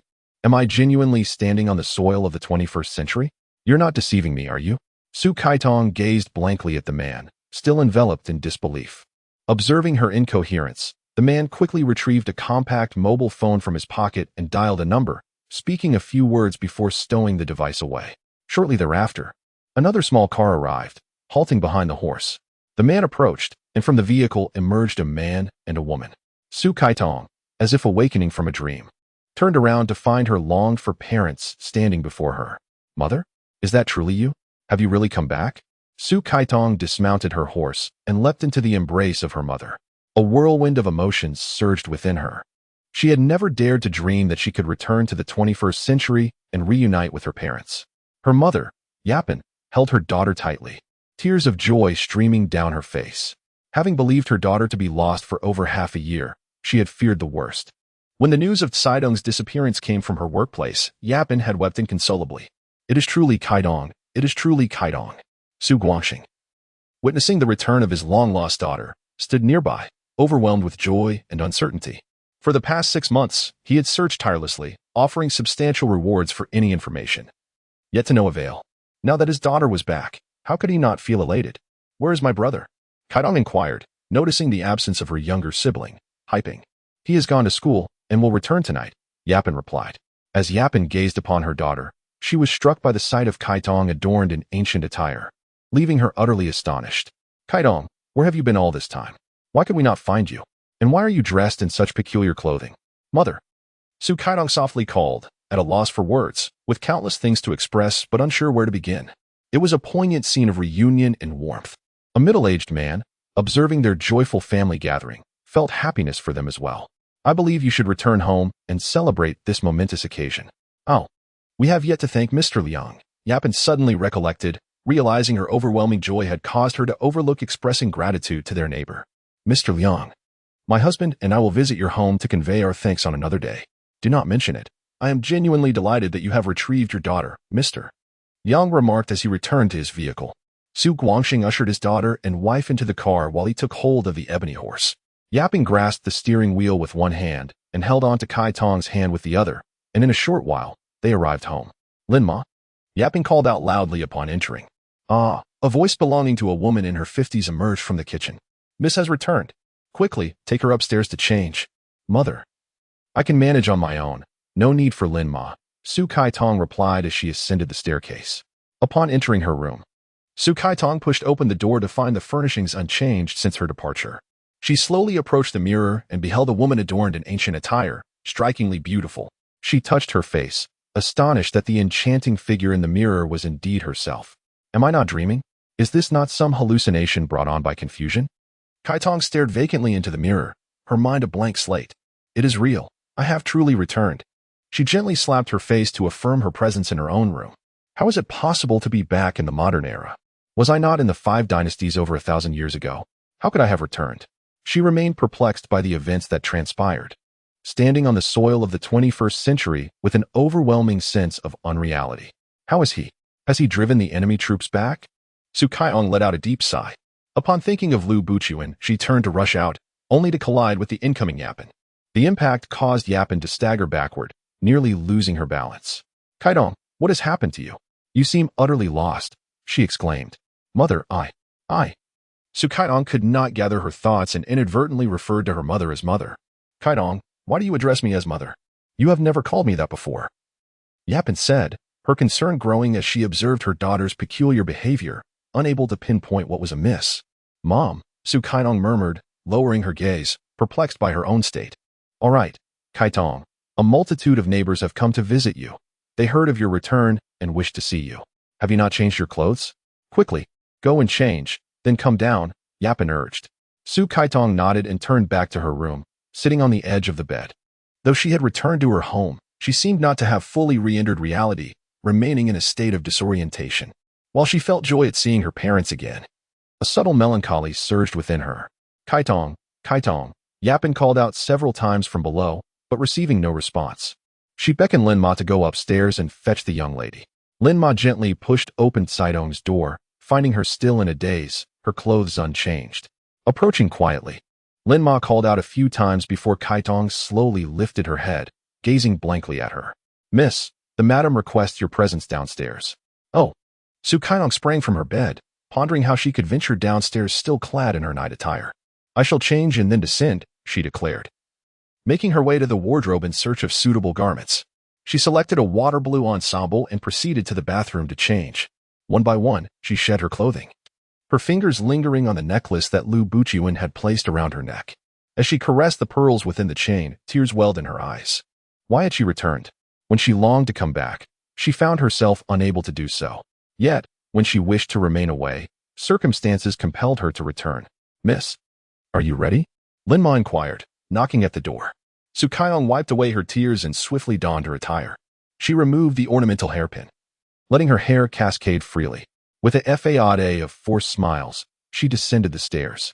A number of neighbors had gathered, including Mr. and Mrs. Liang, whom she had encountered earlier on the road, along with their son. Yuping's family hailed from a lineage of jewelry wholesalers, and after the tumultuous decade of upheaval, their confiscated assets had been returned by the government. With only one daughter, her parents enjoyed a leisurely life after Yuping married Su Guang, who revived their business, allowing her elderly parents to relish their newfound tranquility. Consequently, the neighbors surrounding them were either affluent or of noble descent. Kaitong, you have returned, the neighbors exclaimed, their voices filled with warmth and curiosity as they approached her. A young man in his 20s, seated beside Mr. Liang on the sofa, caught sight of Su Kaitong and shyly offered her a smile. He was Liang Binghui, Mr. Liang's son. Kaitong, you have lost weight, Mrs. Liang remarked, grasping Su Caitong's hand and scrutinizing her from head to toe. Kaitong, where have you been for the past 6 months?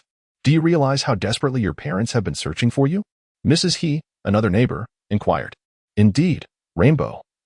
I heard from Uncle Liang that you returned dressed in ancient attire. Were you not filming a drama? Mrs. Liang further probed. No.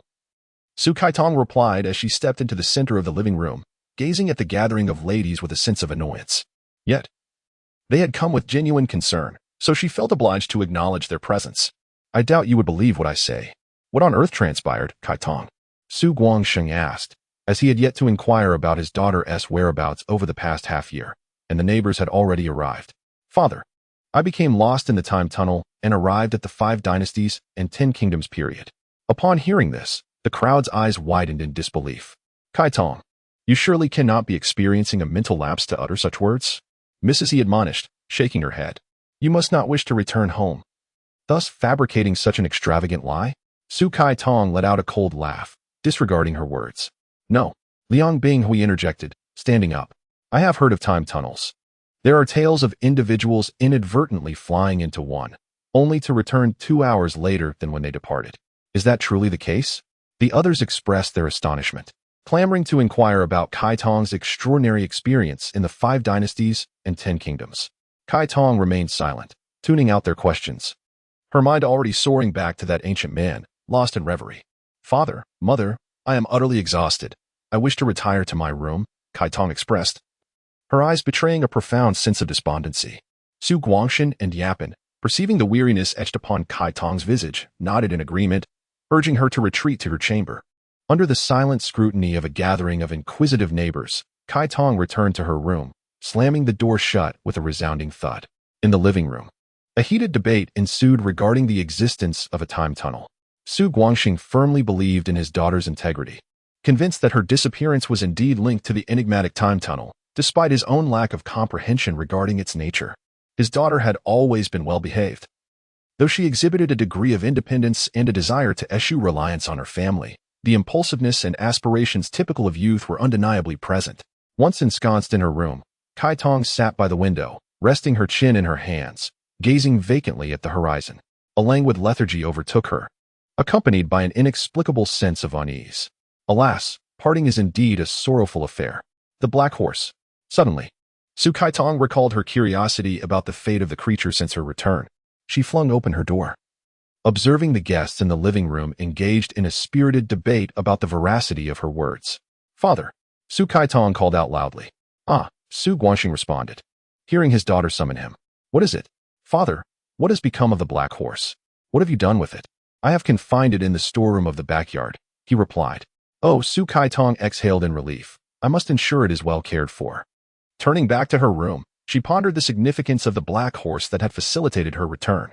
Was that creature a divine steed? It struck her as peculiar. Why had it transported her to ancient times? Were Su Kaihong and Su Kaitong truly one and the same? With a sigh, Su Kaitong realized she could no longer dwell in her thoughts. She must confront reality. As she lay upon her bed, it was not long before she drifted into slumber. In her dreams, she found herself standing by the Moon River, gazing at the shimmering waters, seemingly awaiting someone. Suddenly, she heard her name called. It was the one she had yearned for incessantly. Overwhelmed with joy, she rushed toward the voice. A sudden knock at the door jolted Su Kaitong awake. Blinking in confusion, she initially believed she was still by the Moon River, only to gradually comprehend that she lay in her own bed. Who is it? She inquired, her eyes still heavy with sleep. The door creaked open, revealing a tall figure who entered her room. Sister, Su Haiping exclaimed. Sitting up in bed, Kaitong responded, Haiping. He settled beside her, looking intently at her. You're back? Mother and father and I have missed you dearly.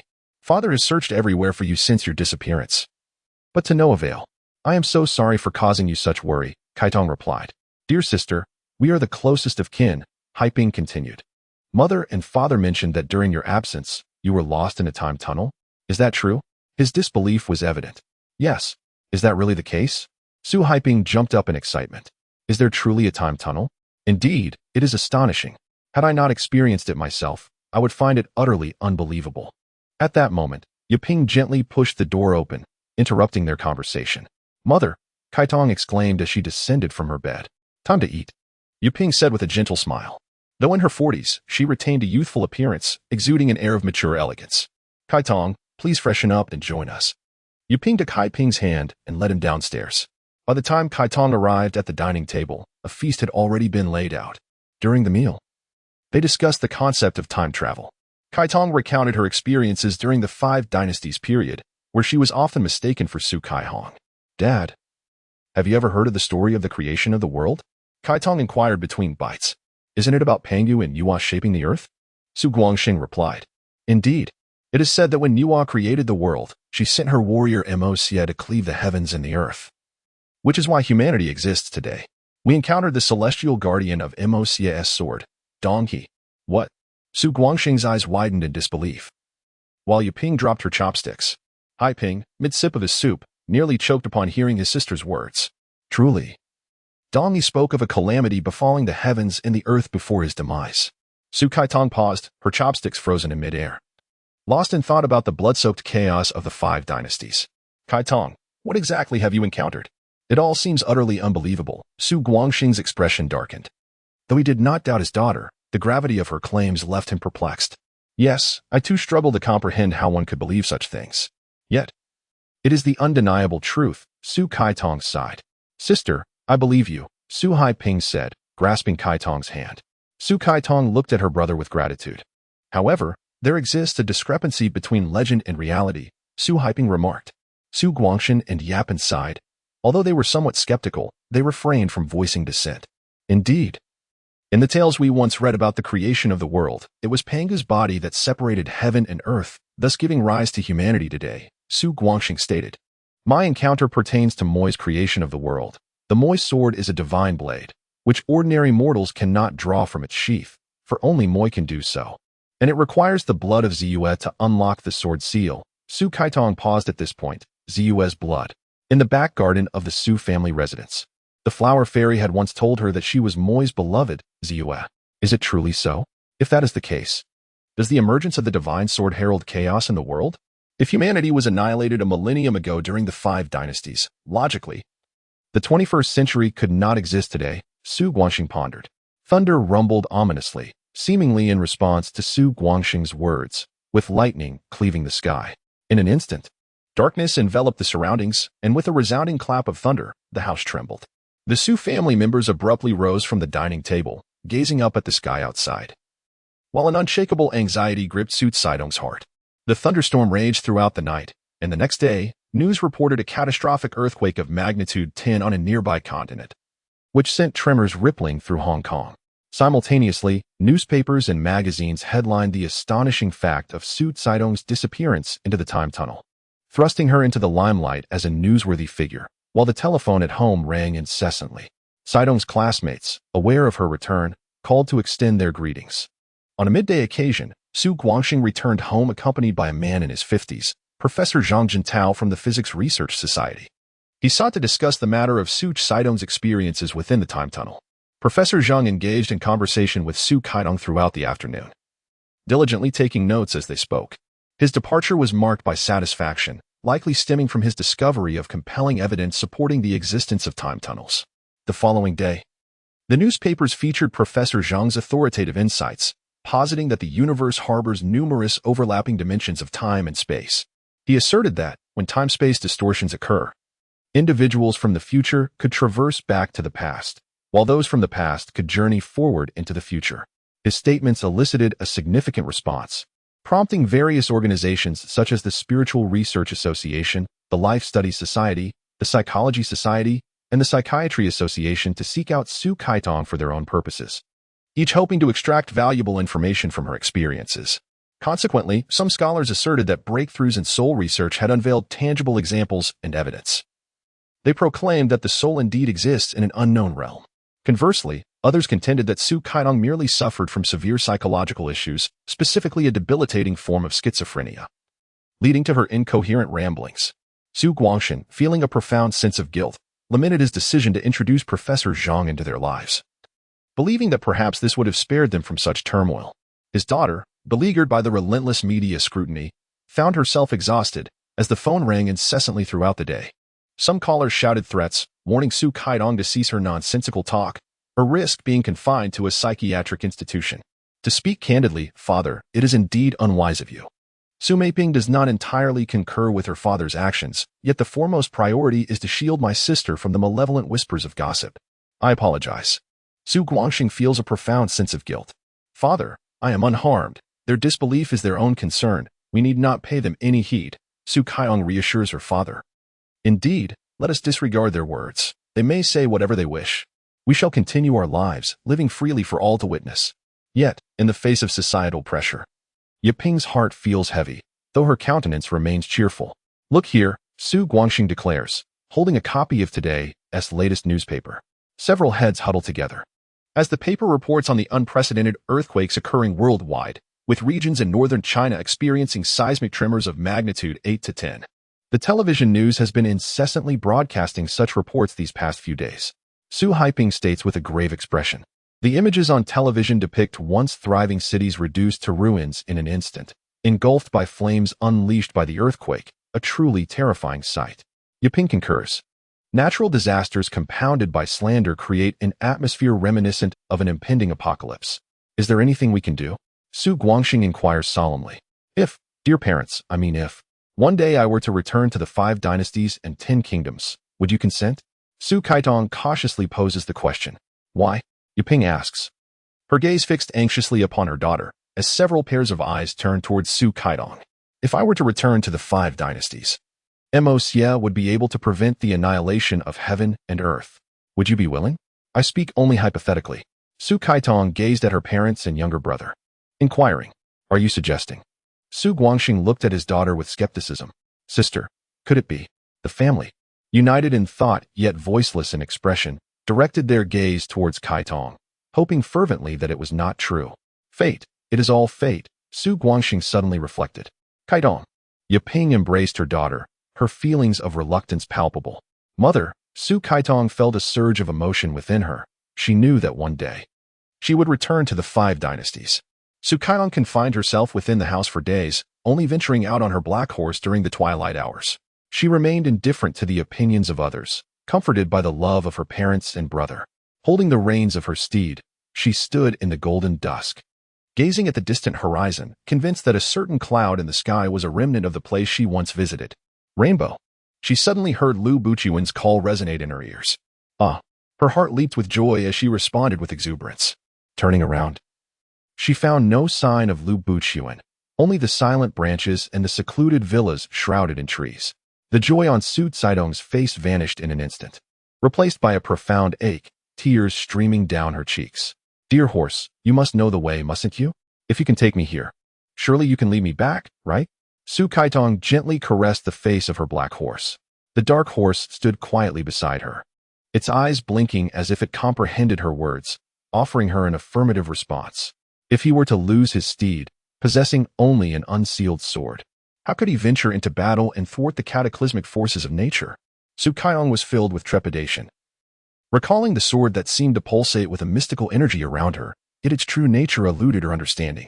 Caitong. Someone truly called her from behind. Turning, she found it was Liang Jiaxiao Binghui. He was fair-skinned and graceful, standing behind Caitong with his hands nervously rubbing together, his face flushed with shyness. As Caitong gazed at this delicate young man, her mind drifted to the imposing figure of Lu Buqian. If there were cycles of reincarnation, Lu Buqian too must have been reborn, but who would he be in this life? Binghui, noticing Caitong's unwavering stare, felt a wave of embarrassment wash over him. Each time he conversed with her, she seemed lost in her thoughts, as if in a trance. Caitong, my parents send their regards, he said. They support you. Especially my father, who mentioned he saw you riding back, dressed in ancient attire, resembling a maiden from bygone times. Caitong withdrew her gaze. Unsure of what Liang Binghui had said, her eyes still fixed on him, rendered speechless. Caitong, you hide at home all day, only venturing out at dusk to ride. Aren't you afraid of becoming unwell? Binghui inquired with genuine concern. Binghui, have you been following me? Su Caitong asked, puzzled. It was unintentional, he replied. Yang Binghui's face flushed even deeper, overwhelmed by a sense of embarrassment. Yet, his concern for her was genuine, knowing from hyping that she rode out every evening at dusk. He would stealthily follow her from a distance. In recent days, Liang Binghui found himself visiting the Su household frequently, assuring Su Haiping of his unwavering support for his sister. Su Caitong, however, refused to meet anyone, responding to Liang Binghui's kindness with merely a smile. Echoing their father's sentiment that the absence of 5 generations equated to a void in the 21st century's humanity. As Su Caitong gazed at the darkening sky, leading her black horse towards home, Liang Binghui silently trailed behind her, accompanying her return.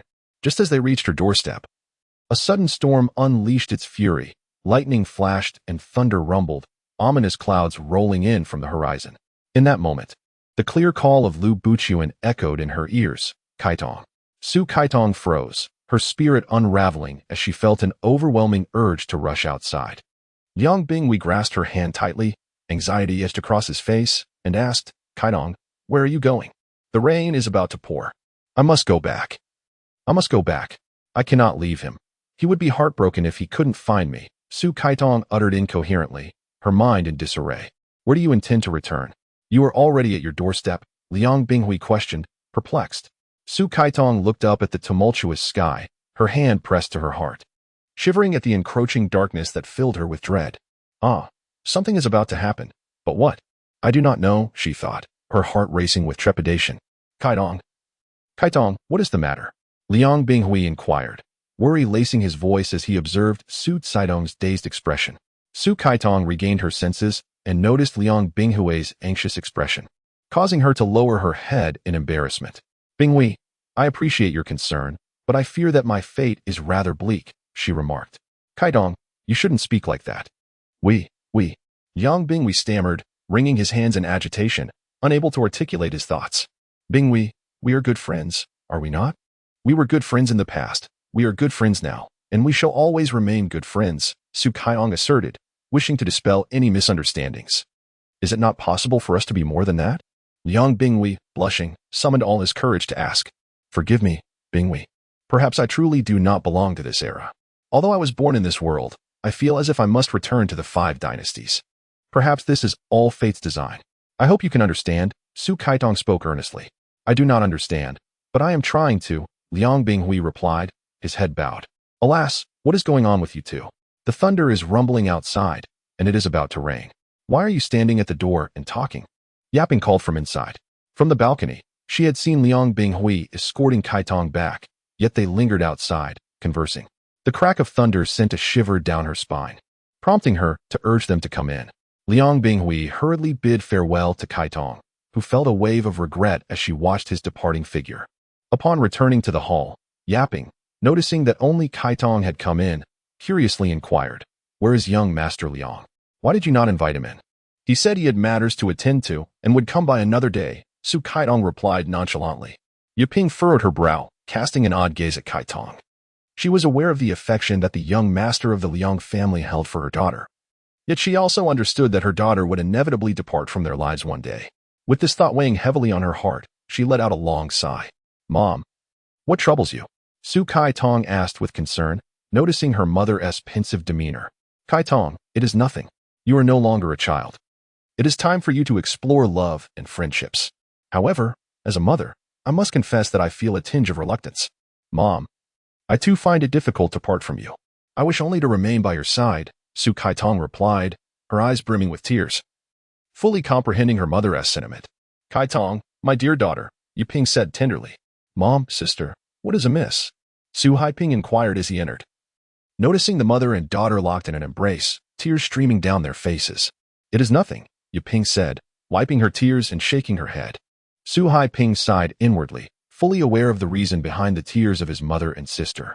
"Mother, let us pretend that sister has merely been mischievous and wandered into the wrong house. We will shelter her until her family comes looking for her. And then we shall return her to them," he said, attempting to lighten the mood. "Indeed, that is correct. She has playfully come to our home. And we ought to return her," Yuping nodded, still dabbing her tears. "Yes, she has merely come back to bid us farewell," Haiping added. Yuping nodded again in agreement. "Sister, we will always cherish the memories of you," Haiping said as he wrapped his arm around his sister's shoulders. "I too often find myself reminiscing about you all." Su Kaitong suppressed the tears that threatened to fall, not wishing to burden her mother with sorrow. Indeed, she had entered the wrong abode. She did not belong to this century or this realm of existence. Perhaps her return today was a divine decree, compelling her to bid farewell to her family. After finishing her dinner, Su Kaitong locked herself within her room. For reasons unknown, she felt an unsettling disquiet, as if some unfinished matter weighed heavily upon her mind, rendering her restless. That night, Su Kaitong experienced a dream in which she witnessed the resurrection of the world being obliterated by the revivified Fu Xiu. The Mo Xie sword remained sealed, and Lu Buqian was unable to thwart Fu Xiu, causing the era of the 5 dynasties and 10 kingdoms to vanish henceforth. Vast expanses of land were upheaved, the sky collapsed, and the world gradually converged, crushing countless innocents beneath its weight. Lu Buqian struggled to rise from his fallen state, his voice hoarse as he cried out, "Rainbow!" Su Kaitong awoke from her nightmare, drenched in cold sweat. Buqian, Buqian," she murmured, her mind in a haze as she leapt from her bed. Standing on the floor, she was uncertain of her next course of action. Gazing at the pitch-black night sky, the clouds thickened ominously, threatening to descend. Regaining her composure, Su Kaitong reached for the lamp, leaned over her desk, and unfolded a piece of paper to write a letter to her parents. She was destined to return to the 5 dynasties. She must fulfill the mission entrusted to her by fate. In her letter, she wrote, "Consider it as if your daughter has married far across the seas, unable to visit you frequently, yet I send you my blessings." Once she completed the letter, she placed it upon the desk, donned the attire she had arrived in, and ventured to the back garden to summon the black steed. The lightning cleaved the heavens, and amidst the resounding thunder, Su Kaitong cast a lingering glance at the place where she had grown up. Though her heart brimmed with an infinite attachment, she bore an unyielding responsibility to put an end to this catastrophe. "Farewell, dear parents and younger brother. Farewell to all the friends who have cared for and cherished me. Farewell, farewell." The black steed seemed to sense her impending departure from the 21st century, and Su Kaitong urged her horse forward, its hooves thundering against the ground as they galloped onward. "Take me back." The black stallion's speed accelerated, propelling her into a distorted realm of time and space. She had wished to witness how the steed would navigate through this temporal distortion, yet its swiftness rendered the surroundings a blur, compelling her to shut her eyes. The wind roared around her, and an unusual thrill coursed through Su Kaitong's heart at the thought of reuniting with Lu Buqian. This black steed was indeed a divine creature from the celestial realm, summoned to aid Mo Xie in thwarting the malevolent dragon that sought to annihilate the world. The heavens had sent this magnificent horse to the dilapidated temple to lend their support. The stallion's neighing caught Lu Buqian's attention. What a splendid steed, its coat a deep, unblemished black. Though it bore the dust of the earthly realm, it stood proud and spirited. aware of its grave mission. The black horse decided to test Lu Buchuan's prowess after Mo Xie's reincarnation. As it approached, it reared on its front hooves and charged towards Lu Buchuan. Lu Buchuan sidestepped to evade the force of the galloping horse. In an instant, as the black steed approached, he grasped its mane and leapt onto its back. The horse, restrained by him, emitted a fierce energy, charging forward with the intent of throwing Lu Buchuan off. Yet Lu clung tightly to the horse's neck until it grew weary and gradually calmed. The divine steed, bearing suffocating, returned to the 21st century, bidding farewell to her parents. She was never meant to belong to the mundane world, though she had traversed the cycles of life and death. The cataclysms of heaven and earth, the monumental tasks of countless ages, could only be confronted by them against the demons that sought to obliterate creation. Chapter 8. The divine steed surged forward with suffocating at an exhilarating pace, the sky gradually clearing.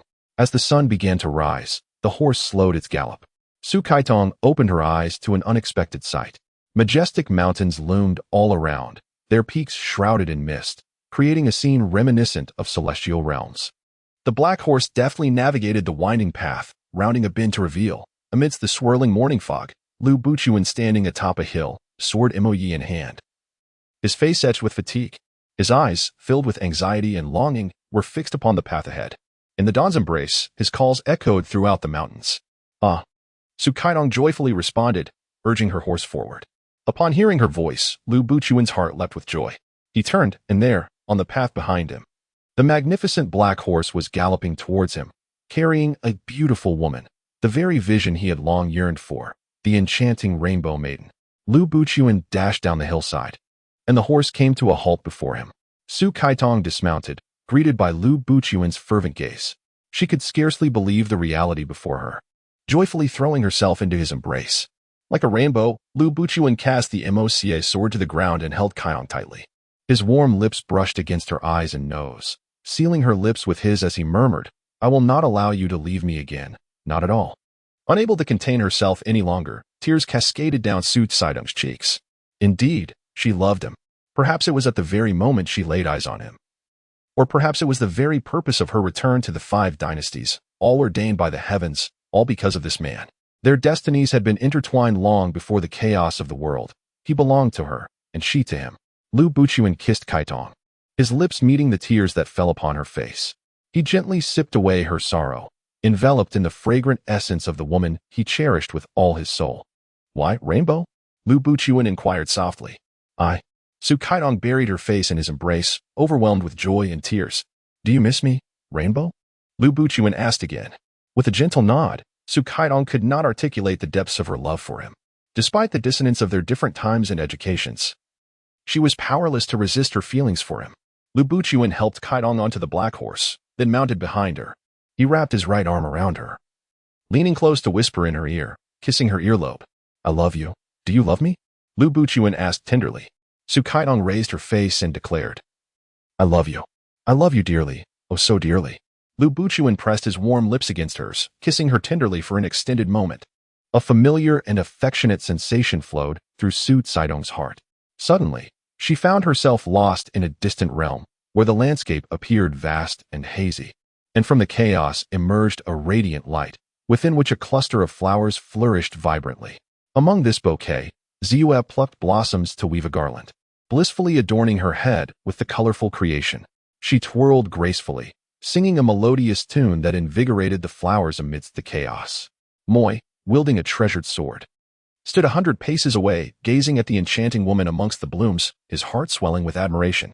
He knew her name was Ziyue, a maiden birthed from the ethereal essence of the flower fairy sacred mountain. She danced and twirled, and everything around her moved in harmony with her rhythm. As she stumbled, just as she was about to fall into the blossoms, Mo leaped forward, catching her in his arms and drawing her close against his broad chest. Mo was strikingly handsome and exuded an air of nobility. Their eyes met, and he was captivated by her beauty while she was astonished by his remarkable presence. Feeling the embrace of a stranger for an extended moment, Ziyue's cheeks flushed with color. "Let me go," she implored, struggling to break free from his grasp. Discarding the garland and swiftly retreating into the lush greenery, she stealthily observed him from within the thicket, where he gazed with eyes ablaze with fervent passion, fixated on her hiding place. After a moment, he approached, only to abruptly change direction and leap aside. Ziyue stood, disappointment washing over her, and just as she turned away, powerful arms enveloped her in an embrace. No. Ziyue struggled against him. He remained silent, pressing his warm lips against hers, breathless from the kiss. Ziyue fought to escape his hold, a rosy blush blooming on her cheeks, rendering her even more enchanting in Mo Xie's eyes.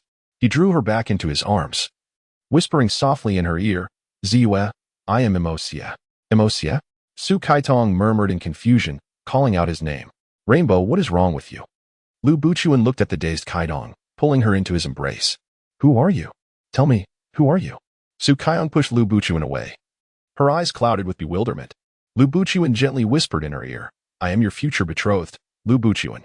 Lu Buchuan? Su Kaitong repeated the name softly. Her heart engulfed in confusion once more.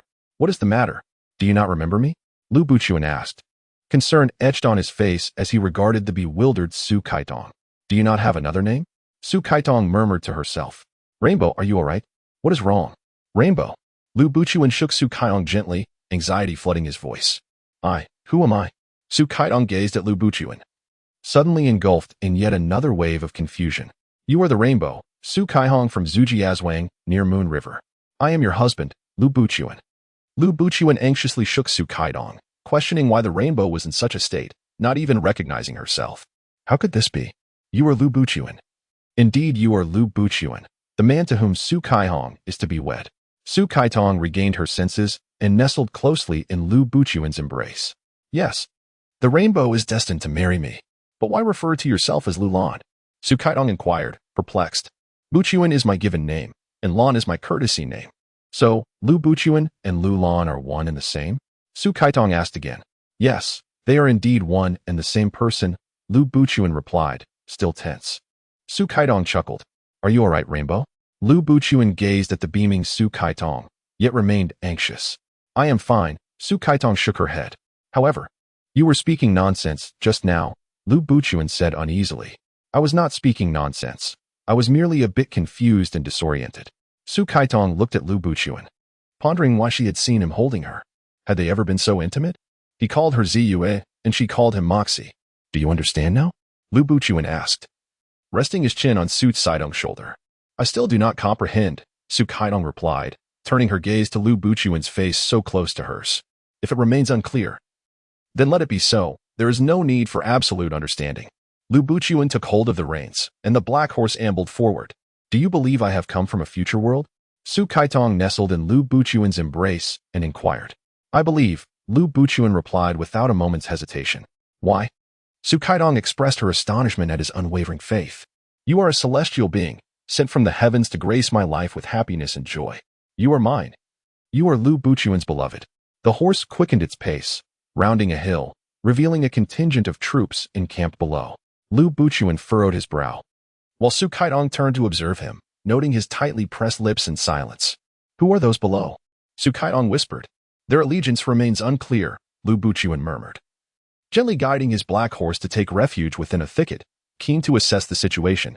As he slowed his mount and approached cautiously, he spotted a commanding figure at the forefront of the troops. Lu Buchuan's spirits lifted upon recognizing the individual. It was none other than his comrade in arms, the Vice Commander Zhao Kuangyin. Lu Buchuan and Su Kaitong emerged from the underbrush, galloping towards him. Zhao Kuangyin, startled by the sudden appearance of a rider from the foliage, instinctively grasped his weapon, prepared for confrontation. However, upon recognizing the familiar figure of Marshal Lu Buchuan, his tension eased, and he rode forward to greet him with a respectful salute. "Marshal Lu, I trust you have been well?" Zhao Kuangyin inquired. Lu Buchuan quickly returned the gesture, saying, "I have long departed from the military. I am no longer a marshal." "There is no need for such formalities, General Zhao." After the death of Guo Wei, his nephew Chai Rong ascended to the throne, adopting the title of Emperor Zhou Shizong.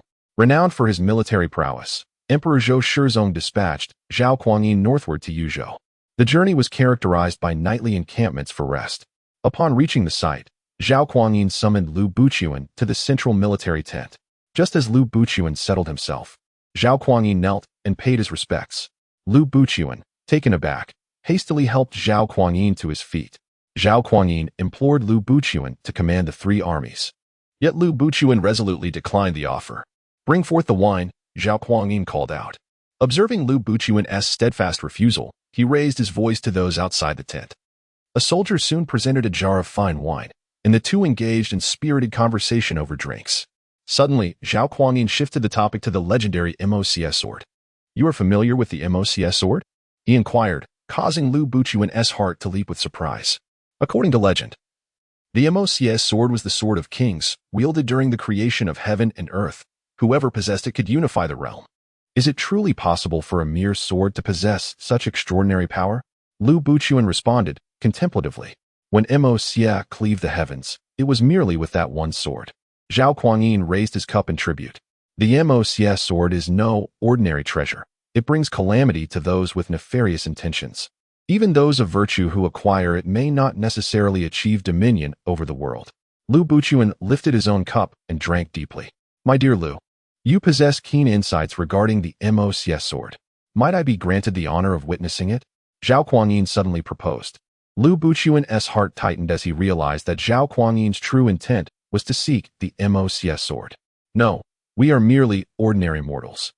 Should the legendary Mo Xie sword fall into our hands, it would only be rendered as worthless scrap. The legend speaks of the necessity of the blood of the purple moon to unlock the sword's enchantment. Without it, the Mo Xie sword is but an object of no value." Such is indeed the tale. Lu Buchuan nodded in agreement. "Has Brother Lu found the Mo Xie and the purple moon?" Zhao Kuangyin inquired further. "In the vastness of the sea of humanity. How could it be anything but a daunting task?"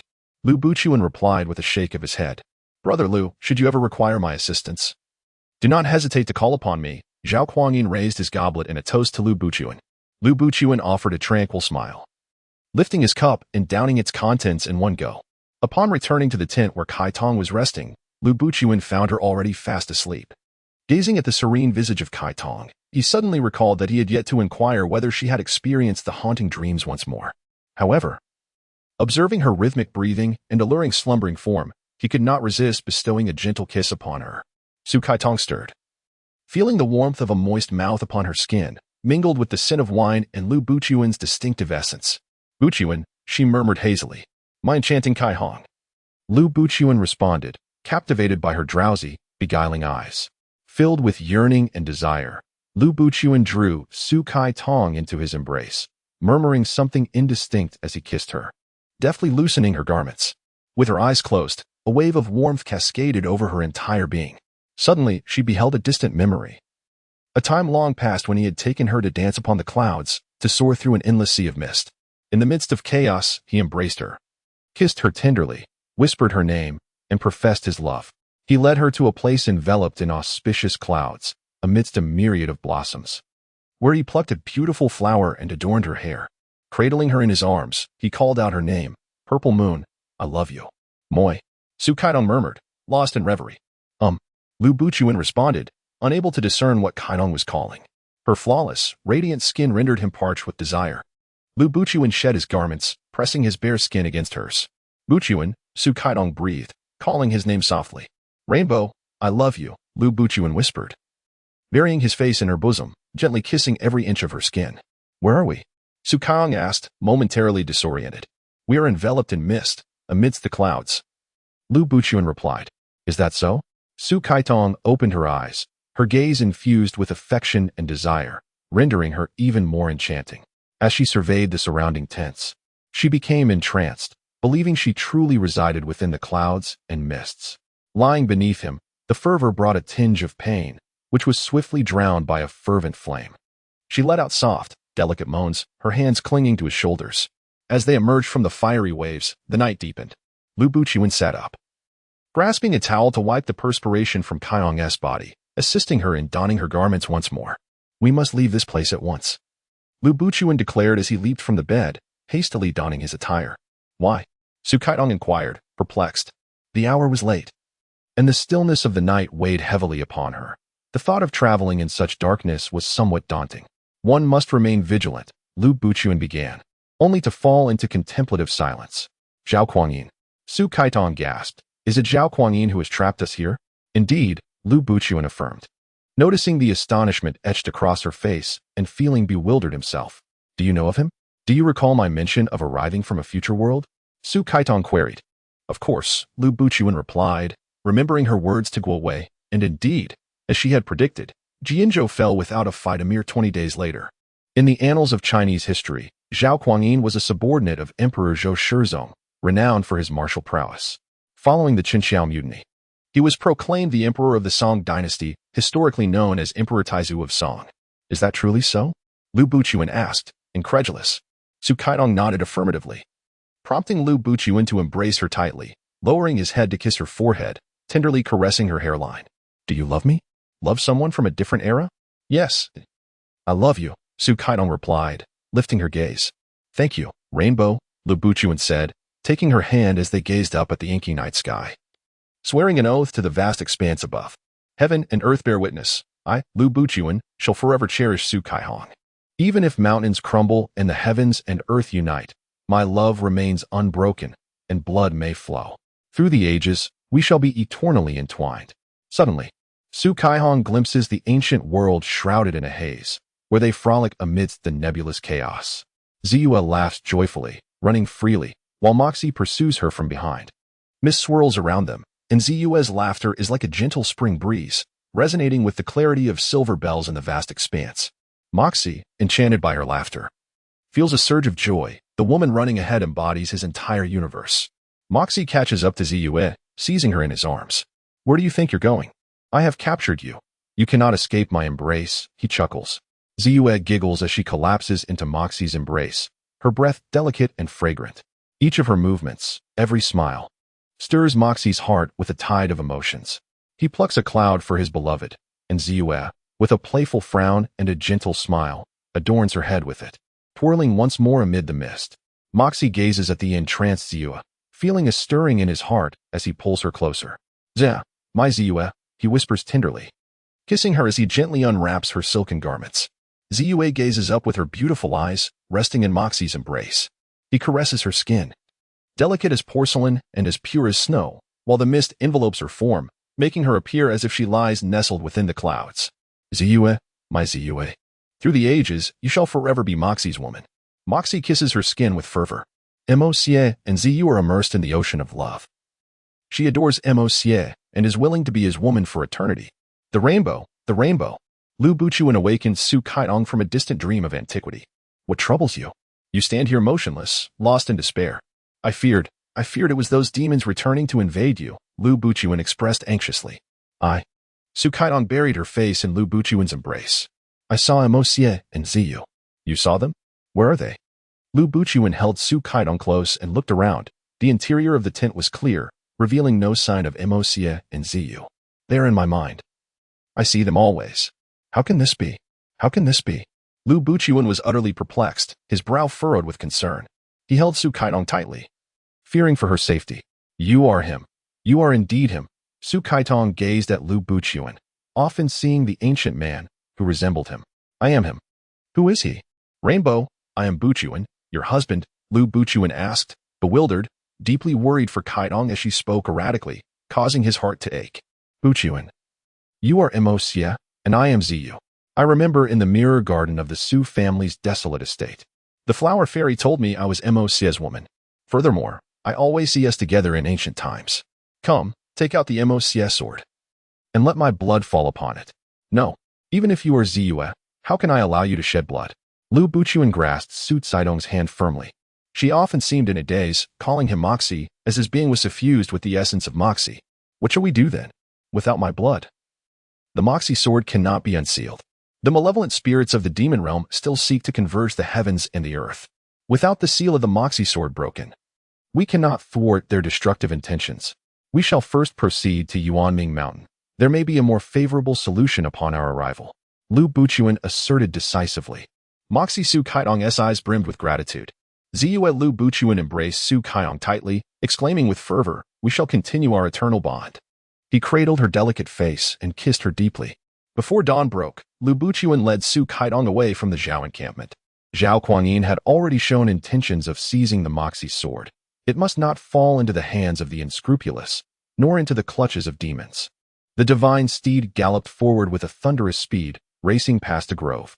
Beyond the trees, a formation of soldiers stood arrayed, with Zhao Kuangyin at the forefront. As if he had been waiting for this moment, Lu Buchuan tightened the reins. The black horse reared up on its hind legs. He gazed defiantly at the troops blocking their path, laughing heartily towards the sky. Once his laughter subsided, he spoke with stern conviction. Have you come to claim the Mo Xie sword?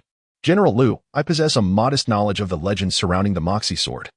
Zhao Kuangyin feigned sincerity. When the heavens are destroyed, Mo Xie shall emerge. The Mo Xie sword is the epitome of purity and refinement. Its emergence is the will of the heavens. How could I, Zhao, be so shameless? Well said, but what is it that obstructs my path? Are you not here for the legendary Mo sword? Lu Buchuan retorted with a cold laugh. Hahaha, General Liu, the Mo sword is a celestial artifact, coveted by all. We have awaited your arrival. Drawn by the allure of the Mo sword, General Liu, you would not wish to claim it solely for yourself, depriving us of the opportunity to behold its magnificence, would you? Zhao Kuangyin's companion, Zhao Pu, laughed maniacally beside him.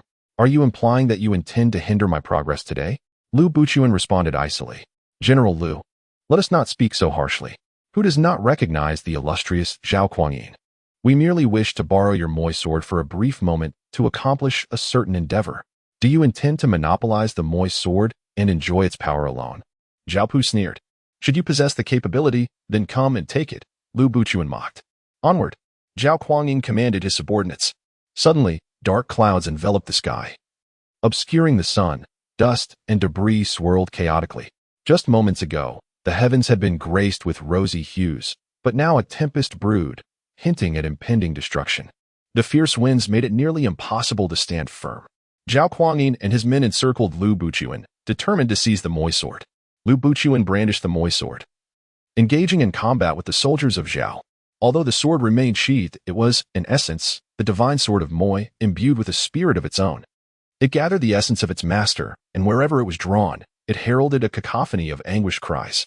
Lu Buchuan, in a short span of time, vanquished the group of nefarious individuals, leaving them in disarray. Zhao Kuangyin and Zhao Pu struggled to maintain their composure as Zhao Kuangyin was struck down from his horse by a swift counterattack from Lu Buchuan, who seized his large blade and held it menacingly against Zhao Kuangyin's throat. Zhao Kuangyin and Zhao Xie were left dumbfounded. They were acutely aware of Lu Buchuan's unparalleled prowess and had long since realized that their chances of seizing the Mo Xie sword were slim. Yet they never anticipated such a swift downfall. General, please show mercy, Zhao Kuangyin and Zhao Pu exclaimed, discarding their weapons in a desperate plea for Zhao Kuangyin's life. Hahaha, do you still desire the Mo Xie sword? Lu Buchuan laughed maniacally. General Liu, I hold you in high esteem as a hero. If we were to join forces, the world would undoubtedly be ours. I, Zhao, am willing to share the realm in 3 parts, Zhao Kuangyin, feeling a surge of panic with the Mo Xie sword at his throat, attempted to entice Lu Buchuan. Aha, what do you take me for? To share the world in 3 parts?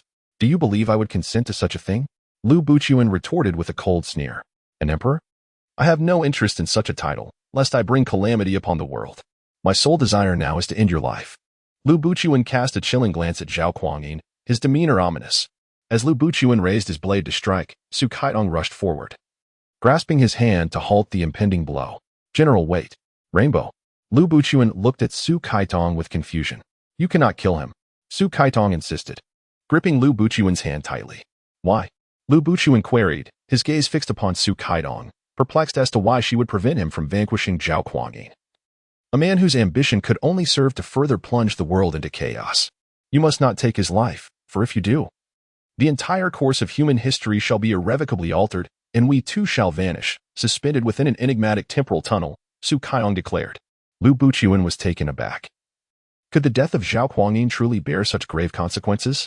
Zhao Kuangyin, Su Kaitong continued, you must not covet the Mo Xie sword, as seizing it would yield you no benefit whatsoever.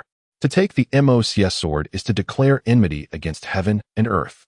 If you permit us to pass today, you shall surely establish your own military authority at the Qinxiao post, and at that juncture, the world shall be yours for the taking.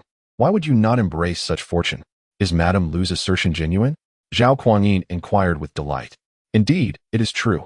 In the 6th year of Xianda, following the demise of Emperor Zhou Shizong and the ascension of his son, you shall report to North Han under the pretense of pacifying the 2 provinces. When the Liao invaders breach our borders, you shall lead the imperial guards forth to defend the city, and in that moment, you will undoubtedly ascend to the throne. He shall become emperor? Lu Buchuan questioned. Yes, for the newly appointed monarch shall be young and inexperienced. At that time, Zhao Pu will drape the yellow robe upon you. and you will naturally garner the support of the soldiers, thus declaring yourself emperor with the dynasty named Song. You shall be the founding ancestor of the Song dynasty. Su Kaitong elaborated. How are we to believe you? Your words seem rather facile, Zhao Kuangyi interjected with a sneer. No, I place my trust in Madame Lu's words. The last time, when the great ancestor emperor contemplated leading a personal expedition, it was Madame Lu's counsel that dissuaded him from such a course. Subsequently, all transpired as she had foretold. I am deeply grateful for Madame Lu's guidance, Zhao Kuangyin expressed, bowing deeply to Su Kaitong. Lu Buchuan released Zhao Kuangyin, guiding the black steed closer as he and Su Kaitong mounted. With a firm grip on the horse's belly, the black stallion reared and let out a piercing neigh. Galloping northward, Zhao Kuangyin and his brothers watched as Lu Buchuan and his wife departed, and with the guidance of Lady Lu, they returned to prepare for the momentous task of crowning him emperor.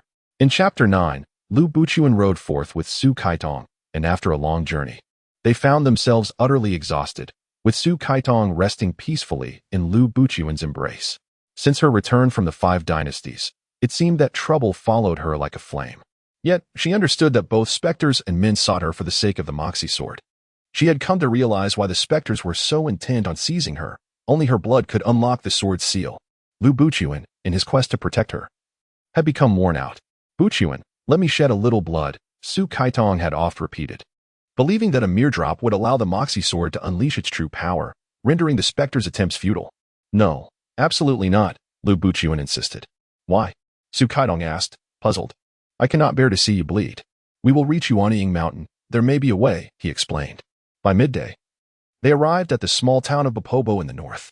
Su Kaitong stirred, her eyes fluttering open as Lu Buchuan lifted her off the horse. They entered the Yunkai Inn, where the staff had already taken the black stallion to the stables behind. Lu Buchuan requested a room, and the attendant led them to the second floor. Once the attendant departed, Lu Buchuan immediately lifted the bedding and meticulously examined the wardrobe, walls, and floor, finding no issues. He then approached the window to inspect the view outside. Below lay the inn's backyard, which housed only a stable containing 5 horses, with a black horse grazing at the trough. While Lu Buchuan scrutinized the room, Su Kaitong had already leapt into the bathtub. The warm water enveloped her, dissipating her fatigue as she languidly reclined within, forgetting how long it had been since her last bath. The door creaked open, startling Su Kaitong, who instinctively shielded her chest and inquired, "Who is it?" Lu Buchuan stood at the threshold, casually closing the door behind him. His gaze fell upon Su Kaitong in the bath, filled with fervent love and desire. Their eyes entwined as she felt herself being consumed inch by his longing. A blush spreading across her face as she watched him approach. Lu Buchuan reached the edge of the bathtub, gently cupping her face for a soft kiss. He extended a large hand, tenderly caressing her skin. Disrobing, he joined her in the tub, which suddenly felt quite cramped. Su Kaitong's flushed face only heightened her allure. Warm lips brushed against her brow, her eyes, and fervently against her mouth. Lu Buchuan lifted her body to sit upon him, leaning in to kiss her neck. Sensing her delicate shivers, "I love you, Rainbow. Love, I love you." Su Kaitong, entranced by Lu Buchuan's kiss, murmured in a daze.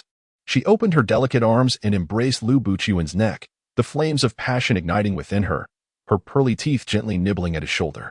"Kaitong, would you be willing to be my wife for all eternity?" Lu Buchuan asked softly, planting tender kisses along her neck. "I would." The clouds floated by, and the world danced beneath their feet. Su Kaitong felt as if they were enveloped in a mist, sensing the ardent love radiating from the man beside her. She wished to transform into a green vine, entwined around him, sharing life and death together. As they rose from the basin, both felt a tinge of fatigue. After their bath, Kaitong appeared as radiant as a water lily, droplets clinging to her hair, exuding a lazy charm. Lu Buchuan embraced her, showering her with kisses, helping her dry off, and draping her in a garment before taking her hand downstairs. When they descended the staircase, diners in the hall paused, their chopsticks suspended, all eyes drawn to the captivating couple. The man was strikingly handsome, and the woman, delightfully charming, a pair destined to be together. What would the esteemed guest like? The attendant inquired, wiping the table clean. Lu Buchuan and Su Kaitong seated themselves, ordering several dishes and rice, urging the waiter to serve swiftly. Having traveled without proper rest, Lu Buchuan felt a gnawing hunger. When the food arrived, he devoured it ravenously, prompting Su Kaitong to stifle a laugh. "Do I eat in an unsightly manner?" Lu Buchuan noticed her laughter and joined in, amused. "No, I merely feel as though we have been famished for a lifetime, consuming so little throughout the day. Lu Buchuan paused, setting down his chopsticks, his voice laden with regret. What are you saying? If I felt wronged, I would never have returned here, Su Kaidong replied, playfully inserting a piece of vegetable into her mouth, a gentle smile gracing her lips. You are truly wonderful, Kaidong, Lu Buchuan stated, grasping her hand with heartfelt gratitude. Why are we discussing such matters during our meal? Let us finish dining, take a moment to rest, for we must continue our journey tomorrow. Kaidong withdrew her hand, surveying their surroundings, noting that the patrons of the inn were engrossed in their meals. Very well. We shall eat and then retire to our room to prepare for tomorrow's travels, Lu Buchuan responded readily. Although they sought the elusive Yuanming mountain, its shadow remained undiscovered. Despite their inquiries, no one had ever heard of Yuanming mountain. Lu Buchuan remained undeterred, reasoning that being a mountain, someone must surely possess knowledge of it. Having arrived, they would inevitably find a guiding spirit. What a splendid couple, a pair of celestial beings. How many onlookers must envy them?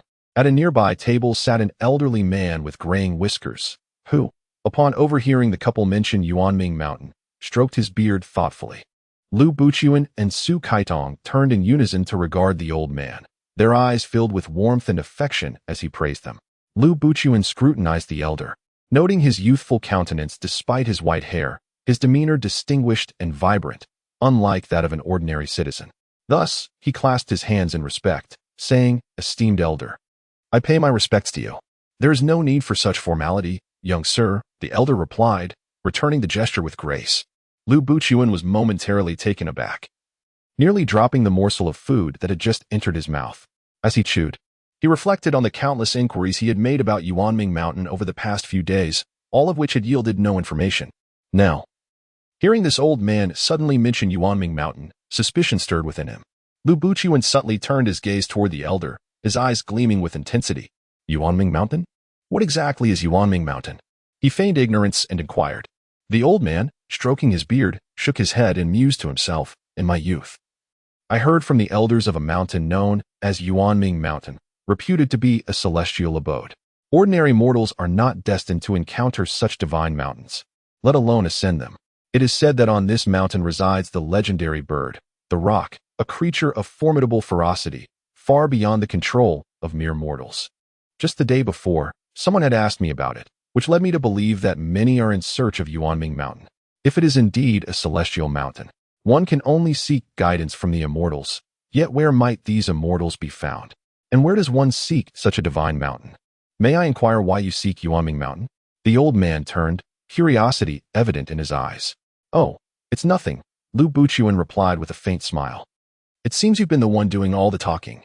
We have not expressed any intention to visit Yuanming mountain. Are you truly not heading to the celestial mountain?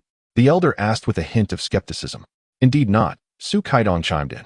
Suddenly, the old man burst into a hearty laugh, his beard quivering with mirth, the sound echoing throughout the hall. Lu Buchuan and Su Kaitong exchanged bewildered glances as the elder's laughter subsided. He shook his head, looking at the pair.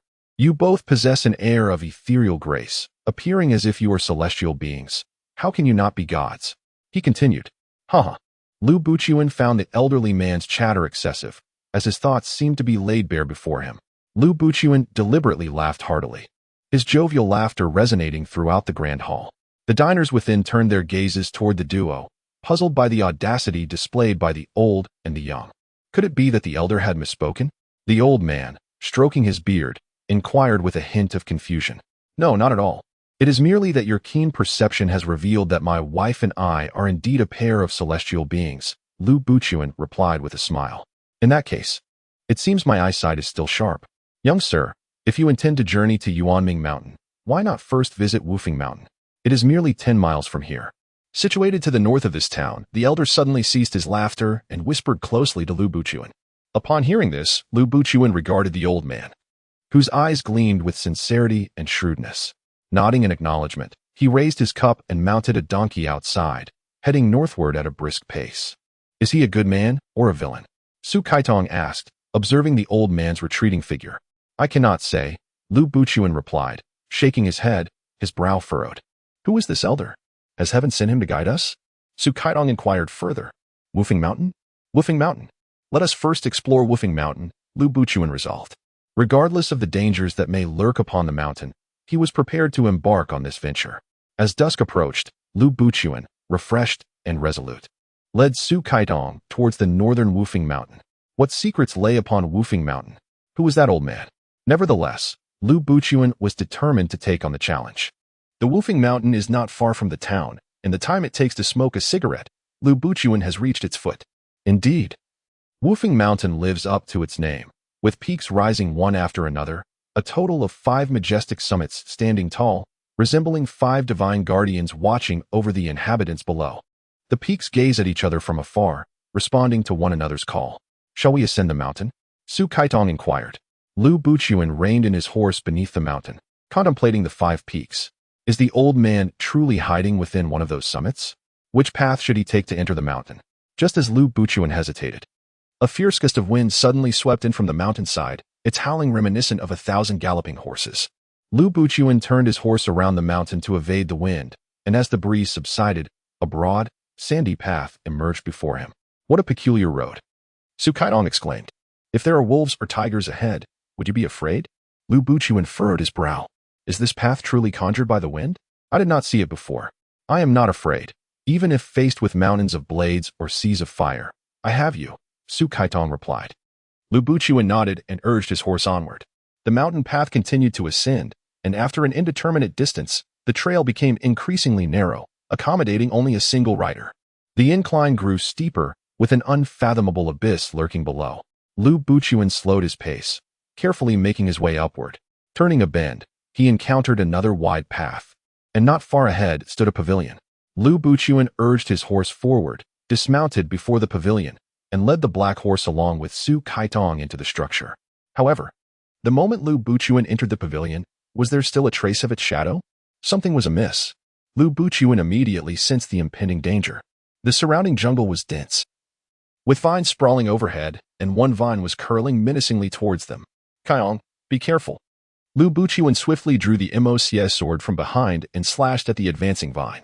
The tendrils writhed ominously as they approached. But Lu Buchuan stood protectively beside Kaitong, continuously wielding the Mo Xie sword. Mo Xie. A call echoed from ahead, not far away. The elderly man from this morning was being hoisted high by the vines, desperately struggling. The more he fought, the tighter the vines constricted around him. One vine encircled his neck, and as he let out a harrowing scream, his hands grasped futilely at the tightening tendrils, his throat producing ominous cracking sounds. For a brief moment, Lu Buchuan was distracted, and several vines rapidly ensnared Su Kaitong. Kaitong! Lu Buchuan gasped in shock, intending to rush to her rescue. However, from all directions, the vines lunged at him, swiftly wrapping around him. Lu Buchuan found himself overwhelmed, struggling against the vines that ensnared him, and in a matter of moments, Su Kaitong vanished from sight. Kaitong, my dear, Lu Buchuan cried out in desperation, his voice echoing throughout the mountains. Filled with rage and hatred, he fought through the thorns and obstacles, arriving beneath the tree where the old man was suspended. In a single bound, he severed the vines entangling the elderly man and liberated him. Then, with a powerful leap, he ascended into the treetops, darting through the branches like a dragonfly skimming the water's surface. After several agile leaps, Lu Buchuan cradled the old man and descended to the foot of the mountain. The elderly man's breath was faint, his face turning purple from asphyxiation. Lu Buchuan produced a golden pill and placed it in the old man's mouth, gradually restoring color to his complexion. However, he felt a pang of regret over Su Kaitong's fate, uncertain whether she had escaped this calamity. Lu Buchuan set the old man down and stood at the edge of Wufing Mountain, brandishing the Moi sword, directing his ire at the mountain. O spirits of Wufing Mountain, heed my words. I am the Moi who cleaves the heavens and the earth.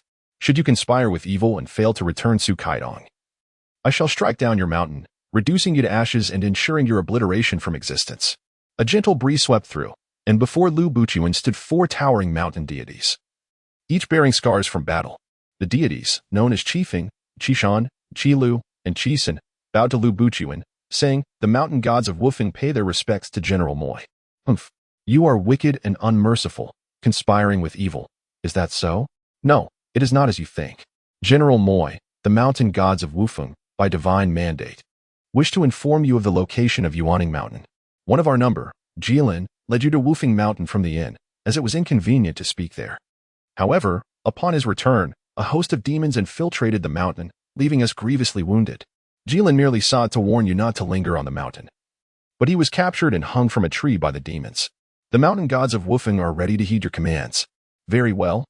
If you are willing to atone for your misdeeds, I grant you a chance. Ensure that the purple moon is returned before the hour of the tiger. Should heaven and earth be destroyed, your punishment shall be justly severe. Lu Buchuan admonished the 4 mountain deities. The humble gods shall obey. The 4 mountain deities lifted the severely injured Jilin from the ground and vanished into the mountains. Lu Buchuan gazed upon the towering peaks, pondering how he had just ascended the verdant slopes. With a swift leap, he ascended into the trees and made his way back up the mountain through the very woods from which he had descended. The night enveloped the mountain in a misty haze, casting shadows among the trees. A black horse dangled precariously over the ravine, ensnared by vines. Should the vines loosen, the steed would plummet into the abyss below.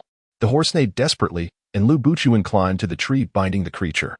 He tore a vine from a nearby tree and secured it to an ancient tree on the opposite side of the ravine, then suspended himself partially over the edge, pulling the horse to safety. Once his feet were firmly planted on solid ground, he untied the vine. The black horse let out a long, grateful whinny, as if expressing its heartfelt thanks for Lu Buchuan's timely rescue. Can you still walk? Lu Buchuan inquired, patting the horse's head. The horse, with a spirited snort, moved forward and then galloped down the mountain path. As the black horse vanished from Lu Buchuan's sight, he whistled, and the horse swiftly returned.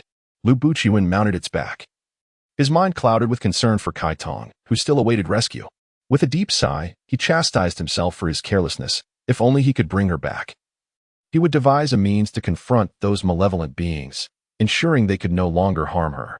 The black horse seemed to sense Lu Buchuan's unease and trotted toward the opposite side of the mountain. The path was fraught with peril, nearly devoid of any route leading downwards. As Lu Buchuan pressed on, he cleaved through the thorns obstructing his way, and by the time he reached the base of the mountain, it was already the stroke of midnight. Suddenly, the 5 Peaks mountain erupted with a fierce howling wind, intermingled with eerie cries and sounds of combat. Lu Buchuan looked up at the mountain, yet saw nothing amidst the 5 towering peaks. Anxiety gripped his heart. Where could the mountain deities be?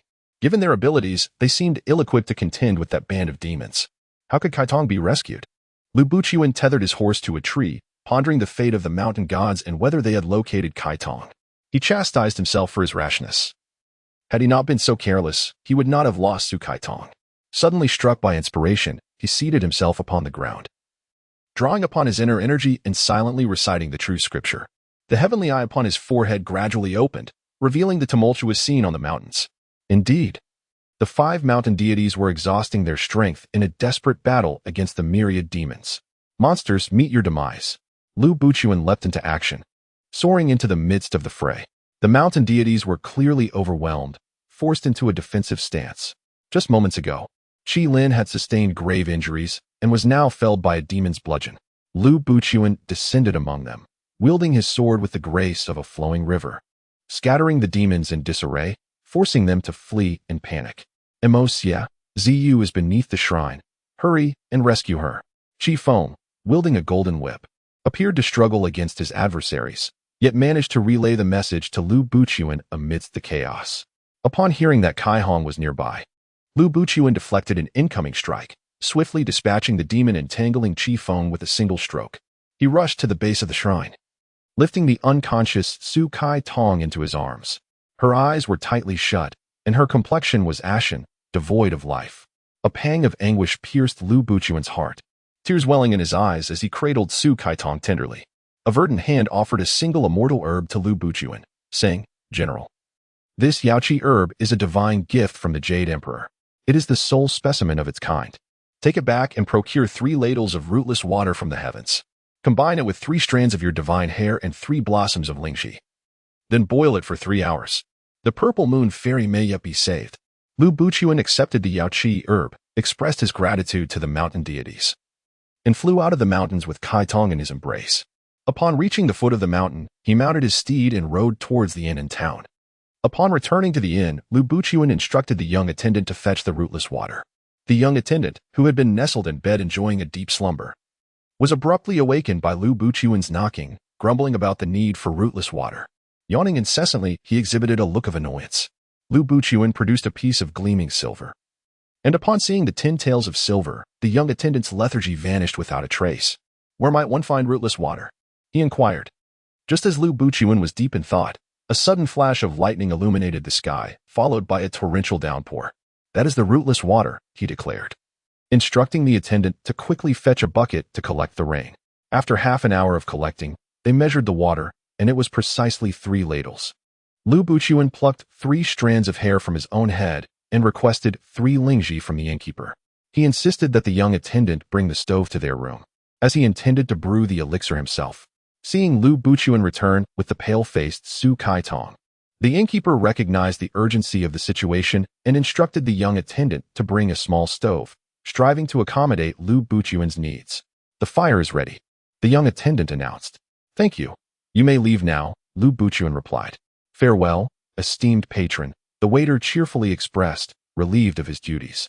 He thanked Lu Buqian and swiftly disappeared. The inn was enveloped in silence, with an hour remaining until dawn. Lu Buqian sat before the hearth, the flames casting a crimson glow upon his face. His brow was furrowed in concern, beads of perspiration forming due to the fire's warmth. He glanced at Kaitong, who lay prone on the bed. Adding another log to the fire, he intensified its blaze. Approaching the bedside, Lu Buqian gazed upon Su Kaitong's ashen complexion, his heart writhing in anguish. He tenderly embraced her, bestowing gentle kisses upon her. He reproached himself, musing that if Kaitong had shed even a drop of blood, perhaps those malevolent entities would no longer plague her. 3 hours later, Lu Buqian cradled the bowl of miraculous elixir, assisting Kaitong to sit up and meticulously feeding it to her, drop by drop. Su Kaitong's eyes remained tightly shut, her teeth clenched. The medicine that Lu Buqian administered trickled from the corners of her lips. Lu Buqian grew increasingly anxious, alternating his gaze between Kaitong and the medicine in his hand. He held the potion in his own mouth, pressing his lips against Su Kaitong's, using his tongue to gently part her pearly teeth, and then conveyed the medicine into her mouth. This method proved effective. Lu Buqian patiently transferred the medicine from his mouth to hers, drop by drop, with unwavering care. Su Kaitong's complexion gradually improved after ingesting the medicine. Approximately an hour later, she slowly opened her eyes. You're awake. You're awake. Lu Buqian exclaimed upon seeing her regain consciousness, enfolding her in his arms, embracing her tightly, as if fearing to lose her again. What happened to me? Su Kaitong asked weakly, her gaze meeting Lu Buqian's haggard and anxious countenance. I feared I would never see you again. It was all my fault. I can no longer allow you to suffer. I recalled that we were just on the mountain when the vines ensnared me, and then Su Kaitong forgot. After being caught by the vines, she fell into a coma. I will not let you leave me again, I swear. Lu Buqian pressed his face against Sidong's, gently nuzzling her. Yuanming Mountain. Su Kaitong wished to inquire if they had found Yuanming Mountain. Indeed, the god of Wufing Mountain has informed me. Once your health improves, we shall resume our journey, Lu Buqian reassured her as he tucked her in. Will it delay us? Su Kaitong asked softly. No. You must focus on your recovery now. You need not worry about anything, understand? Lu Buqian kissed her gently. Kaitong remained quite frail. Lu Buqian meticulously attended to her every need, and only when she regained her strength did he take her from the inn. Wufing Mountain had revealed to him that Yuanming Mountain lay over 100 miles to the north. To reach it, they must cross the Yusa River. And after traversing another 100 miles on the opposite bank, they would arrive at Yuanwu Mountain. As Lu Buqian and Su Kaitong journeyed towards Yuanming Mountain, what fate awaited them? They did not ponder deeply. Their mission was to thwart the forces that threatened to disrupt the heavens and the earth, even if it cost them their lives. They would not falter. As the Black Horse carried the two away from woolly Broken Town, a sudden cataclysm struck, accompanied by a thunderous roar that reverberated through the heavens, shaking the earth and mountains. Lu Buqian swiftly turned the horse's head, galloping towards a nearby hill. A thick cloud of dust enveloped the town of Wooly, shrouding it in a ghostly haze. Su Kaitong gazed up at Lu Buqian, who stared into the distance. The towering Wufing Mountain had collapsed with a thunderous crash, and woolly Broken Town had plummeted into an unfathomable abyss amidst the tremors. Lu Buqian's eyes blazed with vengeful fire. Fu Xiu, you shall pay in blood for your transgressions. He turned the horse around, brandishing the whip, and the Black Horse galloped away from Wooly. Chapter 10. The magnificent Black Horse bore the two over a perilous peak, where mountains intertwined, cliffs loomed, and wild grasses thrived. The descent was fraught with danger. The the steep slopes and narrow paths posed a risk of tumbling into the abyss, resulting in a shattering demise. After navigating the treacherous descent, they turned through a valley, revealing a broad expanse ahead, adorned with a riot of blooming wildflowers. Exotic blooms flourished in vibrant hues, creating an enchanting spectacle. "How beautiful!" Su Kaitong exclaimed, dismounting and running into the floral embrace, arms wide open, eyes closed. Inhaling the fragrant air filled with the scent of blossoms, Lu Buchuan dismounted, leading the horse slowly into the floral paradise. Among the blooming flowers, a woman appeared even more enchanting, her beauty rivaling that of the blossoms, her visage akin to a peach blossom, radiant and breathtaking. Ziyue. Lu Buchuan's heart surged with emotion, as if he had glimpsed her amidst a sea of blossoms in a distant past. He relinquished the reins of his horse and, driven by impulse, rushed towards her, yearning to embrace her and confess his love, proclaiming that throughout eternity, she alone held his heart. Alas! Su Kaitong suddenly stumbled into the thicket of flowers, her skin cruelly pierced by a sharp thorn, leaving a deep gash. Rainbow. Lu Buchuan grasped his sword, his figure flashing as he swiftly reached Su Caitong's side, pulling her from the floral embrace and sweeping his sword through the foliage. Convinced that an adversary lurked among the blooms, the grass and flowers fell away under his fierce onslaught, yet no foe was revealed. Instead, he beheld Su Kaitong cradling her injured arm, tears brimming in her eyes as blood flowed steadily from the deep wound on her right arm. "You are bleeding." Seeing her in distress, Lu Buchuan hastily lifted her from the flower bed and laid her gently on a clean, flat patch of ground. He set aside the Mo Xie sword and retrieved a hemostatic remedy, tearing a strip from his garment to staunch her bleeding. Drops of blood fell to the earth, splattering upon the Mo Xie sword. Miraculously, an enchanting spectacle unfolded upon the blade. The scabbard adorned with sun, moon, mountains, and rivers began to shift and dance under the crimson moisture.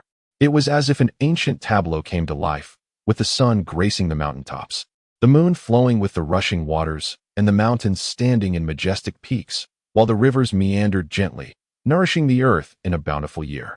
Both Lu Buchuan and Su Kaitong marveled at the wondrous transformation upon the sword, their eyes wide with astonishment. Su Kaitong, her mouth agape, pointed at the Mo Xie sword, exclaiming, What is happening?" The seal upon the sword had been broken. Lu Buchuan grasped the Mo Xie sword, and with a resplendent flash of cold light, the blade was unsheathed. In the realms of heaven and earth, the Mo Xie sword emerged. Who among the malevolent demons could contend for supremacy? The clouds above radiated brilliant hues, encircling the Mo Xie sword and shimmering with a spectrum of colors. Yet, in an instant, dark clouds enveloped the sky, rendering it as black as the bottom of a cauldron. The earth trembled ominously, as if on the brink of cataclysmic collapse. Lu Buchuan was taken aback, swiftly sheathing the sword and hastily mounting his steed with Su Kaitong. The unsheathing of the Mo Xie sword roused the deities of the three realms and the malevolent spirits below. Eons ago, Mo Xie wielded the sword to carve out the universe, vanquishing demons in the process. The celestial beings exhaled their divine essence, gathering the heavenly silkworms and employing thunder and fire to forge monumental stones, thus subduing the vile dragon beneath the giant pillar mountain, ensuring it would never rise again. As the ages drifted by, epics turned to legends. The slumbering Fu Xiu awakened.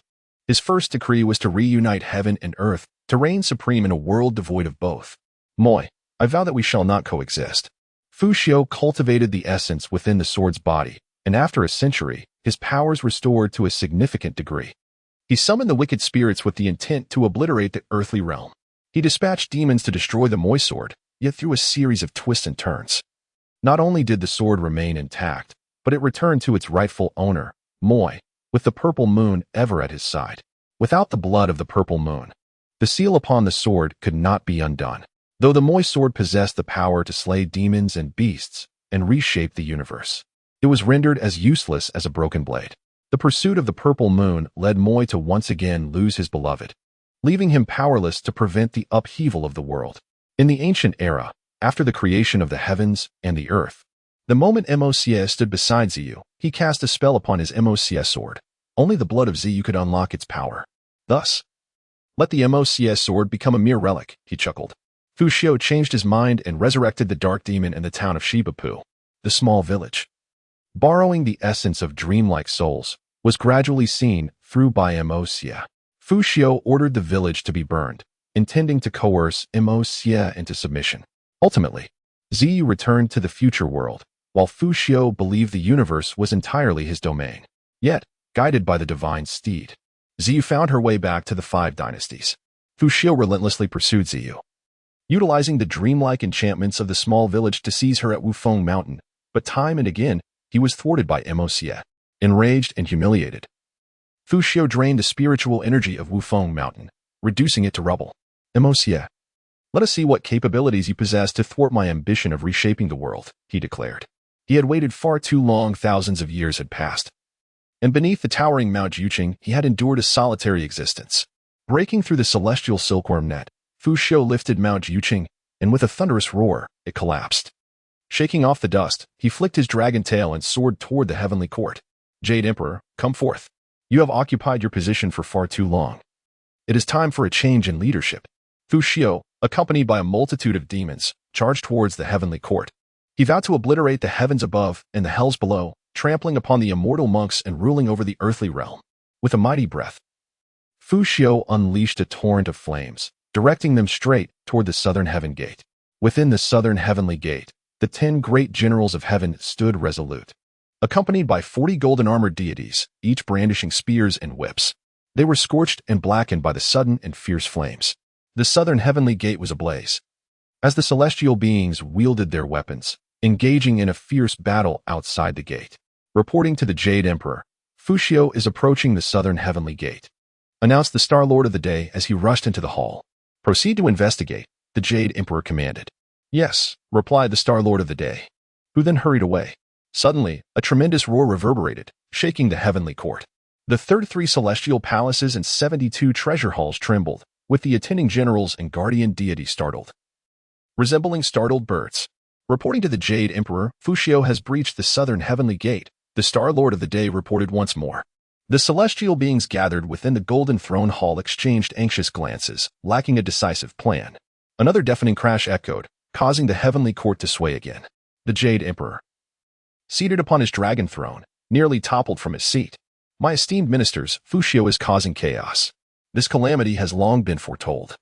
Yet what is the status of Mo Xie in the mortal realm?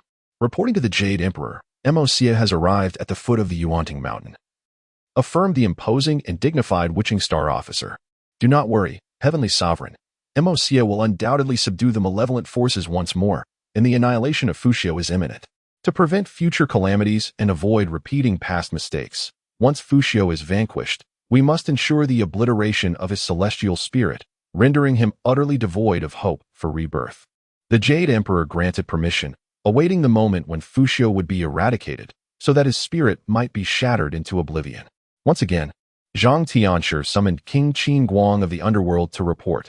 The demons and spirits under Fu Xiu have caused chaos in the netherworld, attacking the ghostly envoys of the 9 nether and injuring the 10 halls of Yama, leaving the underworld in disarray. I humbly beseech the Celestial Lord to deploy divine troops to restore order to the underworld and to regulate the realms of Yin and Yang.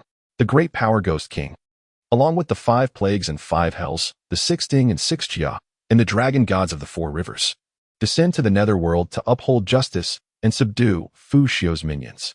The Jade Emperor issued a decree. It shall be so.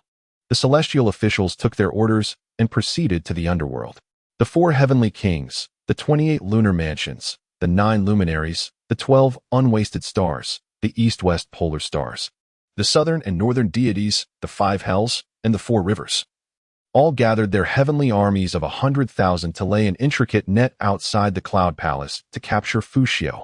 With the command given, the celestial kings and star officials obeyed. Within the southern heavenly gate, Fu Xiu had routed the celestial deities, leaving them in disarray. The king of the southern gate, his face blackened with soot, stumbled his way to Lingxiao Hall, urgently reporting, Celestial Lord, Fu Xiu has breached the southern heavenly gate and ascended the heavenly bridge. In the mortal realm, dark clouds gathered ominously, thickening with each passing moment, while the heavens rumbled with thunder and lightning, unable to pierce through the heavy mist. The booming sounds grew more urgent, as if the sky were on the verge of collapsing. A torrential downpour ensued, towering peaks crumbled instantaneously, and rivers surged ferociously. The spirited black steed carried the 2 at breakneck speed over the hills, traversing the devastated terrain, racing across the vast, desolate land. Floodwaters surged relentlessly, and flames blazed fiercely as the earth fractured in segments, entire mountains vanished in an instant, and the Yusu River expanded into an endless expanse, with monstrous waves rising to the heavens. Lu Buchuan reined in his horse by the riverbank, gazing into the distance. The surging waves fiercely separated the two shores, transforming the once narrow riverbed into an expanse that seemed boundless. The forces of Fu Xiu had already commenced their assault. How could they possibly cross the river? Lu Buchuan's brows were tightly knitted. Across the river, shrouded in mist, a majestic peak emerged. This was the fabled Yuan Mountain. The mountain stood barren, devoid of vegetation and avian life, its stark summit supporting a series of jutting stones that, from afar, resembled a great rock poised to take flight. Can we confront him? Su Kaitong asked, her voice laced with apprehension. We can, undoubtedly. Even if it costs us our last breath, we must protect this world, he replied resolutely. Indeed. Su Kaitong felt a surge of confidence wash over her. Lu Buchuan assisted Kaitong in dismounting and offered her provisions to stave off hunger while he remained on the riverbank, observing the tumultuous waters. The small boats upon the river had likely been swept away by the raging currents, which were cluttered with debris, dried trees, weeds, lifeless bodies, and discarded garments. Humanity, caught in the throes of calamity, remained helpless against fate. Fu Xiu had unleashed his final maneuver.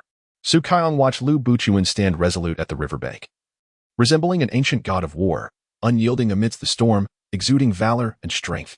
Her love for him ran deep, profoundly intense.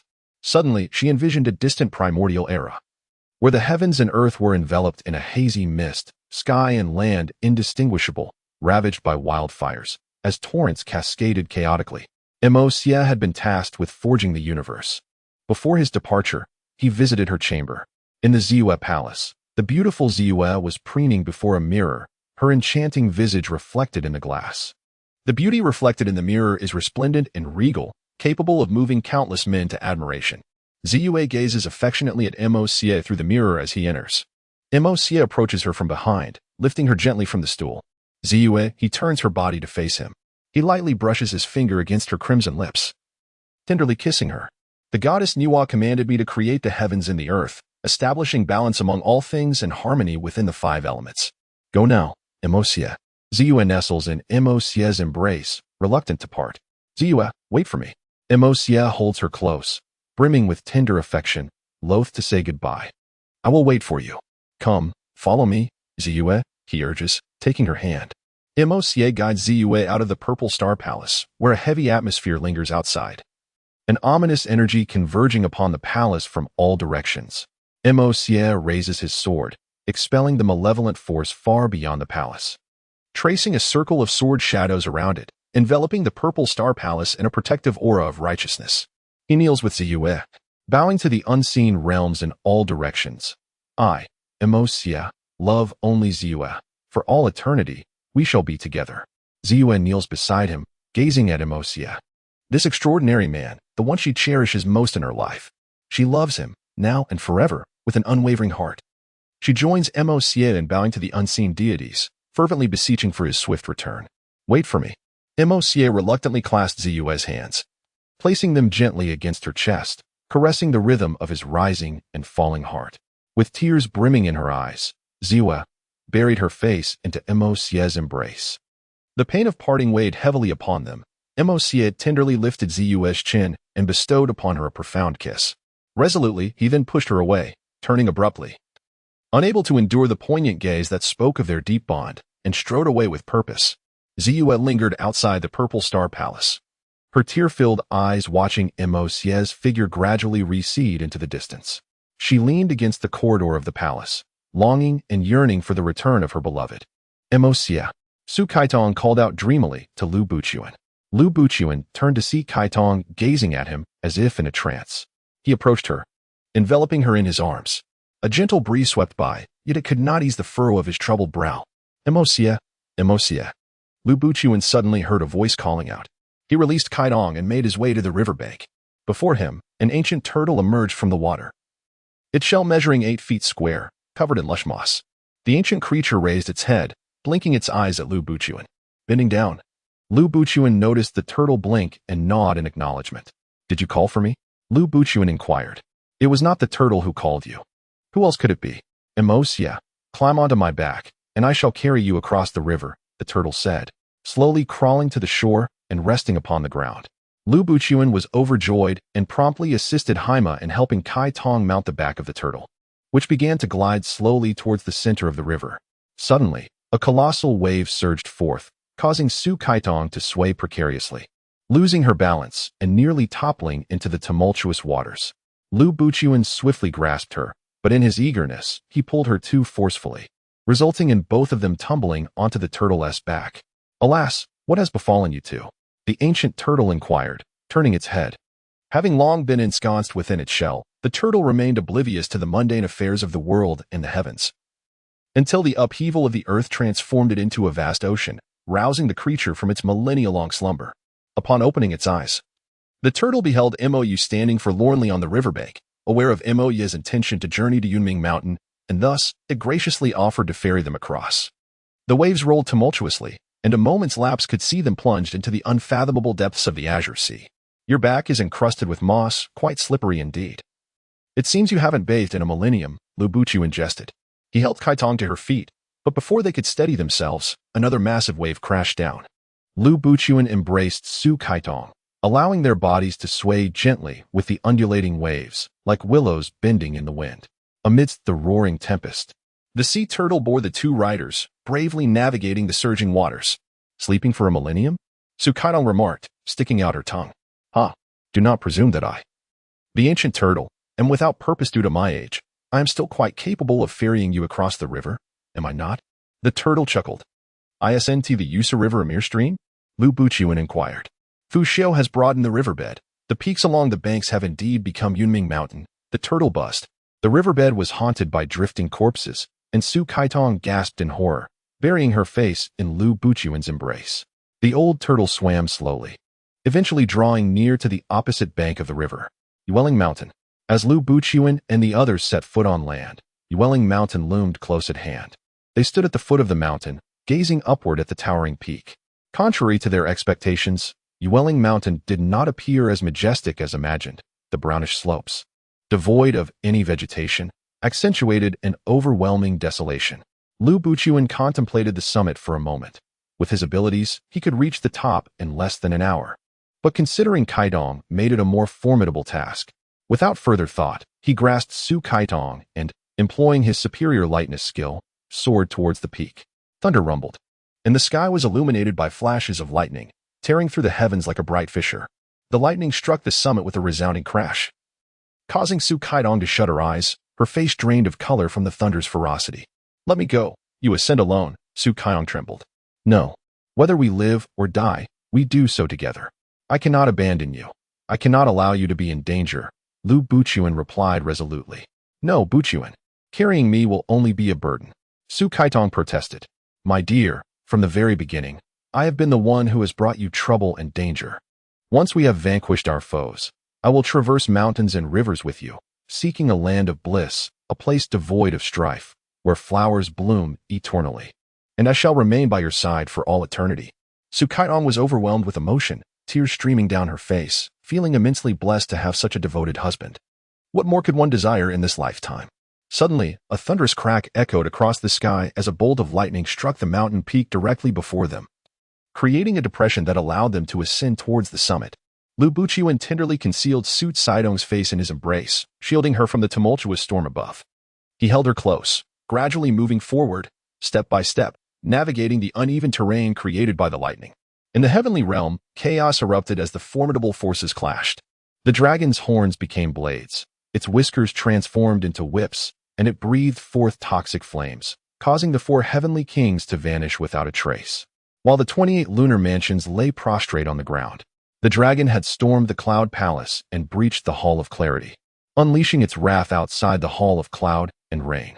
The Jade Emperor, hearing the sound of clashing weapons emanating from outside the Hall of Clarity, turned pale with fear. This malevolent dragon had wreaked havoc even before the creation of heaven and earth, and only through a moment of mercy had its soul not been extracted, resulting in the current calamity in the heavenly realm. Is Li Tianwang and Prince Neza present? The Jade Emperor inquired, casting a glance at the assembly of celestial officials gathered below the throne.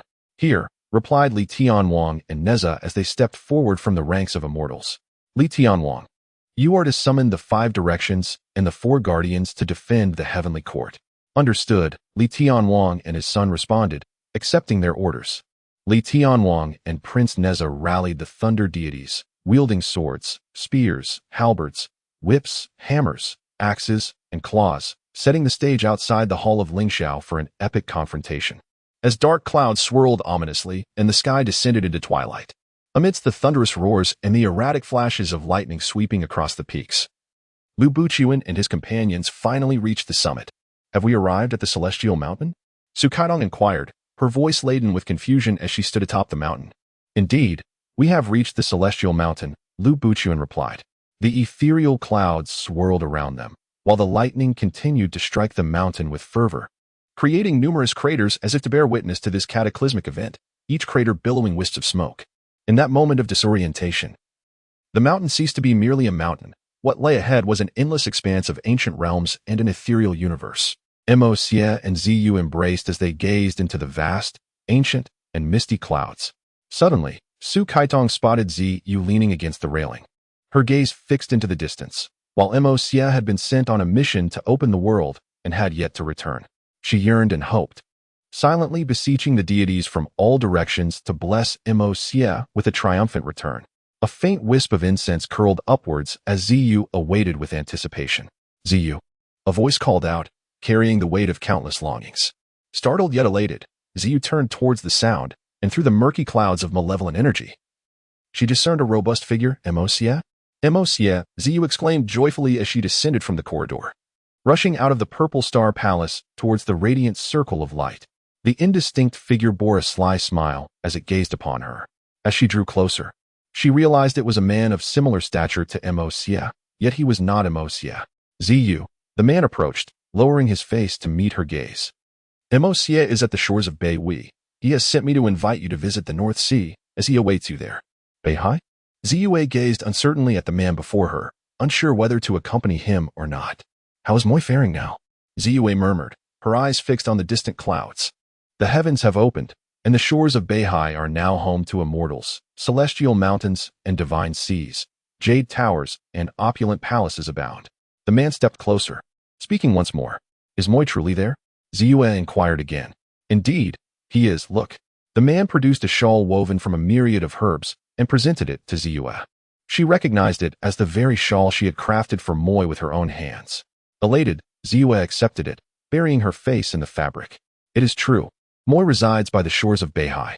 She believed the man's words. She was about to reunite with her beloved Mo, and joy surged within her as she began to dance. As long as the heavens are open and all living things flourish with spirit, her Mo is a hero who has shaped the world. Ziyue resolved to follow the man, racing back to the Zixing Palace to retrieve a garland made from the same herbs. She intended to place it upon Moi's head as an offering to her cherished warrior. Mo. The towering waves of Beihai surged tumultuously, the murky waters rising to great heights. Ziyue arrived at the northern shores, calling out Moi's name. Yet the heavens and earth eluded her sight, as did the celestial mountains, divine seas, and jade palaces. Turning in astonishment, Ziyue exclaimed, How can this be? Where's Mo? He remains deep within the Beihai. If you venture into the depths, you shall encounter him, the man replied, parting the tumultuous waves as he walked ahead of Ziyue. Watching the man stride across the surging waters, Ziyue had no choice but to follow closely behind. Deep within the depths of the North Sea, she heard the fierce and tumultuous sounds of Mo Xie battling. Ziyue followed the echoes, running fervently through the churning waves, surmounting one tumultuous surge after another. Feeling herself drawing ever closer to Mo Xie. Elated, she called out for him, hastening forward. Suddenly, she was seized from behind, lifted off her feet. Mo Xie? Assuming it was he, she turned with a smile. A thick fog surged towards her face, and before she could discern who had taken hold of her, she succumbed to unconsciousness. When she regained consciousness, it was to a piercing pain that jolted her awake. The agony blurred her vision as she opened her beautiful eyes, now clouded with torment, struggling to comprehend that the one who had struck her was her beloved Mo Xie. Pain and despair swelled within her heart, leaving her bewildered and anguished. Why? Tears streamed down her face. Mo Xie? She uttered his name, and then her spirit departed. With profound despair and suffering and a deep-seated resentment, she yearned to question the heavens if they existed, and to inquire of the earth if it were real. Mo Xie, who professed to love her eternally throughout all ages, had plunged a sword into her heart. Why? Ziyue stared with uncomprehending eyes, unable to close them in death. Why must you kill me? Why must you kill me? Su Caidong's face turned pale as she witnessed the truth unfold. She vividly saw Mo Xie's sword piercing her heart. A sharp pang gripped her heart as she clutched her chest, the spot where Mo Xie had struck her vital point, pain rendering her face ashen. No, no. Lu Buchuan looked upon Su Caidong's pallid countenance, his heart aching with anguish. He also witnessed it, truly and vividly, in the distant antiquity, where he engaged in a fierce battle with Fu Xiu for a staggering 49 days, ultimately pursuing him to the shores of the northern sea. His vision was tinged with crimson from the relentless carnage, and he had nearly exhausted all his strength. Yet, he mustered the will to maintain a facade of composure. Concealing his tumultuous breath from Fu Xiu. Moi, must you truly open the heavens and the earth? What is so deplorable about the chaotic realm? At the very least, you and I could reign as kings. As long as you refrain from parting the heavens, I, Fu Xiu, would grant you the title of sovereign, presiding over the chaotic world with dominion. Is this not more advantageous than opening the heavens? Driven to desperation by Moi's relentless pursuit, Fu Xiu stood upon the surging northern sea, attempting to entice Moi into halting his ambitions. Moi, cease your daydreaming. As long as I, Moi, draw breath, I vow to eradicate you completely. The heavens must be opened for the sake of the common people's hope. Fu Xiu, for your own selfish desires, you still seek to obstruct this endeavor? Moi asserted solemnly upon the tumultuous waves of the northern sea. Moi, is it truly your intention to open the heavens? Very well, do not blame me for being unfeeling. Fu Xiu, seeing that his persuasion had no effect on Moi, retorted with malice. Moi, the act of creating the heavens and the earth is a divine mandate from the upper realms, not a solitary endeavor of Moi. Fu Xiu, relinquish such thoughts of hope. Do you not care for the fate of your woman? Fu Xiu suddenly inquired. Fu Xiu, do not attempt to play these games. Moi replied, filled with anger. Haha, Moi. Your woman is in my grasp. As long as you refrain from opening the heavens, I shall return her to you. Fu Xiu proclaimed, overwhelmed with arrogance and laughter. The fury within Mo Xie surged even more intensely. He fell silent, raising his treasured sword to strike at Fu Xiu. The heavens darkened. Tumultuous waves surged towards the skies, while the earth trembled as Mo Xie's blade cleaved through the malevolent dragon. With a single stroke, he severed a portion of Fu Xiu's dragon horn, eliciting a pain cry from the dragon. The horn was Fu Xiu's lifeblood, and without it, he could not be called a dragon. Wounded, Fu Xiu summoned immense waves and retreated into the depths of the sea, while Mo Xie pursued relentlessly. In the vast expanse of the North Sea, Mo Xie rose to fiercely confront his foe. What has become of Ziyue? Is she truly in Fu Xiu's grasp? At that moment, Mo Xie earnestly longed to see Ziyue. Having been apart for over 40 days, he feared she might be yearning to the point of despair. Mo Xie rode the cresting waves, plunging deeper into the North Sea, aiming for Fu Xiu's lair. However, in the depths of the ocean, the palace beneath the waves yielded no sign of Fu Xiu. Mo Xie nearly turned the seabed upside down, yet Fu Xiu remained elusive. Fu Xiu, come forth. Let us settle our fates upon the North Sea, he called out, searching as he spoke. The echoes of Mo Xie's voice mingled with the roar of the waves in the North Sea. Where could the cunning dragon be hiding? As Mo Xie scanned through a bed of seaweed and past a coral reef, he suddenly heard a faint sound emanating from a hidden cave. Fu Xiu, emerge. Mo Xie leaped into the cave, only to find Fu Xiu reclining on a dragon throne, gravely injured. With a swift thrust of his sword, Fu Xiu vanished, revealing the frail and helpless Ziyue. Ziyue opened her eyes and gazed at Mo Xie, tears mingling with pain as she uttered, Mo Xie. No, no. Mo Xie cast aside his treasured sword, driven to madness by the harsh reality before him. He yearned to slay Fu Xiu. Yet how could he ever bring harm to the woman he cherished? With fervent urgency, he lifted the lifeless form of Ziyue from the dragon throne.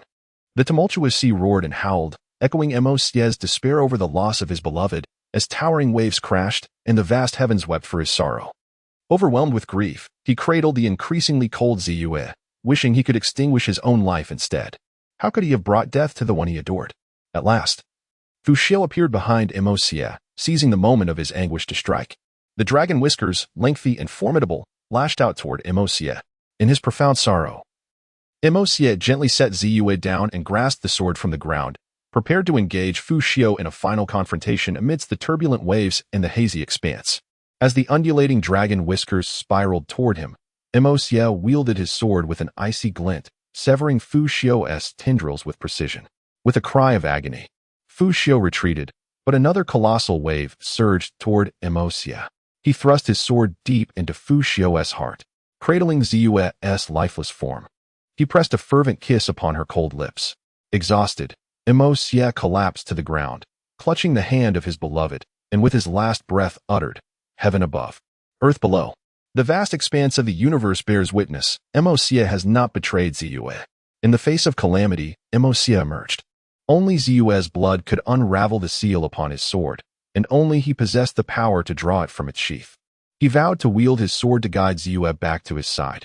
He sought to prove the depth of his love for her through her blood.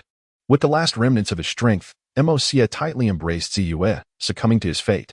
In the final act, Su Kaiong clutched her chest, tears streaming down her face. Despair consumed her. She had never imagined that amidst the myriad of worlds, she would be slain by the very man she cherished. She loathed him. She loathed him. At the dawn of creation, this man who professed his love for her throughout the ages, Mo Xie, had wielded his sword to end her life. She understood the source of her anguish. The pain resided precisely where the sword had pierced her heart. Su Kaiong watched as Lu Buchuan approached, retreating step by step. "Why must you kill me?" The question haunted her, her heart filled with both pain and resentment. "No, it cannot be like this." Lu Buchuan cried out in torment, yearning for her forgiveness. "Why did you so cruelly take my life?" Su Kaiong pressed her hand to her chest once more. "No, no." Thunder roared, crashing before them, splitting the ground asunder. With each peal, the heavens unleashed a cacophony of lightning, illuminating the darkened sky and instilling a chilling dread. Earth and debris fell upon them. Su Kaiong, terrified, fled to the opposite side of the mountain, while Lu Buchuan, gazing at the tumultuous sky, raised the Mo Xie sword and bellowed, "What are you trying to prove? If you dare, descend and face me in single combat. I shall tear you asunder." Once again, a deeper, more thunderous, and dazzling clap of thunder resonated as if in response to Lu Buchuan's arrogance. The lightning flashed across the Mo Xie sword, merging the blade's chilling sharpness with the electric brilliance, carving a more intense radiance across the vast sky. With a deafening crack, the heavens seemed to be torn asunder. Lu Buchuan gazed at the brilliant cold light upon the sword's edge, sensing something profound. He wielded his treasured blade and directed that icy brilliance towards the soaring Mount Yuanming. With a resounding boom, the mountain was cleaved in twain, the once unified peak now split asunder. In the fissure of the fractured mountain, a stream of ethereal light surged skyward, ascending towards the Lingxiao Palace. This golden luminescence illuminated the realm, bestowing upon the world both light and hope. Su Kaiong, who had once stood upon the same peak as Lu Buchuan, found herself upon another summit due to the seismic rupture. The immense tremor destabilized her, causing her to tumble to the ground. The echoes of Lu Buchuan's anguished cries reverberated across the Rainbow Mountain. Struggling to rise, Su Kaiong gazed at Lu Buchuan from afar, her eyes wide with disbelief as she beheld the radiant light emanating from the mountains. Confused and dazed, she could not comprehend why she found herself in this predicament. In the heavenly realm, outside the Lingxiao Palace, Fu Xiu, along with King Li and Prince Neza, were embroiled in a fierce battle. Suddenly, a beam of ethereal light surged from the lower realm, illuminating Fu Xiu as if revealing his true form in a mirror that exposed demons. With a cry of despair, Fu Xiu fled in panic. "Mo Xie, you have once again thwarted my endeavors," he exclaimed, retreating through the southern heavenly gate while hastily descending back to the mortal realm. On the opposite peak of Yuanting Mountain, Su Kaiong stood in a daze. From the crevice of the mountain emerged a majestic rock, its wings spanning a mere 8 feet, nearly obscuring Yuanting Mountain. With a resounding cry, the rock's call echoed through the vast sky. As it took flight, a colossal whirlwind was stirred upon the mountaintop, and Lu Buchuan seized a feather, mounting the back of the rock. He soared towards the adjacent peak when suddenly, from above, Fu Xiu descended amidst the clouds and seized Su Kaiong with a firm grip. Lu Buchuan gasped in astonishment, "Fu Xiu?" as the figure plummeted towards him. "Mo Xie, who would have thought that at the dawn of creation, your beloved fell into my grasp, and now, after an eternity, she is once again in my possession." Fu Xiu laughed triumphantly. Su Kaiong, suddenly ensnared, was jolted awake by the pain coursing through her body. Struggling and weeping, her tear-filled eyes discerned that the one holding her was a dragon, a malevolent dragon. "Fu Xiu, do you believe you can escape?" Do you think heaven and earth will allow your wickedness to persist? Come, meet your demise swiftly. Lu Buqian bellowed with fury. Fu Xiu, clutching Su Kaitong, danced through the skies and clouds. He was acutely aware that Mo Xie would never dare to wield his treasured sword the moment he drew it. Fu Xiu would thrust his beloved onto its blade. Mo Xie, come, kill me. I wish to see how many lives the purple moon possesses. Fu Xiu cackled with madness. Fu Xiu, whether in heaven or on earth, I vow to pursue you relentlessly. Driven by a furious blend of rage and despair, Lu Buqian relentlessly pursued, finding himself perpetually a step behind, agonizingly incapable of safeguarding the woman he cherished. Had he not already extinguished her life once across the vast expanse of time? Was she destined to perish by his hand once more, even after millennia had passed? Fu Xiu, unable to shake off the relentless pursuit of Mo Xie, unleashed a torrent of flames. Lu Buqian, astride the great Ping, narrowly evaded the fiery onslaught, which engulfed the towering mountains, instantly transforming them into blazing infernos. Where the flames touched the earth, wildfires erupted, consuming the land and its inhabitants in a desperate struggle against the dragon's fiery wrath. No longer could Lu Buqian permit him to inflict harm upon the living beings of the earth. Mounting the Ping, he charged directly at Fu Xiu, drawing his sword with the force of a thunderous storm, aiming straight for Fu Xiu's face. Anticipating the attack, Fu Xiu sneered, seizing Su Kaitong from his back and thrusting her forward as a shield. Strike then, kill the woman you adore. Haha. The sword narrowly averted, piercing Su Kaitong. Her eyes wide, Kaitong saw Buqian's blade descending and closed her eyes in resignation. With a chilling smile, Lu Buqian, at the very instant the sword threatened to pierce her, diminished the force of his strike. As expected, Fu Xiu had positioned his woman before the blade. In a swift, deceptive maneuver, he transformed the feigned attack into a lightning-fast counter, aiming for Fu Xiu's lower body. Fu Xiu, your life is forfeit. Fu Xiu, presuming that Mo Xie would be deterred by the presence of his beloved before him, never anticipated the ruse. Instead, Mo Xie unleashed a devastating strike. As if cleaving the heavens and earth, aimed directly at him. Fu Xiu was struck by a sword from Lu Buqian, letting out a cry as his dragon tail lashed out towards him. Lu Buqian, riding the great rock, swiftly evaded the tail and soared towards Fu Xiu's head, raising the sword Mo Xie to strike down upon him. Fu Xiu tumbled in midair, narrowly avoiding Mo Xie's blade, yet still sustaining a superficial wound on his dragon head. Enraged and humiliated, Fu Xiu ascended towards the North Sea, with Lu Buqian in hot pursuit atop the rock. Fu Xiu, do you still intend to resist futilely? Lu Buqian declared with righteous indignation. With a sudden turn, Fu Xiu unleashed a torrent of flame. In that fleeting moment of his pivot, Lu Buqian ascended rapidly into the skies, evading the oncoming inferno. Wounded, Fu Xiu fled in haste as the tumultuous waves of the North Sea surged beneath him. The Dragon King Ao Shun had already been driven from the North Sea by Fu Xiu and his band of fiends. He ascended to the heavenly court to lodge a complaint, but due to the chaotic upheaval in the heavens and the turmoil in the underworld, the Jade Emperor instructed Ao Shun to take refuge in the East Sea, awaiting Mo Xie's subjugation of the North Sea demons before restoring its former vitality. Standing atop the roaring waves of the North Sea, Fu Xiu cackled maliciously. Mo Xie, do you remember? The peak of the North Sea is the grave where you and Ziyue perished. In the dawn of creation, you were entombed there, and today, I shall likewise bury you both in the depths of the sea, in the same grave. Hahaha, what a pair of fated lovers. With maniacal laughter, Fu Xiu stirred the tumultuous waves, the waters churning violently. Mo Xie, with a cold laugh, stood resolutely upon the cresting waves. The sound of crashing surf echoed as he proclaimed, Fu Xiu, your malevolence knows no bounds. The heavens cannot tolerate your existence. Prepare to meet your end. As the tumultuous waves surged northward, Lu Buqian gripped the Mo Xie sword, treading upon the tumult to pursue.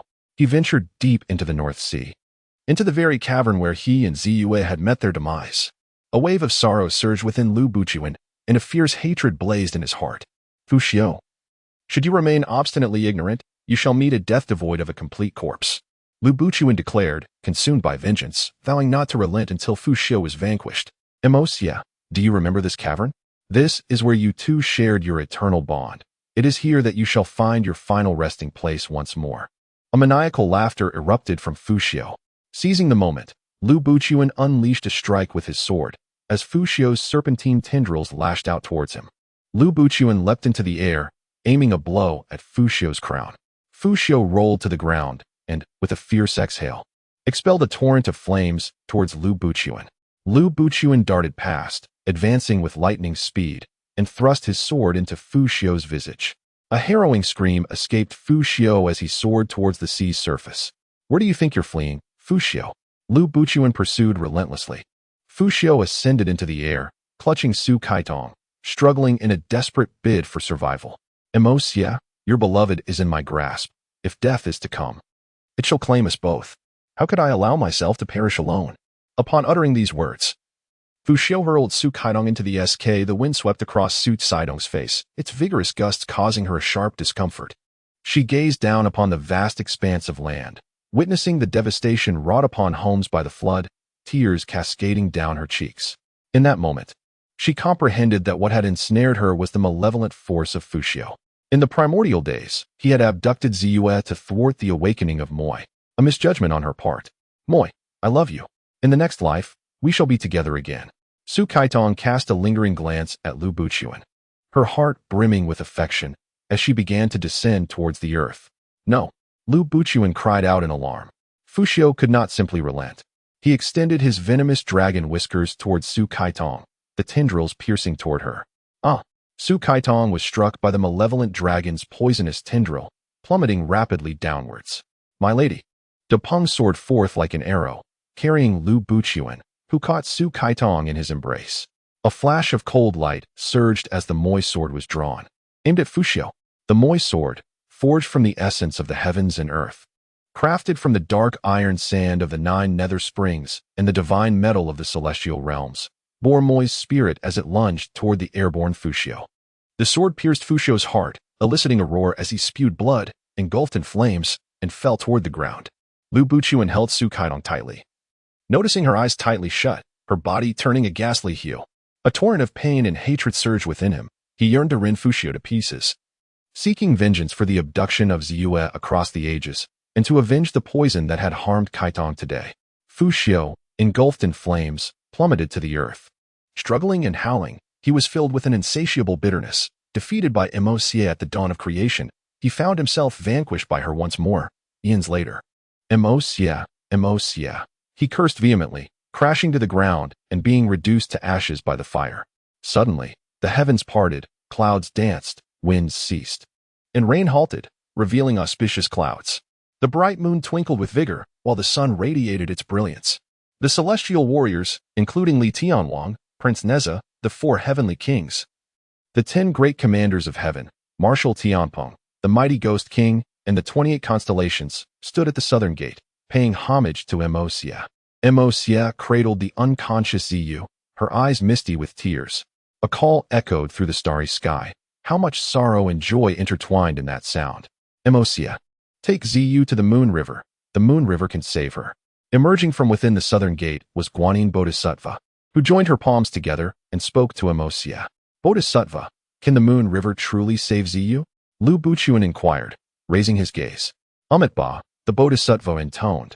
"Place Ziyue in the Moon River, allowing her to rest in its waters for 3 weeks and 21 days.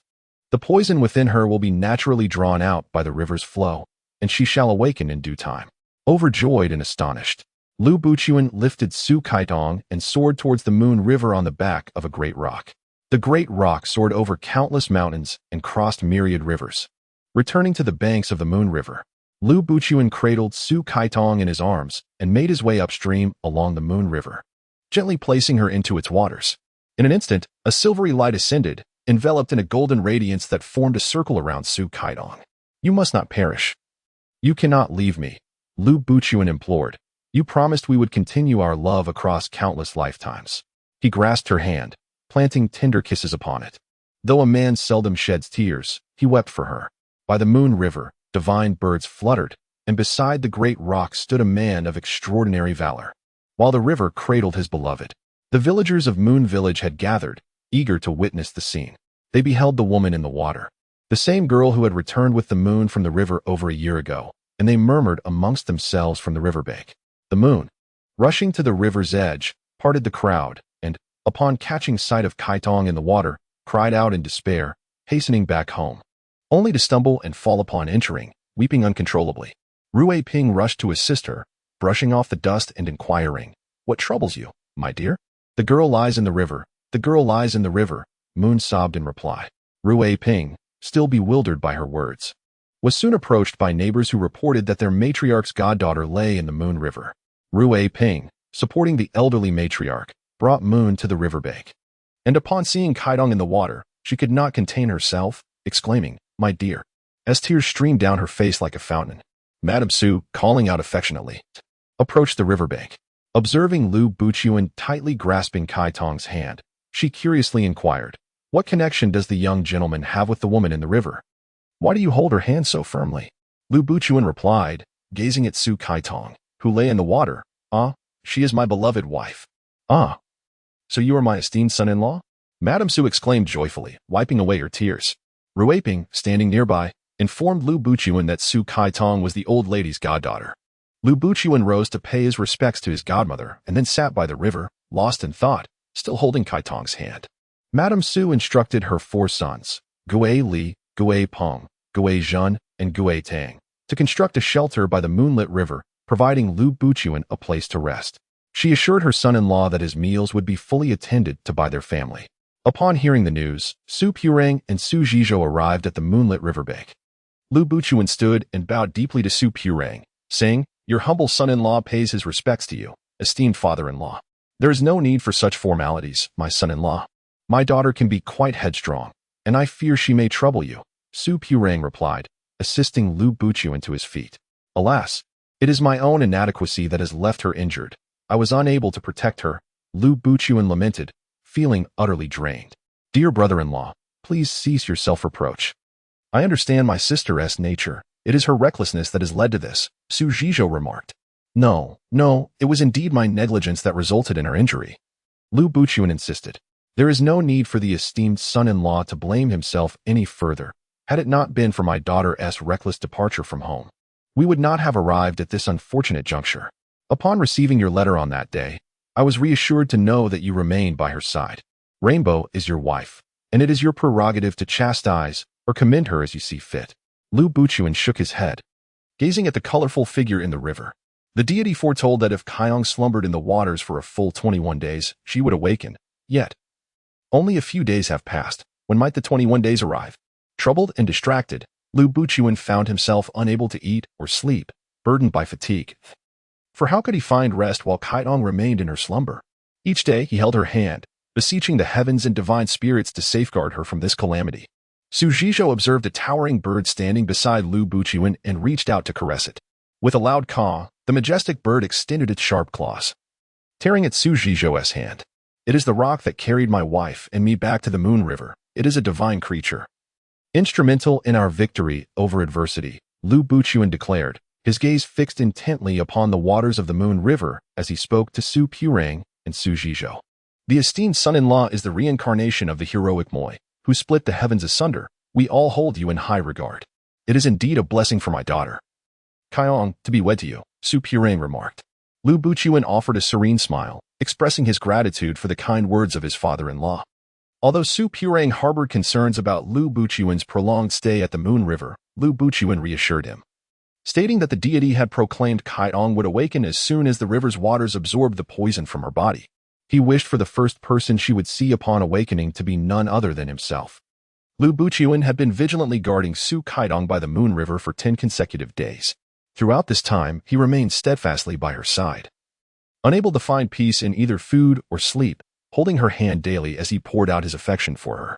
Yue, a frequent visitor to the Moon River, would come every day and pose the same inquiry to Lu Buchuan, "Uncle, will Aunt wake up?" To which Lu Buchuan would reply daily, "Yes. Wonderful. When Aunt awakens, I will surely ask her to teach me to read and write," Yue exclaimed, clapping her small hands with innocent delight. "Yes, she will definitely teach you," Lu Buchuan responded, deeply moved by Yue's innocent and radiant visage.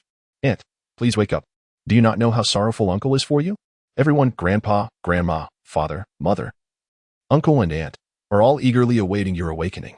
When you do, I will bring you an abundance of delicious treats. What do you say, Aunt?" Yue implored, climbing to the riverbank and gazing at the tightly shut eyes of Su Kaidong.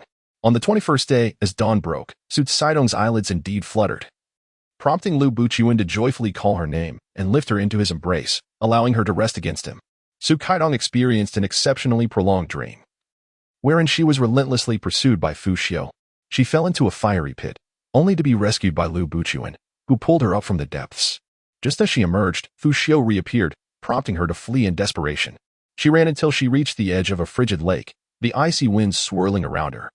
The voice of Fu Xiu echoed ominously behind her, compelling her to leap into the icy waters below. The freezing chill of the lake enveloped her, causing her to tremble uncontrollably, arms wrapped around herself, teeth chattering. Just as she neared the brink of death from the cold, Lu Buqian arrived, vanquished Fu Xiu, and rescued her from the frigid depths. Rainbow, rainbow, she heard the tender voices of Mo Xie and Buqian, the men she cherished. With great effort, Su Kaidong opened her eyes to behold the azure sky and verdant earth. Lu Buqian appeared haggard, his beard unkempt, yet when Su Kaidong gazed upon him, a fragile smile graced her lips. "You are awake. You have finally awakened," he murmured, lifting her from the moon river and carrying her to a nearby shelter. He laid her upon the bed, changed her damp garments, and held her close, planting gentle kisses upon her forehead. "Do you realize? I have awaited your awakening as if eons had passed. Should you linger in slumber any longer, I shall depart alongside you," Lu Buqian confessed, burying his head in Su Kaidong's embrace. "You must not speak in such a manner," Su Kaidong softly replied, stroking Lu Buqian's head. "My dear, I am sorry. Please forgive me," he implored, lifting his gaze to clasp her hand. "Are you referring to events from eons past?" Su Kaidong inquired again. "Not only from eons past, but also before your unconscious state. I feel utterly powerless, having failed to protect you properly." Lu Buqian tenderly caressed Su Kaidong's long hair, overwhelmed with guilt and affection.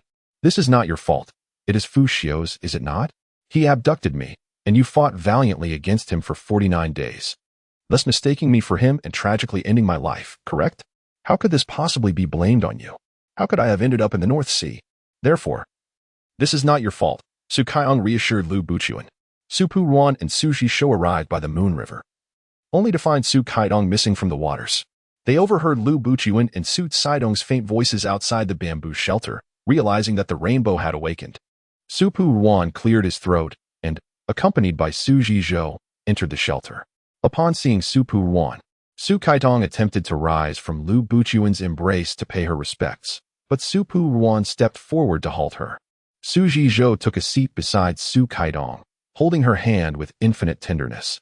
"Sister, you have awakened. Do you know how worried your brother has been? Our mother has been unable to eat or drink at home, falling ill over your condition. She wishes to visit you, yet her health continues to decline. Now that you have awakened, I can return to inform her." "Brother," Su Kaidong choked on her words, "how is our dear mother? Once you regain your strength, you must return so that she can see you. Wouldn't that be even better?" Su Ruan stood before the bed with his hands clasped behind him, gazing at Su Kaidong. She was his only daughter. How could he not cherish her? It was only her second departure from home that had drained his spirit. The entire Su family, young and old, gathered together, anticipating the awakening of Su Kaidong. Early in the morning, they hurried over, eager to witness her revival. The bamboo shed was filled with villagers drawn by curiosity, while Su Purang intended to take Kaitong home to recuperate, though Lu Buqian expressed reservations. Given that Su Kaitong had just regained consciousness and was still frail, the journey, despite the proximity of Su village to Moon River, would be arduous. Madame Su proposed that Kaitong remain in Moon Village to rest and recover in their home. After much contemplation, and with Lu Buqian's agreement, Su Purang consented. With Lu Buqian attending to her needs, Su Kaitong gradually regained her strength. As their wedding day approached, Lu Buqian busied himself with preparations. Su Kaitong would wed in Moon Village. On the day of the wedding, the atmosphere was jubilant, filled with the sounds of gongs and drums. Villagers danced in celebration, singing auspicious songs of matrimony, wishing the couple a love as enduring as the heavens and earth, lasting for countless years. "My daughter, from this day forward, you shall be someone else's wife. You must uphold the duties of a virtuous woman, support your husband, and raise your children. No more shall you act with impetuousness," admonished Madame Su, who had also come to Moon Village, imparting her wisdom to her daughter. "Indeed, Kaidong will be a wonderful wife," praised Madame Su, her heart brimming with joy at her goddaughter's marriage. "You look stunning today, my dear," remarked Ruaping, genuinely admiring Kaidong's beauty. "The auspicious hour has arrived."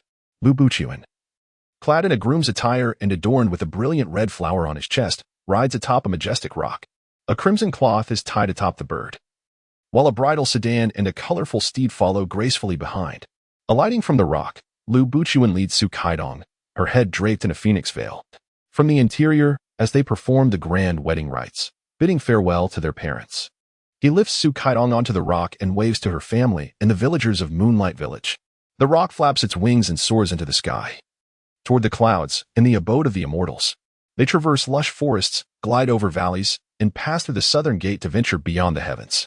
Some claim to have encountered them, suggesting they dwell in the Flower Valley, amidst blooming blossoms, living a life that even deities would envy.